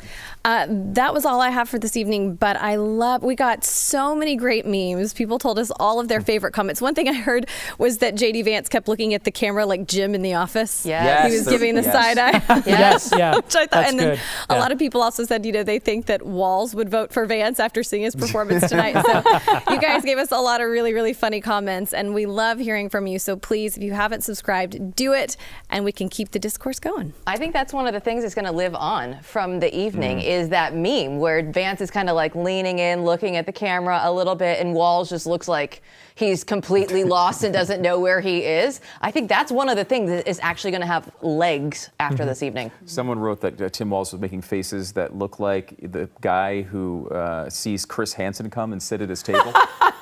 I was, first of all, a fantastic line. I can't remember who it was, but that like, oh my God, I can't believe this is happening to me.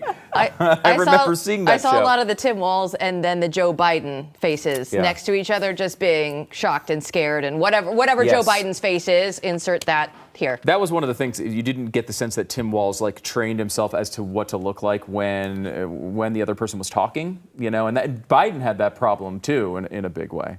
I think what you saw tonight is how much the entire premise of Democrat successful strategy relies on the perception of the personality of Donald Trump. Yeah. Mm-hmm. Oh, it's the whole campaign. And maybe it's the entire thing.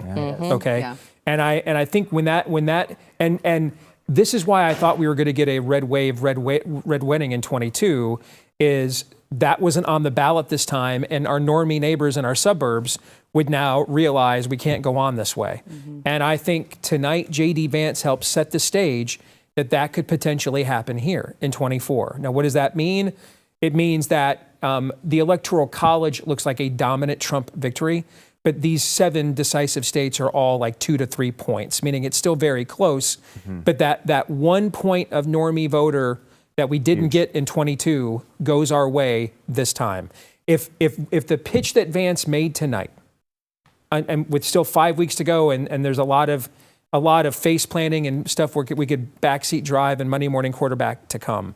But if the pitch that Vance made and the posture and the presence he showed making it, if that is not successful in reaching that voter, then at this point it was just never going to happen with Donald Trump on the ticket, no matter what we did.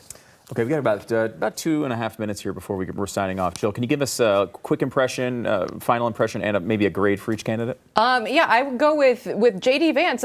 Steve and I have been talking about this the entire evening. It's one of the best ways to go out there and articulate from a Republican on a national platform that we've seen like this so far. So for me, I would give J.D. Vance an A. With Tim Walz, I think that he didn't do well early. I think that he got his footing underneath him once he was able to attack Donald Trump when he got to the abortion issues, when he got to the gun issues, which were much more comfortable for Tim Walz because those are the issues that he believes himself. He agrees completely with Kamala Harris on that. I would give him probably like a B- C+ area because he didn't fail completely. If you're already on the left, you're still going to think, okay, this is what we wanted to hear from him. Sure, J.D. Vance came out stronger at the very beginning, but he didn't fail completely. And what I take away from J.D. Vance, though, and the night overall, is common sense, right? He came back to common sense. He came back to the economy. He came back to the American dream. That's what people want to know is it still even possible for me to live the American dream?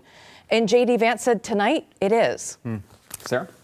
I would give J.D. Vance an A+, which, by the way, I would like to take this moment to push my merch here if I could. SarahMerch.com. I'm voting for the guy they keep trying to kill. You can get that at SarahMerch.com. Your master of subtlety never ceases to amaze me. Yes. And so I would give J.D. Vance an A+. I think that Tim Walz may be a B if I'm being generous. I don't think that he didn't have any disastrous moments aside from the whole Tiananmen Square. It's like that was pretty bad.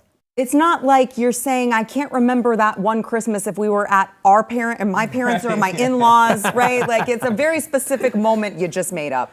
But I think that what is so important to take away from this is we hear Tim Walz and Kamala Harris lie. That seems to be all that they do. And they tell Americans inflation is better. They tell Americans that border crossings are down.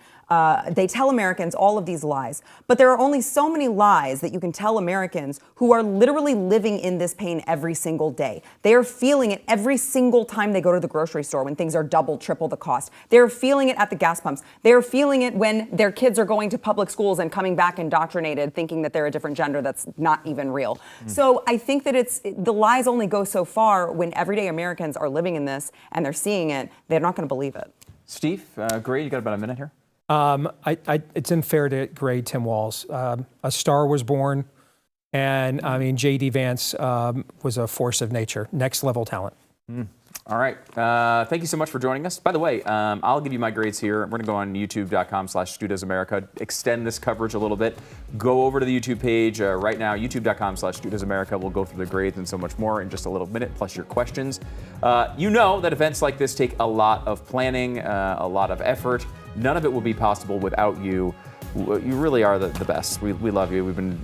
We always say this behind the scenes as well. You guys are just the best. We stand at a pivotal moment where it's more important than ever to defend the values we're all talking about. And that's why we created The Blaze. It's why Blaze Media exists, and for this country, for its values, and most importantly, for you. If you're not already a subscriber, now is the time to join us. Head over to blazetv.com/debate. Use the promo code DEBATE to save $40 on your annual subscription. Your chance to access exclusive content, including daily shows, groundbreaking Blaze originals, documentaries, and live chats with your favorite hosts. Now's the time. Join the fight. Make this country great again. We're all in this together. BlazeTV.com/debate. The promo code is debate. And join us over on YouTube. YouTube.com/StuDoesAmerica. We'll be there in just a minute.